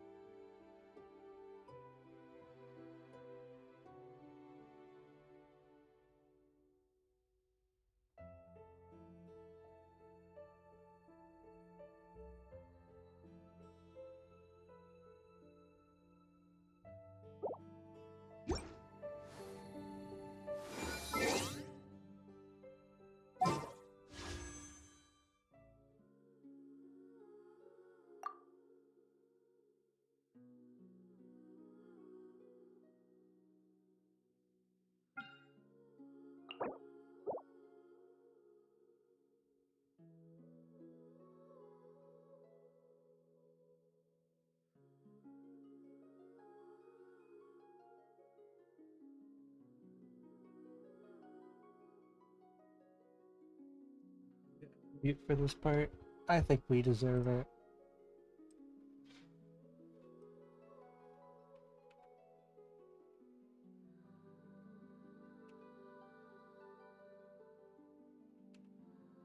There we go.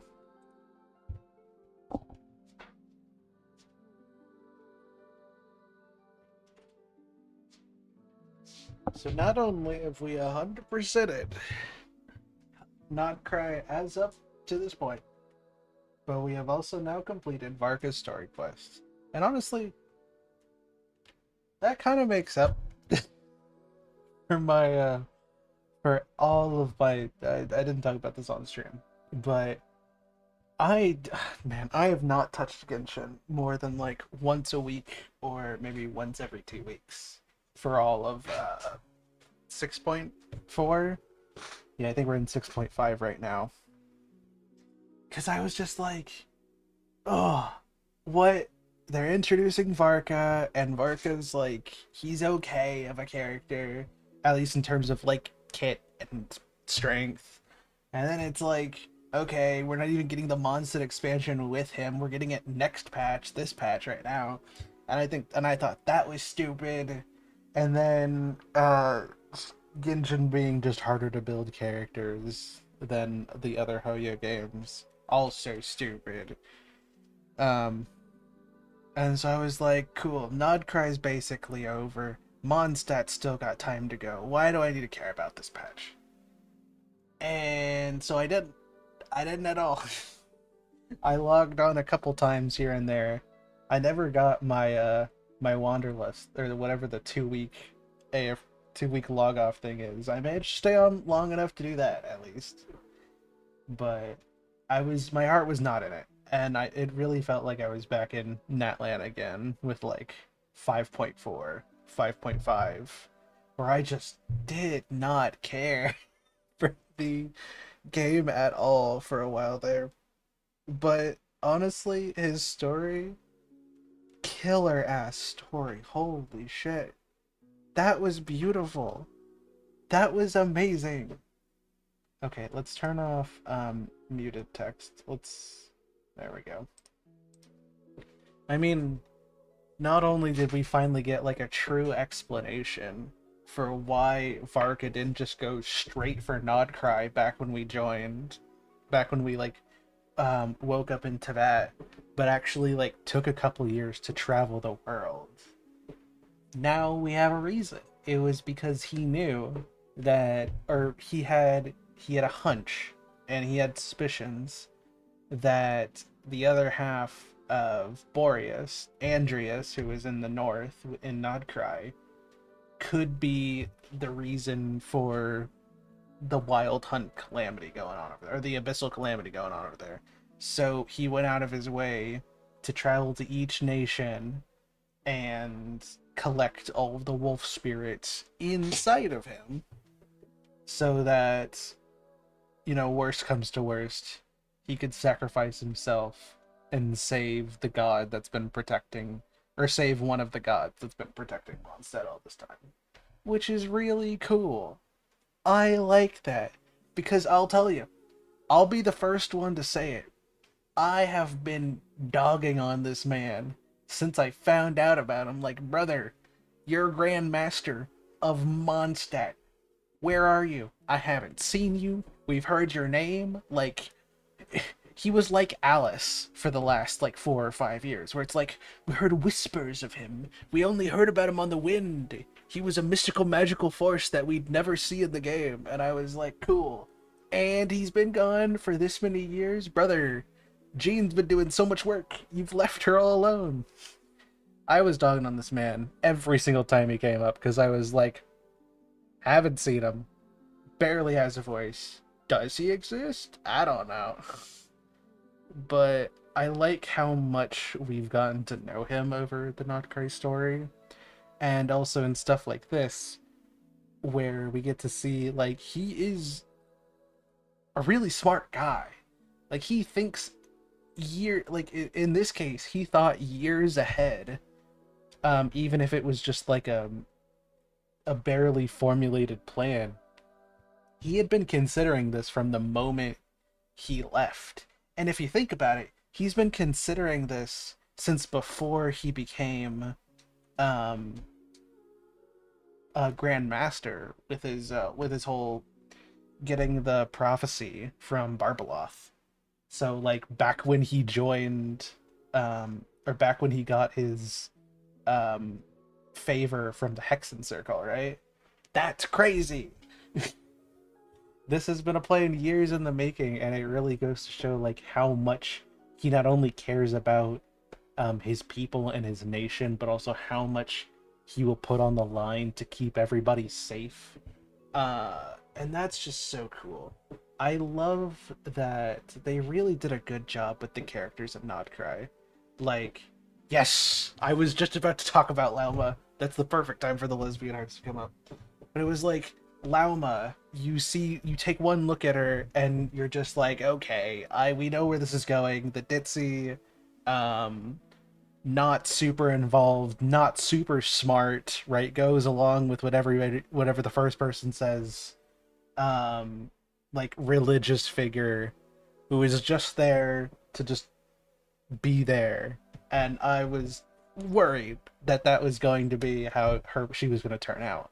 But no, she became this beautifully complex character of somebody who knew the truth of the world, the fact that the frost moon lied outside of the heavenly principles borders, or firmament around Tevat, the planet, which is crazy that we found out as a planet. I love that. That was a wild moment, to be fair.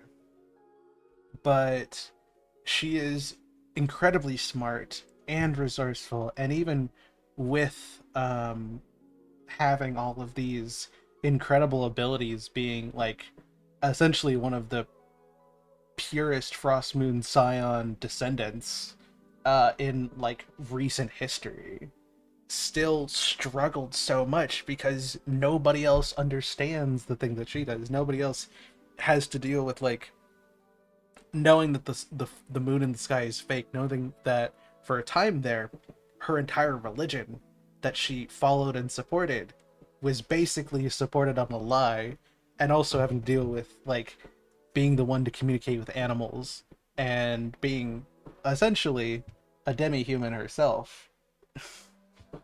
And I love how, but also she could hold herself an argument. She had feelings and desires, and I loved that so much. And they did that with a lot of the characters too. I think they really did a good job of fleshing out the Nodcry cast, and that made me really happy. And that it goes for Varka as well.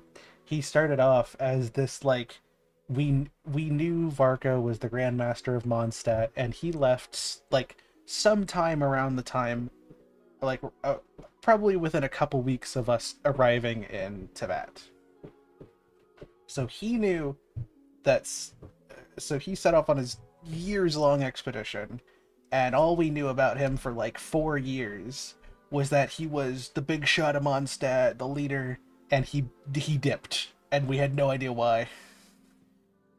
And we were like, cool, okay, what's this man's deal? Why is he also visiting every nation? Also, he sent Mika back. Like, sorry, I'm just...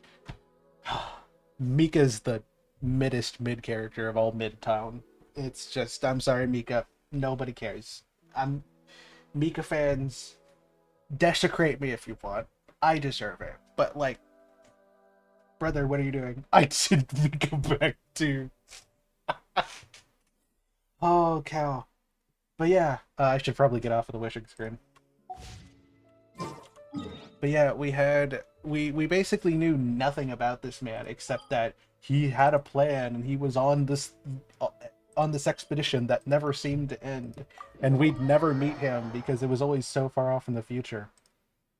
Actually, I kind of want to stay at Mondstadt. Or actually, you know what? Let's go to my favorite place. My favorite place used to be Mondstadt for a long time. It is currently, right now, I mean, Nodcry has won me over quite a bit, but it's Fontaine. Fontaine is my current place of comfort. So we'll just sit here as I talk. But yeah, for a long time it was just this crazy figure that they refused to show his face or show his voice or talk about anything. And so we were just like, what is this dude's deal?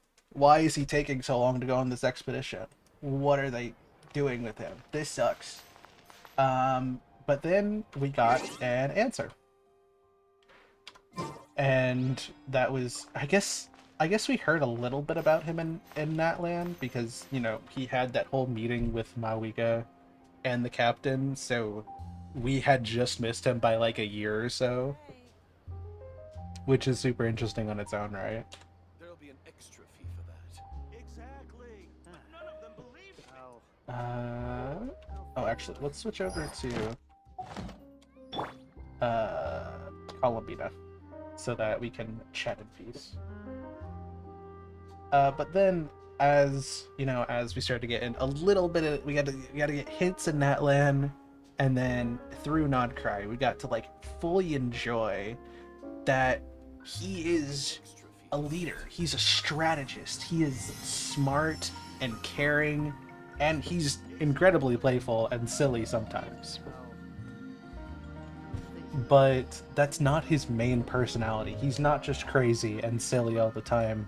There is so many layers of depth and like control that he mastered over his years of training and becoming the Grandmaster and then leading this expedition across the entirety of Tavad. It's amazing how I love his character. Varka might have to go up there in terms of like one of my favorite male characters. I actually, usually I just rate characters based on how much I like them, like attractiveness wise, which is why Risley and Nuvalette are up there as the only two men among all the women. Varka's almost definitely up there as well. He gets the beauty of being a tall man, a really tall man. That man is massive. Holy cow, they made Varka giant. It's actually incredible. But he might be one of my favorite written male characters too. They did such a good job with it. I love that. And yet, you mentioned it, Jade, a couple minutes ago. Nod Krai felt like what Natlan was missing. It really did. I kind of said this earlier, when Mawika showed up, and I was like, "Oh, you're still beautiful, even despite everything," and that's because I believe I've talked about it on stream. I don't sing for anyone in particular. Oh, hi, Not. Still, Hi, Calbina. If someone stops to listen, I hope it provides a moment of peace all the same. Thank you, Calbina. I appreciate it. But yeah, none of us knew what we were getting into with Natland. You know, it was the big, like, what if, empty expanse of ideas can fill Natland because we'd got no information about it. And then I didn't super like the execution. I didn't think it was completely bad, but it being in the middle of the writer's strike, I believe it was the writer's strike. I know it was a strike. The voice acting strike. It being in the middle of the voice acting strike, so having less voices to voice the game really impacted my enjoyment of it. Mixed in with, I didn't really like a lot of the choices they chose to do with things. There were like some unanswered questions in the main story. Some of the characters, like Mawika, I liked them, and I also didn't like certain parts of it, and it kind of left me feeling disappointed and not fulfilled in how they did it.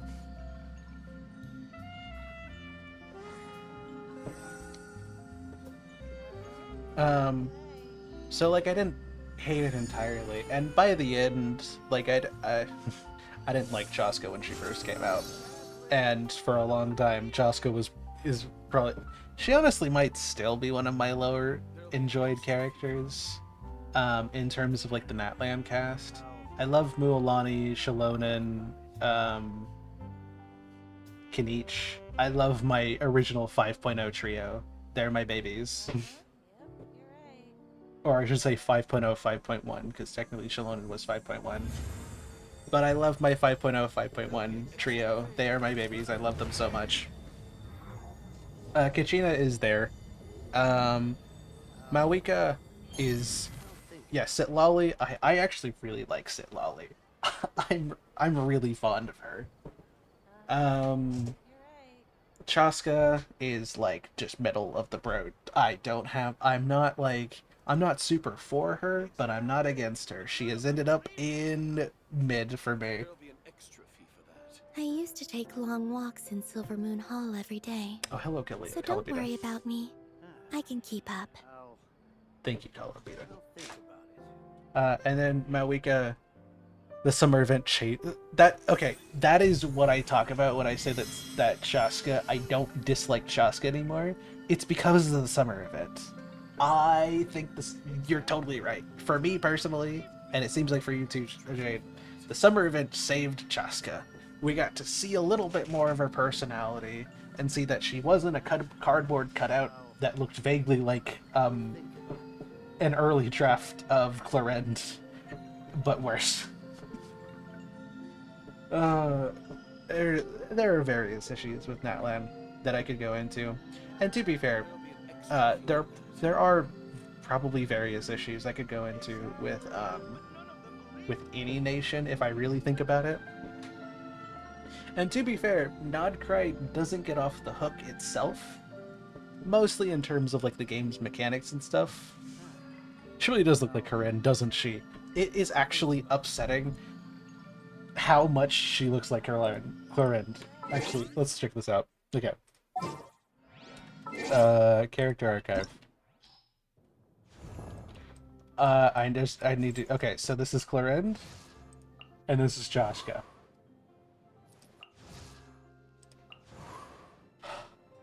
I dislike...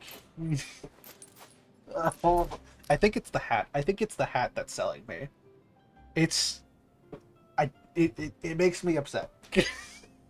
The moment I saw Chaska, I was like, this looks like a different colored, slightly wilder Clarend. Or slightly less dressed Clarend.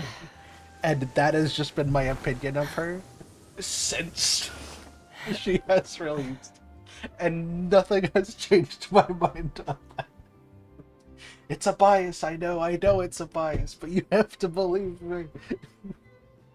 I'm stringing the red string up on the wall, like, you have to believe me. Chaska and Clarend are the same person.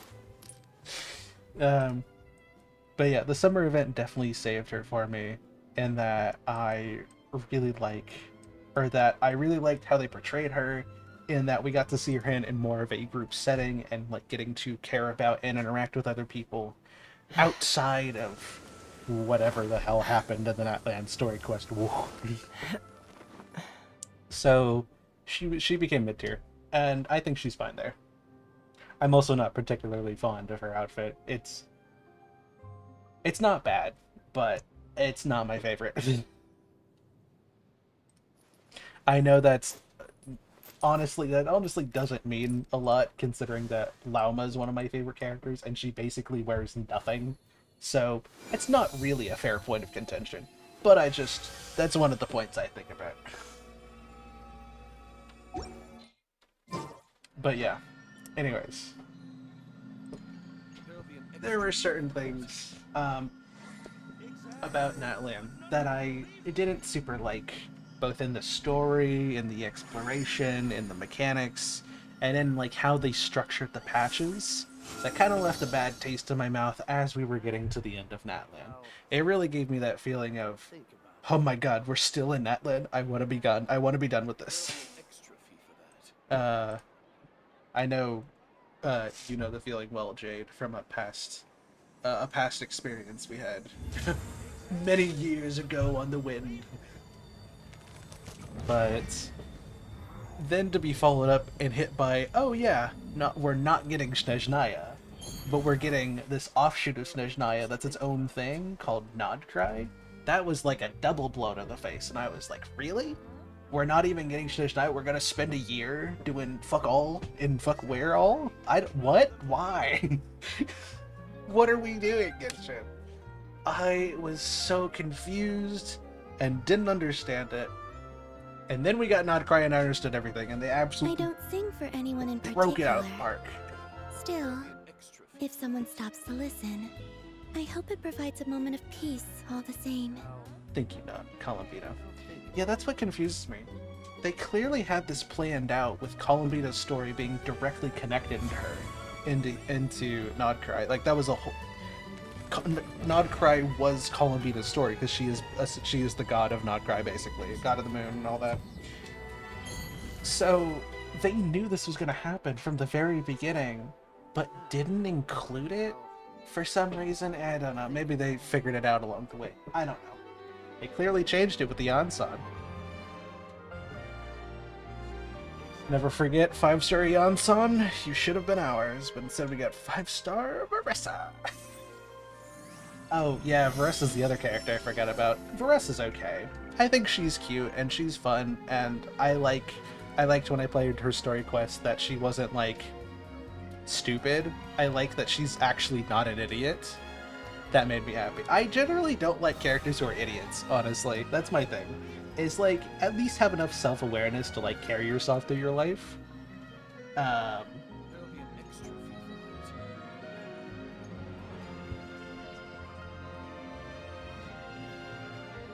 But Beyonce should have been the 4-star.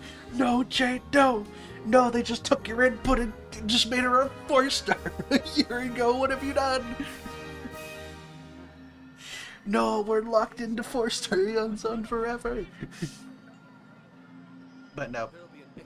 I don't hate Veressa, but I think her inclusion was really dumb.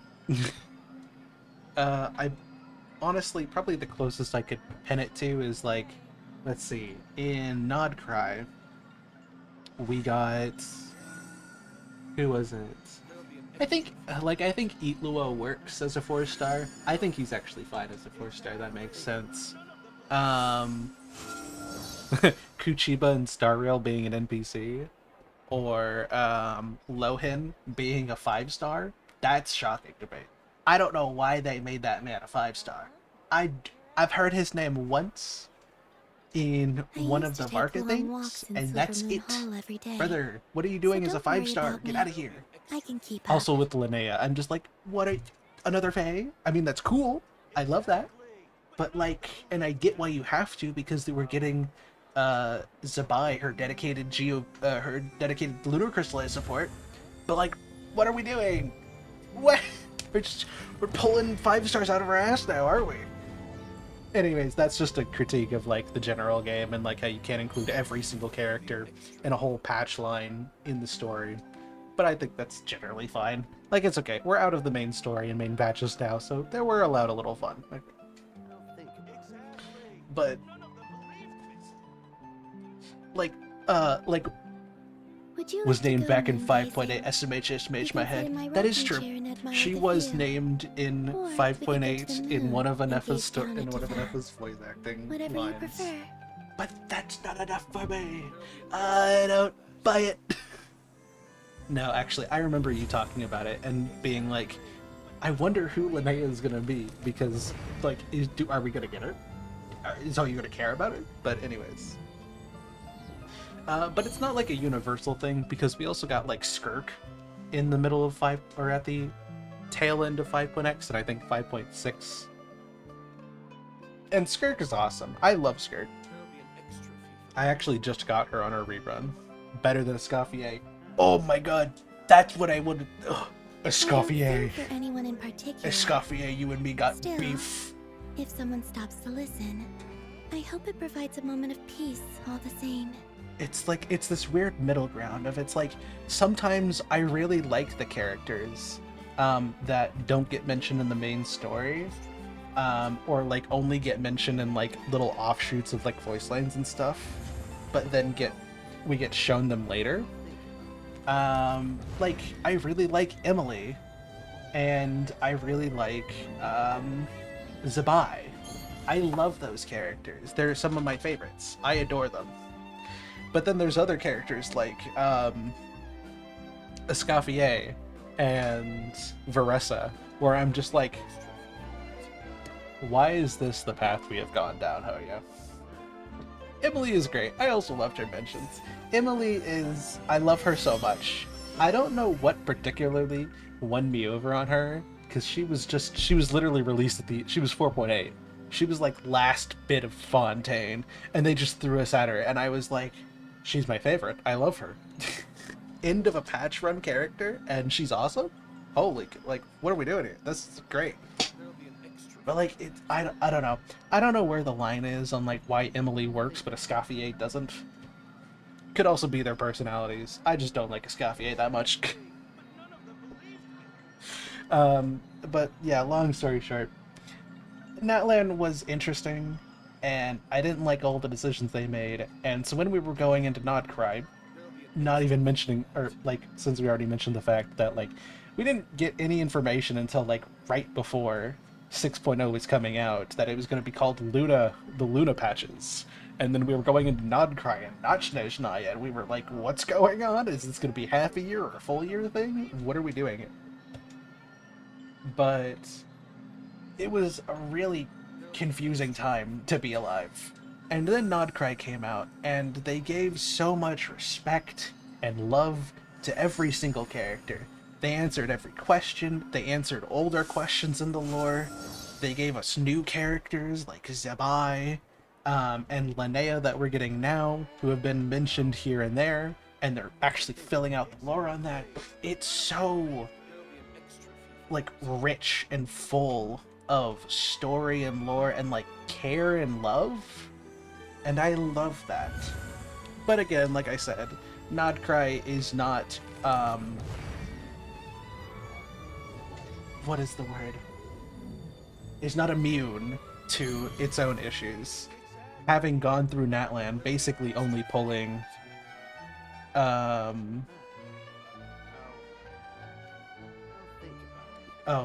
yeah. So, like, yeah, I had issues with Natlan's whole system of, gosh, what is it called? Jade, what's the fire substance stuff? The main mechanic of Natlan? I've completely forgotten.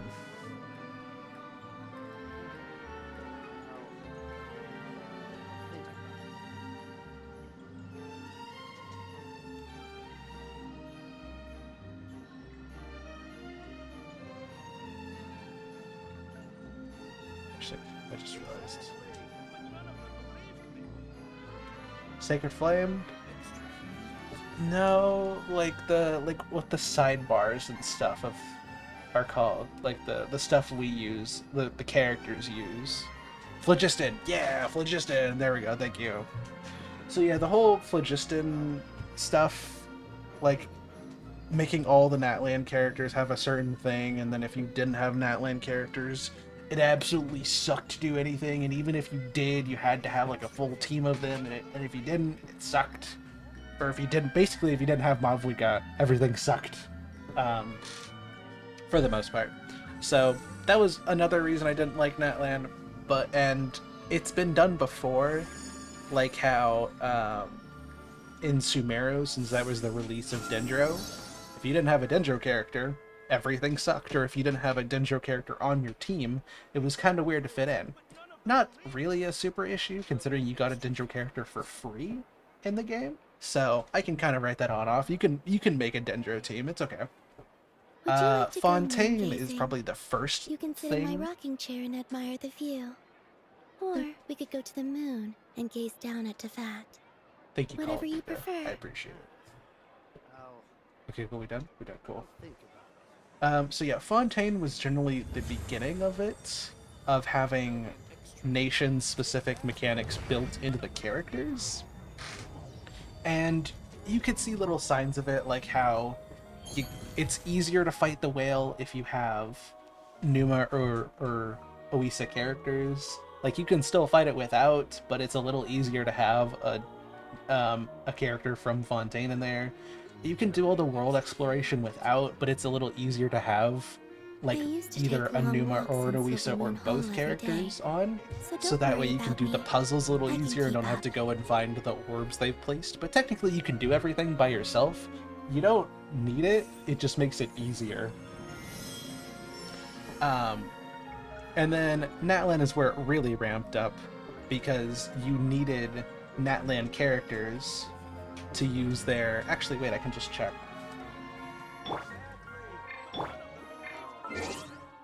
Characters... Night Soul! That's what it's called! Ah, Night Soul. I knew I was forgetting something. So yeah, Natlan is where it really ramped up with having Night Soul, and that... So, like, okay, to give credit where credit is due, technically you can fight the bosses and the enemies and stuff if you don't have Night Soul, because technically you get the Traveler for free, so that's a free Night Soul character, or a free Natlan Night Soul character, and technically you can fight things and like fill up their Night Soul bar. It just takes forever and a half to do, and so you take more damage, but technically you can do it without Natlan characters. It's just way less more enjoyable. You could probably compare this to the Whale. Like the Whale, you can basically skip the middle part if you have a Fontaine character. It's the same thing here. You basically, but I guess it's basically the same thing here, where you either need multiple Natlan characters to clear the content efficiently and to not hate yourself going through it, or you just suck it up and deal with it, and you have to, and all of your fights take like twice as long. So like, I got lucky in that I was building a team that could work with my Shalonen, and Shalonen was basically the only character I pulled from all of Natlan that I cared about. Like I have, I have Aoife. I just pulled Aoife a couple patches ago, and I have Yansan, and I think I'm still missing Auron? I'd have to check. Am I still missing the Blue Man? I am still missing the Blue Man. This is unfortunate. So yeah, technically I have 3 Natlan characters, but all of the 5 stars I skipped because Shalona was the only one I really cared about, which is a common thing that happens in this game. Star Rail has this problem too, of being like, ooh, yes, you can pull for the characters you like, but also some of the characters are ass because we hate you. And also, some of the characters you need because we hate you. Also, we have power creep times 10 because we hate you. So yeah, Natlan is where it ramped up in that it wasn't just like a little bit of an inconvenience, it was you needed Natlan characters to enjoy the content and the fighting, which is a primary thing in an open world fighting game. I know. Fuck this character in particular. Exactly. So like I got lucky in that the one character I liked was an all element reaction defense shredder that was basically on the same level as Kazuha, if not better in a lot of cases. That was huge for me. And she's a healer in almost all of her teams, unless you're going like more than 2 Geo or like not having 2 of like Hydro, Electro, Cryo, Hydro things. It's like for the most part, she's a really good healer and Res Shredder. So she's huge. So I got really lucky in that the only character I liked was now one of the best supports in the game. That's awesome. I can use her on all my teams, and she's great. But for somebody who missed Natlan, who missed like the first half of Natlan, missed Mawika, missed Mualani, missed Kanich, like you could do some of the content with Veressa. Skirk was huge. Like if you got Skirk, you were basically sold, right? But it was more difficult because Natlan required you to have at least 1 Natlan character, but preferably 2 or 3 on a team, if not 4, which made it really annoying to do things. And unfortunately, Nod Krai is exactly the same. I love Nod Krai, and I will speak about it to the high heavens, but holy cow, after going through Natlan and having that period of time where I basically stopped playing for like 3 months, if not more. And only pulling for one character because she was the one character I liked. I got lucky in Nodcry because I really liked the characters, so I have pulled Lauma, Columbina, Nefer, Skirk, Zebai, and... Am I missing any other characters? Who else have I pulled? Yeah, I pulled Lauma C1, Columbina, and Nefer C0. I got Zebai and Skirk C0. I'm still working on building Skirk, but she's pretty good already. And that's the main ones. So, like, I've gotten most of the Natlan cast just as it is. Or most of the Nodcry cast as it is. So, for me, I'm set. I have the Lunar Bloom team, I have the Lunar Crystallize team, I don't have enough in Flynn's. I would really like to get them at some point because they're cool and they're pretty. And I like the way they work. So I would like to have the Lunar Charge team at some point. But I have 2/3 of the reaction mechanic teams on my own. So I don't have to worry about the fact that it's like, oh wait, we use Lunar Bloom, or the current content is Lunar Crystallize. Because I was already excited to get Zebai. I had the 3 other tall Geo women, Ningguang, Navia, and Shalonen, and I was super excited when I found out we were, like, through leaks and stuff, we were getting a 4th, and it turned out to be Zebai, even if I had mixed feelings about her when she came out, at least in terms of her personality in the event and stuff, but that's since been resolved, and I think she's great now. I was going to get her no matter what. I have been saving up for her. So I was going to get her and basically be sold on the Lunar Crystallized meta. I was gold for that. When Lauma and Nefer came out, instant pulls for me. I needed Lauma. Lauma is at C1 for a reason. She's beautiful and she's my wife. She's right up there with Shalonen. She's perfect. And when Nefer came out, she is exactly my favorite. Like, the way they use dark green on her is honestly beautiful, and they've only really done it with, like, maybe Tainari. And Nefer's beautiful, she's gorgeous. And then the Nodcry story completely sold me on Columbina. So I got Columbina, and then I wanted Skirk, so I got Skirk, just like last batch. I was just like, oh hey, they're rerunning Skirk, that's cool. So I'm good. And I've been playing the game and I enjoyed Nodcry. But it's so easy for me now that I've been through Natlan to sit here and go, what if I didn't? What if Nodcry started and I didn't give a shit?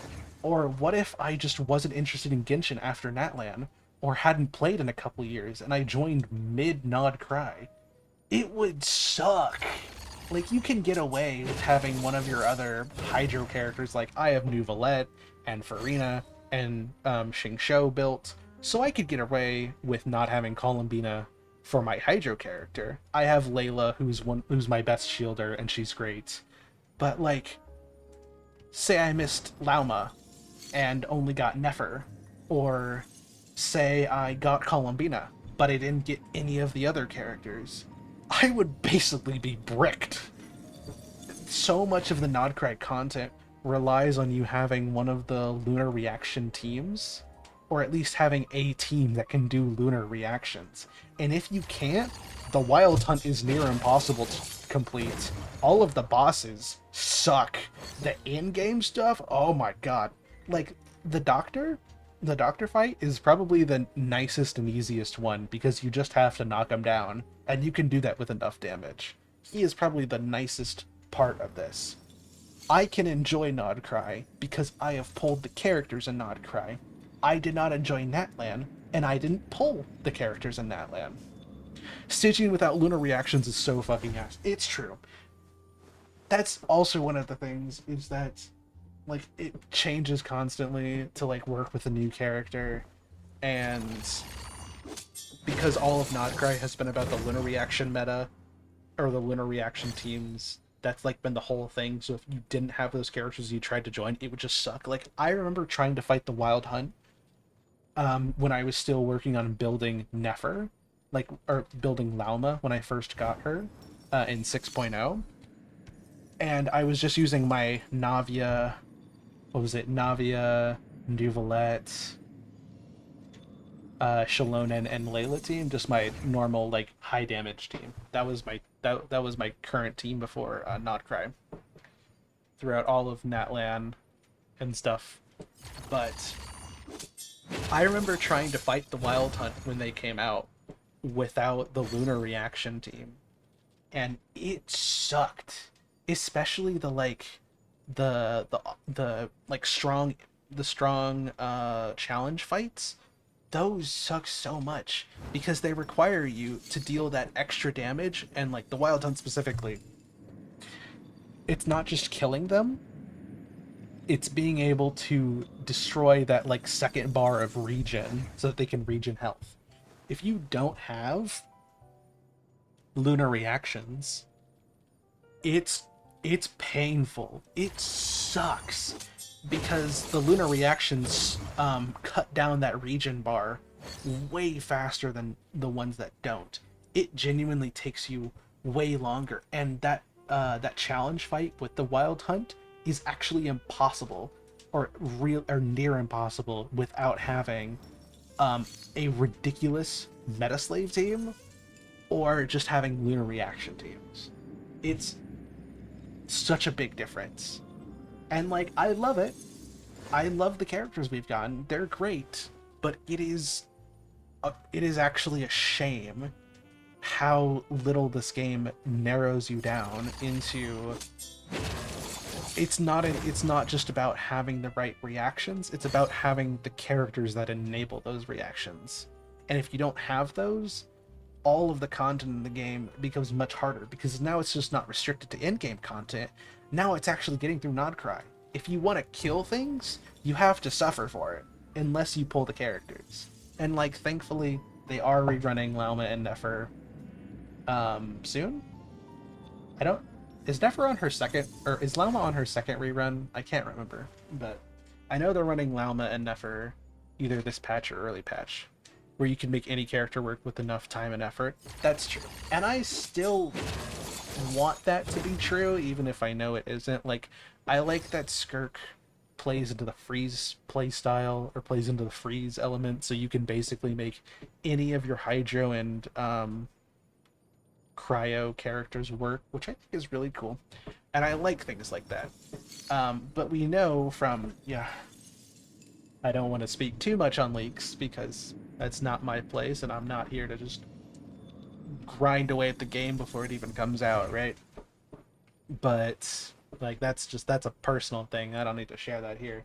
But it seems like they're going to be doing something similar with Snezhnaya, which means if you don't care about the story and aren't playing as often and miss a bunch of characters because you don't care about them, or they're not your favorite characters, and you just don't want to pull basically every patch, it's gonna suck, because we all know the content is gonna be surrounded around it.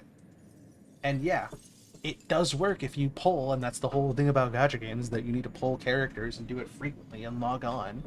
But like, you shouldn't have to log on every day to be able to comfortably play the game. Especially with how much of the Genshin community is built around the fact that you can make a character from 2 years ago work in a current team, or at least you could, maybe still can. It's hard to tell anymore. So much of it revolves around the game being open world, and you can visit any of these characters whenever you want.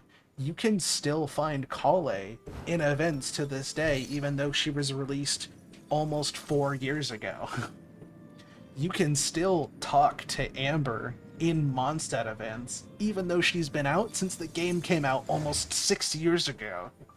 Like, there is such a high priority on making sure that characters still work in their teams and their niches are supported and they are kept alive. And while adding new niches like the lunar reactions or the Night Soul reaction or the Night Soul thing isn't by itself bad, it sucks because unlike in Fontaine, because I'm always going to bring it back to Fontaine, unlike in Fontaine, where you can use the world around you to help you out, with the Numa and Oisa orbs, like to help you solve puzzles, And most of the enemies you can fight, even if you don't have Numa or Oisa, it's like a side mechanic that makes it a little faster.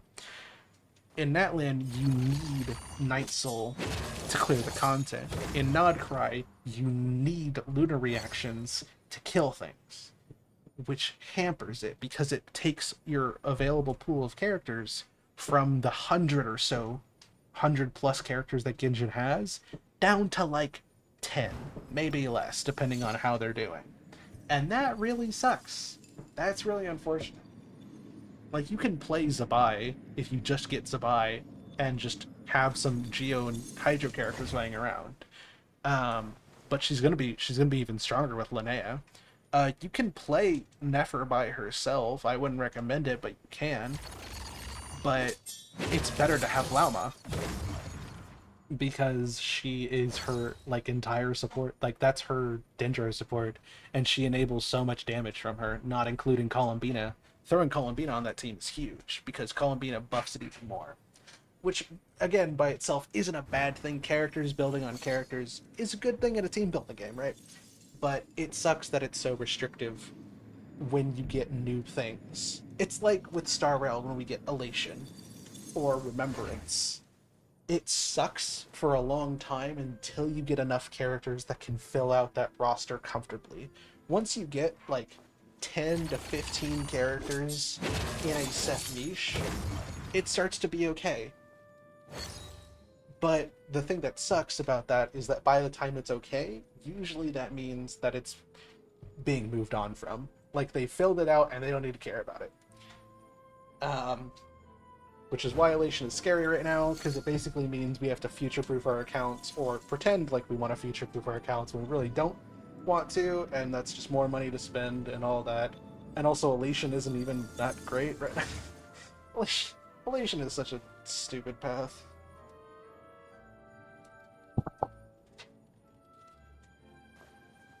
But I have my own thoughts about that. Haha, Elation. Yeah, the only thing elating about it is that maybe one day we won't have to worry about them anymore. Not to mention the kit nukes they keep doing and all the leaks where they're just like, ooh, let's make a good character, and then they like cut their damage in half and they're like, they look at their like half broken corpse and they're like, thumbs up, there we go, that should be good. And it's like, brother, you're supposed to be rising these Elation characters and making them stronger. That's the whole point of power creep. Even if you want to keep them on, you want to at least keep them on the same level so they work with other characters. And it's fine. I said I wouldn't talk about leaks too much, and I shouldn't. But it's still. I think there is and let's not forget about the fact that Genshin itself is just not a great game to get into at this point. Like, maybe when you started it was, but like at this point we have whole niches of content reserved around characters that you may not even know about, which can make certain regions harder for you. It can make in-game more difficult. There's a whole endgame mode relying on you having enough built characters to survive it, and if you don't, you're shit out of luck. Not to mention the whole like limiting the amount of times you can use the characters. That's stupid.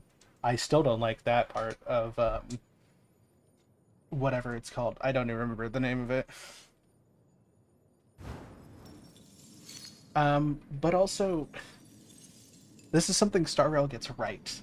It is so much easier to build a character on Star Rail than it is on Genshin. On Star Rail, you can save up your essentially your currency to get resources to build your characters, artifacts and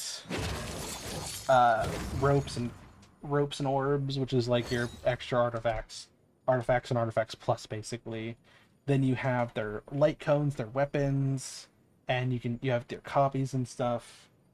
You have their boss materials that you need to get. But let's compare that to Genshin. You want to get boss materials, or you want to get the weekly materials from Genshin? It's not just one material you have to get. It's one of 3 that you have to get from each boss, and you are not guaranteed to get it. You might, if you're lucky, get 1 or 2 of them a week. You need 18 to build a character. So if you're lucky, it takes 9 weeks from fresh start to build a character. If you're not lucky, it takes like 40. It genuinely can take so long just to get the materials you need, and you could have everything else and you're just waiting on boss materials, because they don't understand that having one, like, fighting the weekly bosses a certain amount of times as it is a weird choice, but okay, sure, gotcha mechanics, got it, okay, I can live with that. But having 3 weekly materials on one boss and then basically letting the game RNG whether you get to build your character that week or not, that sucks. That's stupid. With Star Rail, you fight the boss, and like some of them are difficult and you might not be able to clear them, but once you can, you get like 3 to 4 every time you do, and it's just 1 material per fight, and that's it. You are you can then just build your character up to the maximum amount of weekly materials, like 5 like HSR. Yeah, because like it technically takes 2 weeks to build a character in Honkai Star Rail, because the weekly materials you don't get enough to fully build a character, so you have to spend into a second week to get the last remaining bits. But that's fine, I can live with that. Because like Skirk, for example, right? You go to her talents, and you go over here, and she needs the Ascended Sample Knight, which is 1 of 3 that you get from this. So I could fight this boss right now and not get any of the things I need from her, which really sucks. It means you basically have to stockpile for the future and basically hope that the ones that you get and the ones that you build up enough are the characters you're gonna get. If I pulled Shallonen and she needed the I think Shallonen uses the whale? Not the whale. Does she use the whale? I think Shallonen used the whale. No, she doesn't use the whale. She uses something. Or like Arlecchino with the Arlecchino fight. She uses 1 of the 3 materials. So if you fight her like 3 weeks in a row, or if you fight her a whole bunch of times because you know she's about to be released in a month or 2, and you get like, let's say 17, 18 of the 2 other weekly materials, but not the one she needs, you're shit out of luck. You have to keep farming it and just hope you get lucky. It's so annoying. And then the dream solvents, the thing that they give you to switch between the 2 materials, you're not even guaranteed to get those. Also, it's super expensive. I don't like when they make highly usable, highly valuable things expensive in the game, because they know you're going to use them and they know you need them, and then they don't give you enough. It's like artifact rerolling. In this game, in Star Rail, they both do it. They give you this material and they say, hey, if your artifact doesn't look good and you want to re-roll it or you want to make it better, here's how you do it. Except you can't do it often because screw you, you only get 1 of them a month. I don't like it. I think it's stupid. Like, why give us this whole ability to make our own and then lock it behind like 50 paywalls? I don't get it. You don't have to make it super common, right? Like, it doesn't have to... and maybe even you do, just so people can enjoy it. Also, whatever they're doing about having artifact sets not being craftable until a year later, we still can't get Shallonen is Scarab for some reason. It's... oh, right, the Scarab. That's... what the hell? But, like, we still can't get Skirk's Best in Slot artifact set because it wasn't released a year ago. Skirk was released in 5.6, or was it 5.7? She was released in 5.6 to 5.7. That was, by all estimations, over a year ago. But because, or around, or just under a year ago, it's like the end of Natlan. But because it's not a year ago, we can't do anything about it. The most recent artifact sets we have are from 5.0. Because they only released them a year later for some stupid, idiotic reason, and it drives me up the wall. Like, why not just put them in the the sets? Why not put the sets in the craft, in the ability to craft them the moment they come out? Like, what? Yeah, and also Skirk's artifact set is only good if you have another character that can use the other set. Otherwise, you're just trying to farm from one character, which I'm trying to do right now, and you can't use any of the other artifacts, because even if you wanted to try and like grind them down into making your own, you can't. It's so stupid. Which is why people say like her artifact set like costs more overall, because you can't use the other pieces and you're farming for one character in a 2-character domain, and stupid. So that's another thing. But also the resin limit in Star Rail. Sure, if you use all your resin, you have to wait a while to let it fill up. It takes like a week or more or so.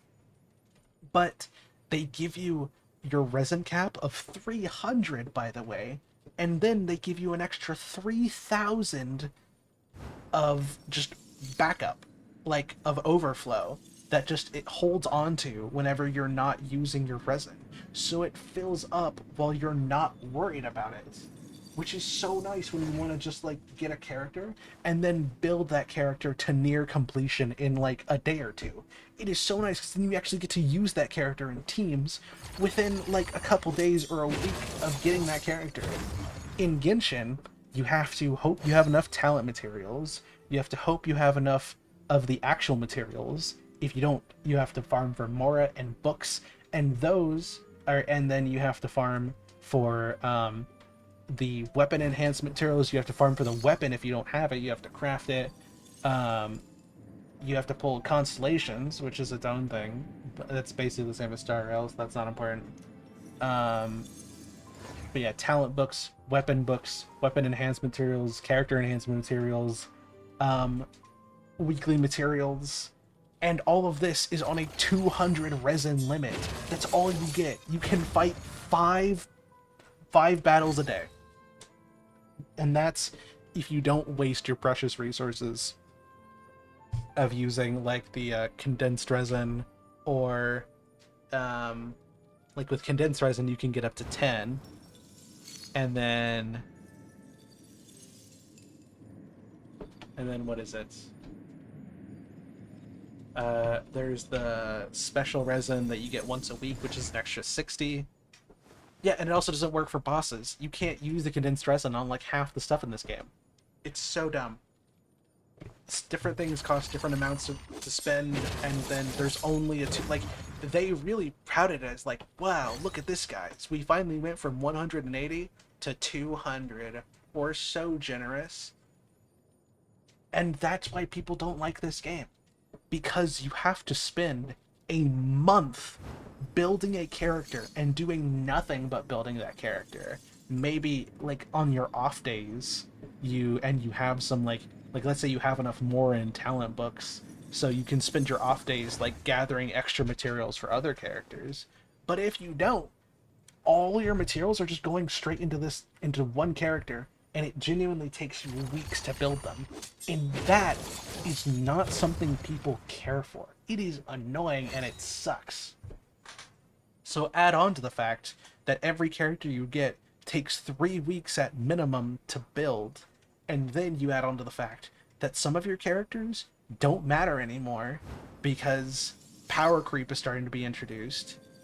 I guess it's probably been in the game for a while, but it started to be really noticeable in the last couple regions. And now there's region-specific mechanics that if you don't have them, and if you don't have the characters, you basically can't do anything with. So now it's like, not only do I have to build characters, but I also might not be strong enough for the regions, and I can't fight and gather primos because I'm not strong enough.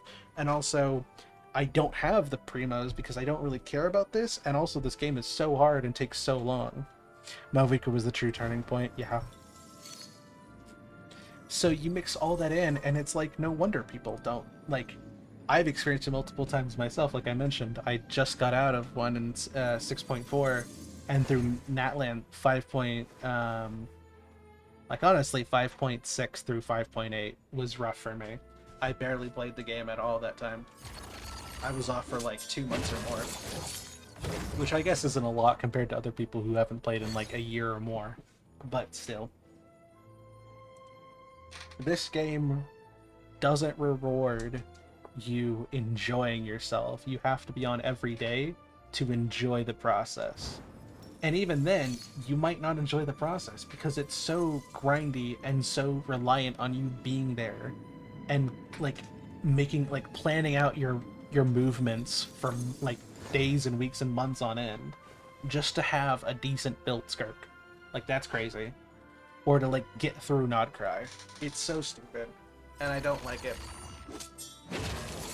I think Genshin is a good game, but I don't think it has good mechanics. And I think the mechanics should be completely overhauled because the way they do it in Zenless Zone Zero, from the little bits I've heard from Pinku and Jade, and the way they do it in Star Rail, from what I've seen, it isn't perfect, but it is better.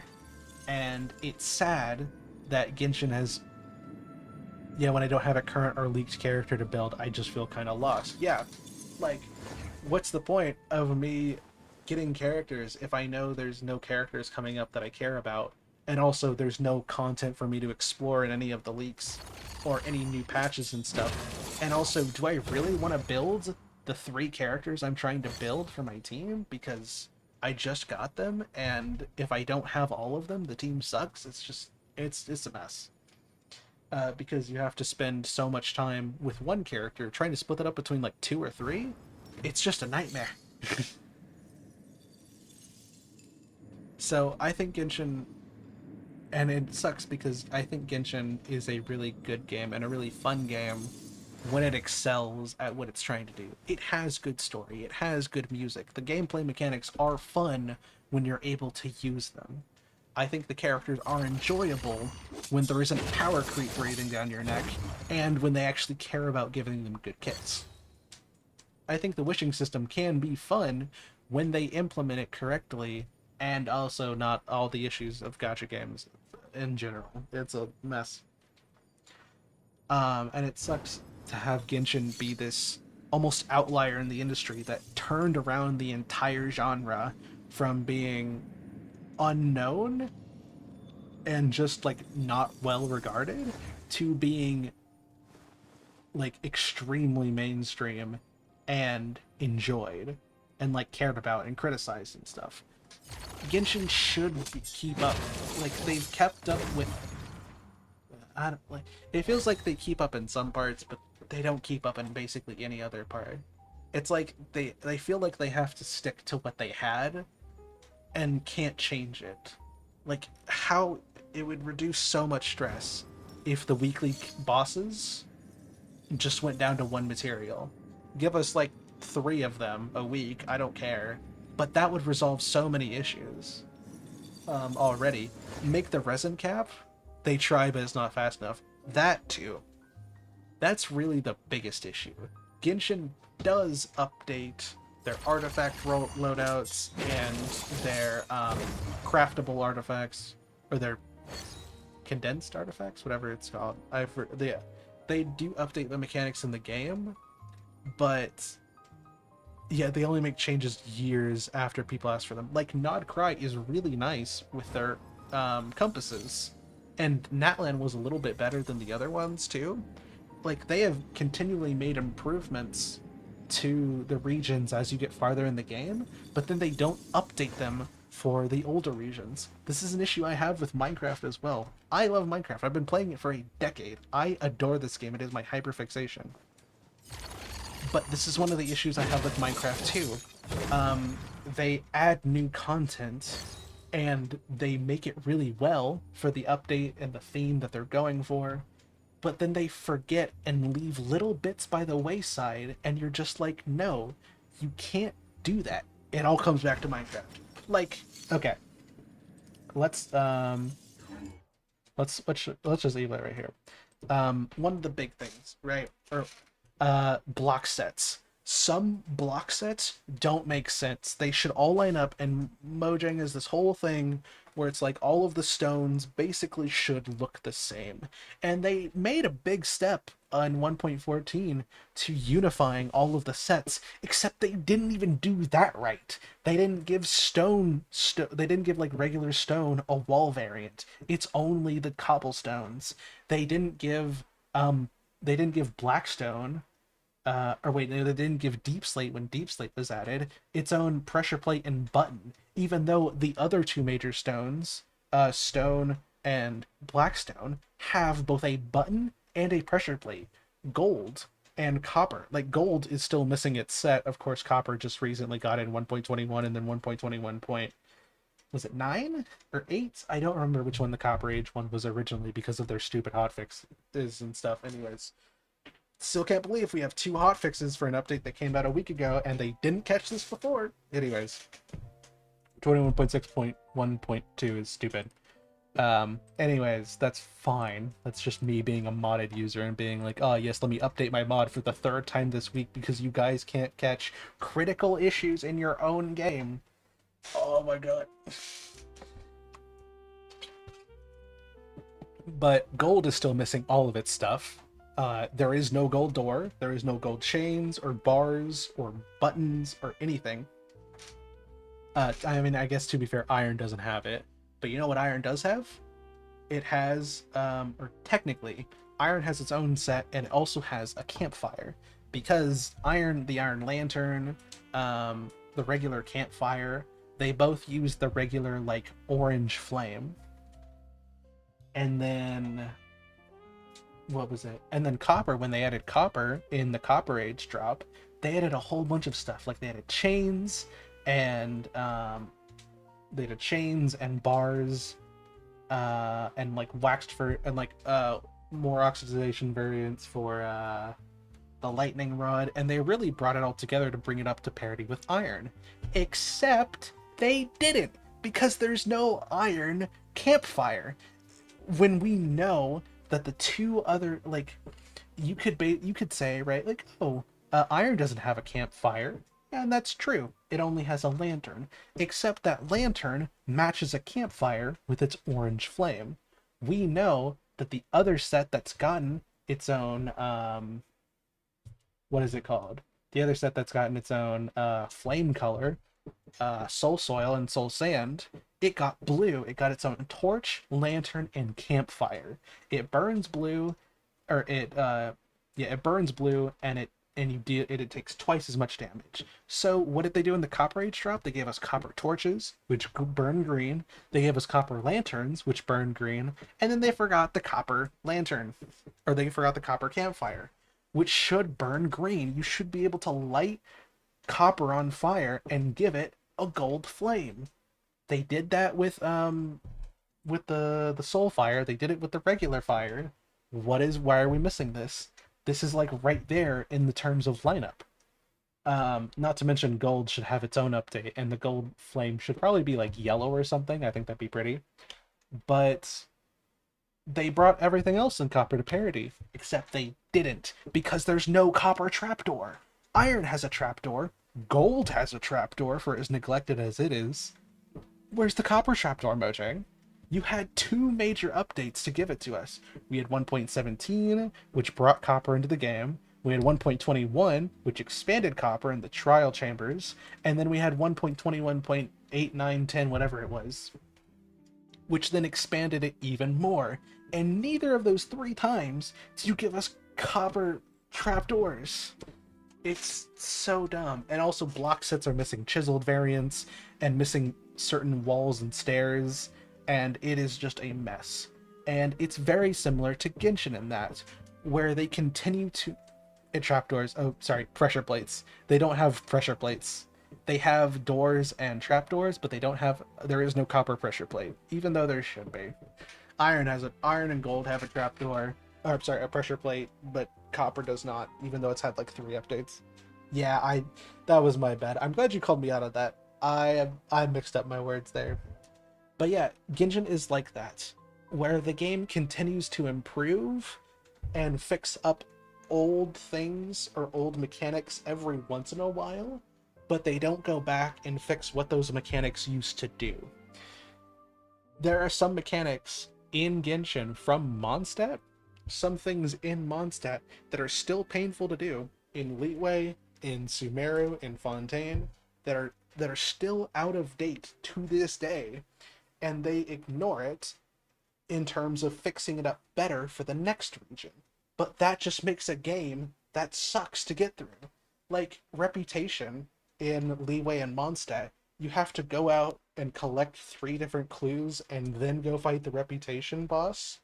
They left that behind in Sumeru and Inazuma, but you still have to do that in Mondstadt and Leeway. They could have changed it the whole with all the Reputation things, but no. And then they made Natlan Reputation even better, which you could choose the difficulty and get more or less reputation points, and then split it up between the different tribes. That was amazing. That was awesome. And then they didn't fix the other ones and make it better in the old ones. And then Krai with the treasure compasses, they made it to where as you leveled up, you got a better and better treasure compass, so you could find everything that they give you, all of the treasure chests and the clues and the Mora chests and stuff. They gave that all to you. But they're not going to go back and fix it in Natlan and Fontaine and Sumeru and Leeway and Inazuma and Mondstadt because they don't care about those regions anymore. And it's so dumb. I have a lot to say on this. I miss the extra Mora every week. It's just one of my big gripes with games, that they continue to move forward, but they don't update the game as a whole. They update mechanics, they update blocks, they update certain pieces, but then they don't bring everything else into parity, because that's so much work. But it's the work you need to put in to make a game feel cohesive.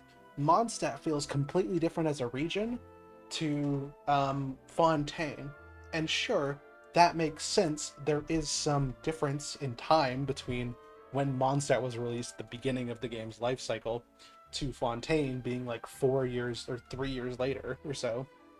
So yeah, there is going to be some noticeable differences and stuff, but they could do the extra work. They could do the necessary work and bring all of their old mechanics up to speed with current game. Give us more resin. Give us a resin overcap. Make the weekly bosses have 1 material instead of 3. Make all the treasure compasses, as you level up your reputation level, give you a better and better compass. They should be bringing all of these mechanics into parity with one another, but they're not. And that makes the game suffer. And it doesn't matter how good of a game it is, Genshin is literally one of the best games in the world, and there's a reason for it. They don't slack on a lot of the stuff, but it takes them too long to do too little, and that is why you really shouldn't start playing Genshin. I always love when new people start playing this game, because it's one more thing I can connect with other people with. But I can't say you'd enjoy it. I can't say you'd start the game and be able to find the materials to build your character, or even get there, or even want to get there after a certain amount of time. It's a mess. I still love this game. I'll still play it. Thankfully, I joined 4 years ago, so I've been on Star Rail since day one. I've been with Genshin since June of 2022.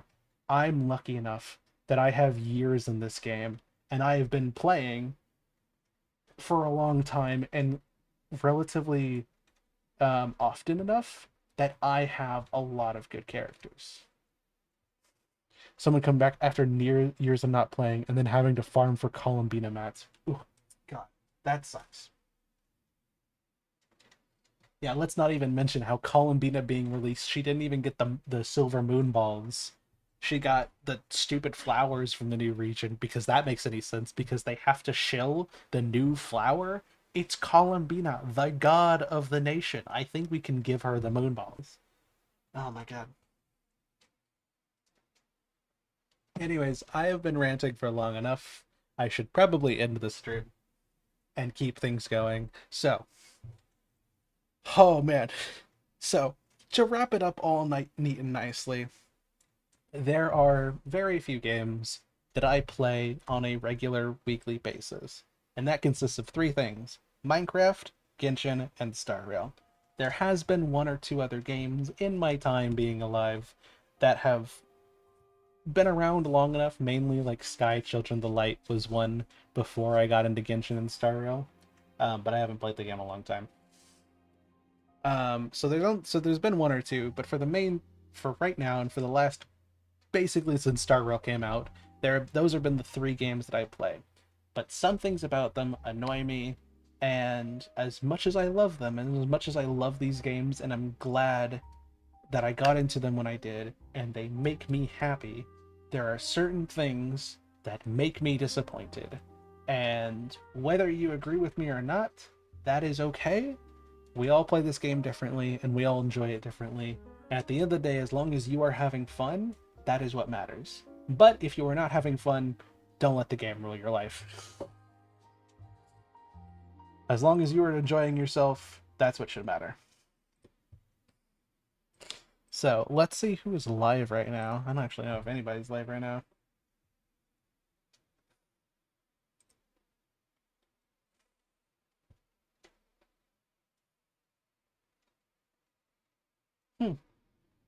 Yeah, I don't think anybody is live right now, unfortunately. Alright, so, thank you everybody for listening to my rant. I hope you enjoyed the Varka storyline. That was beautiful. I loved it. Hope you enjoyed the little bit of Krai exploration.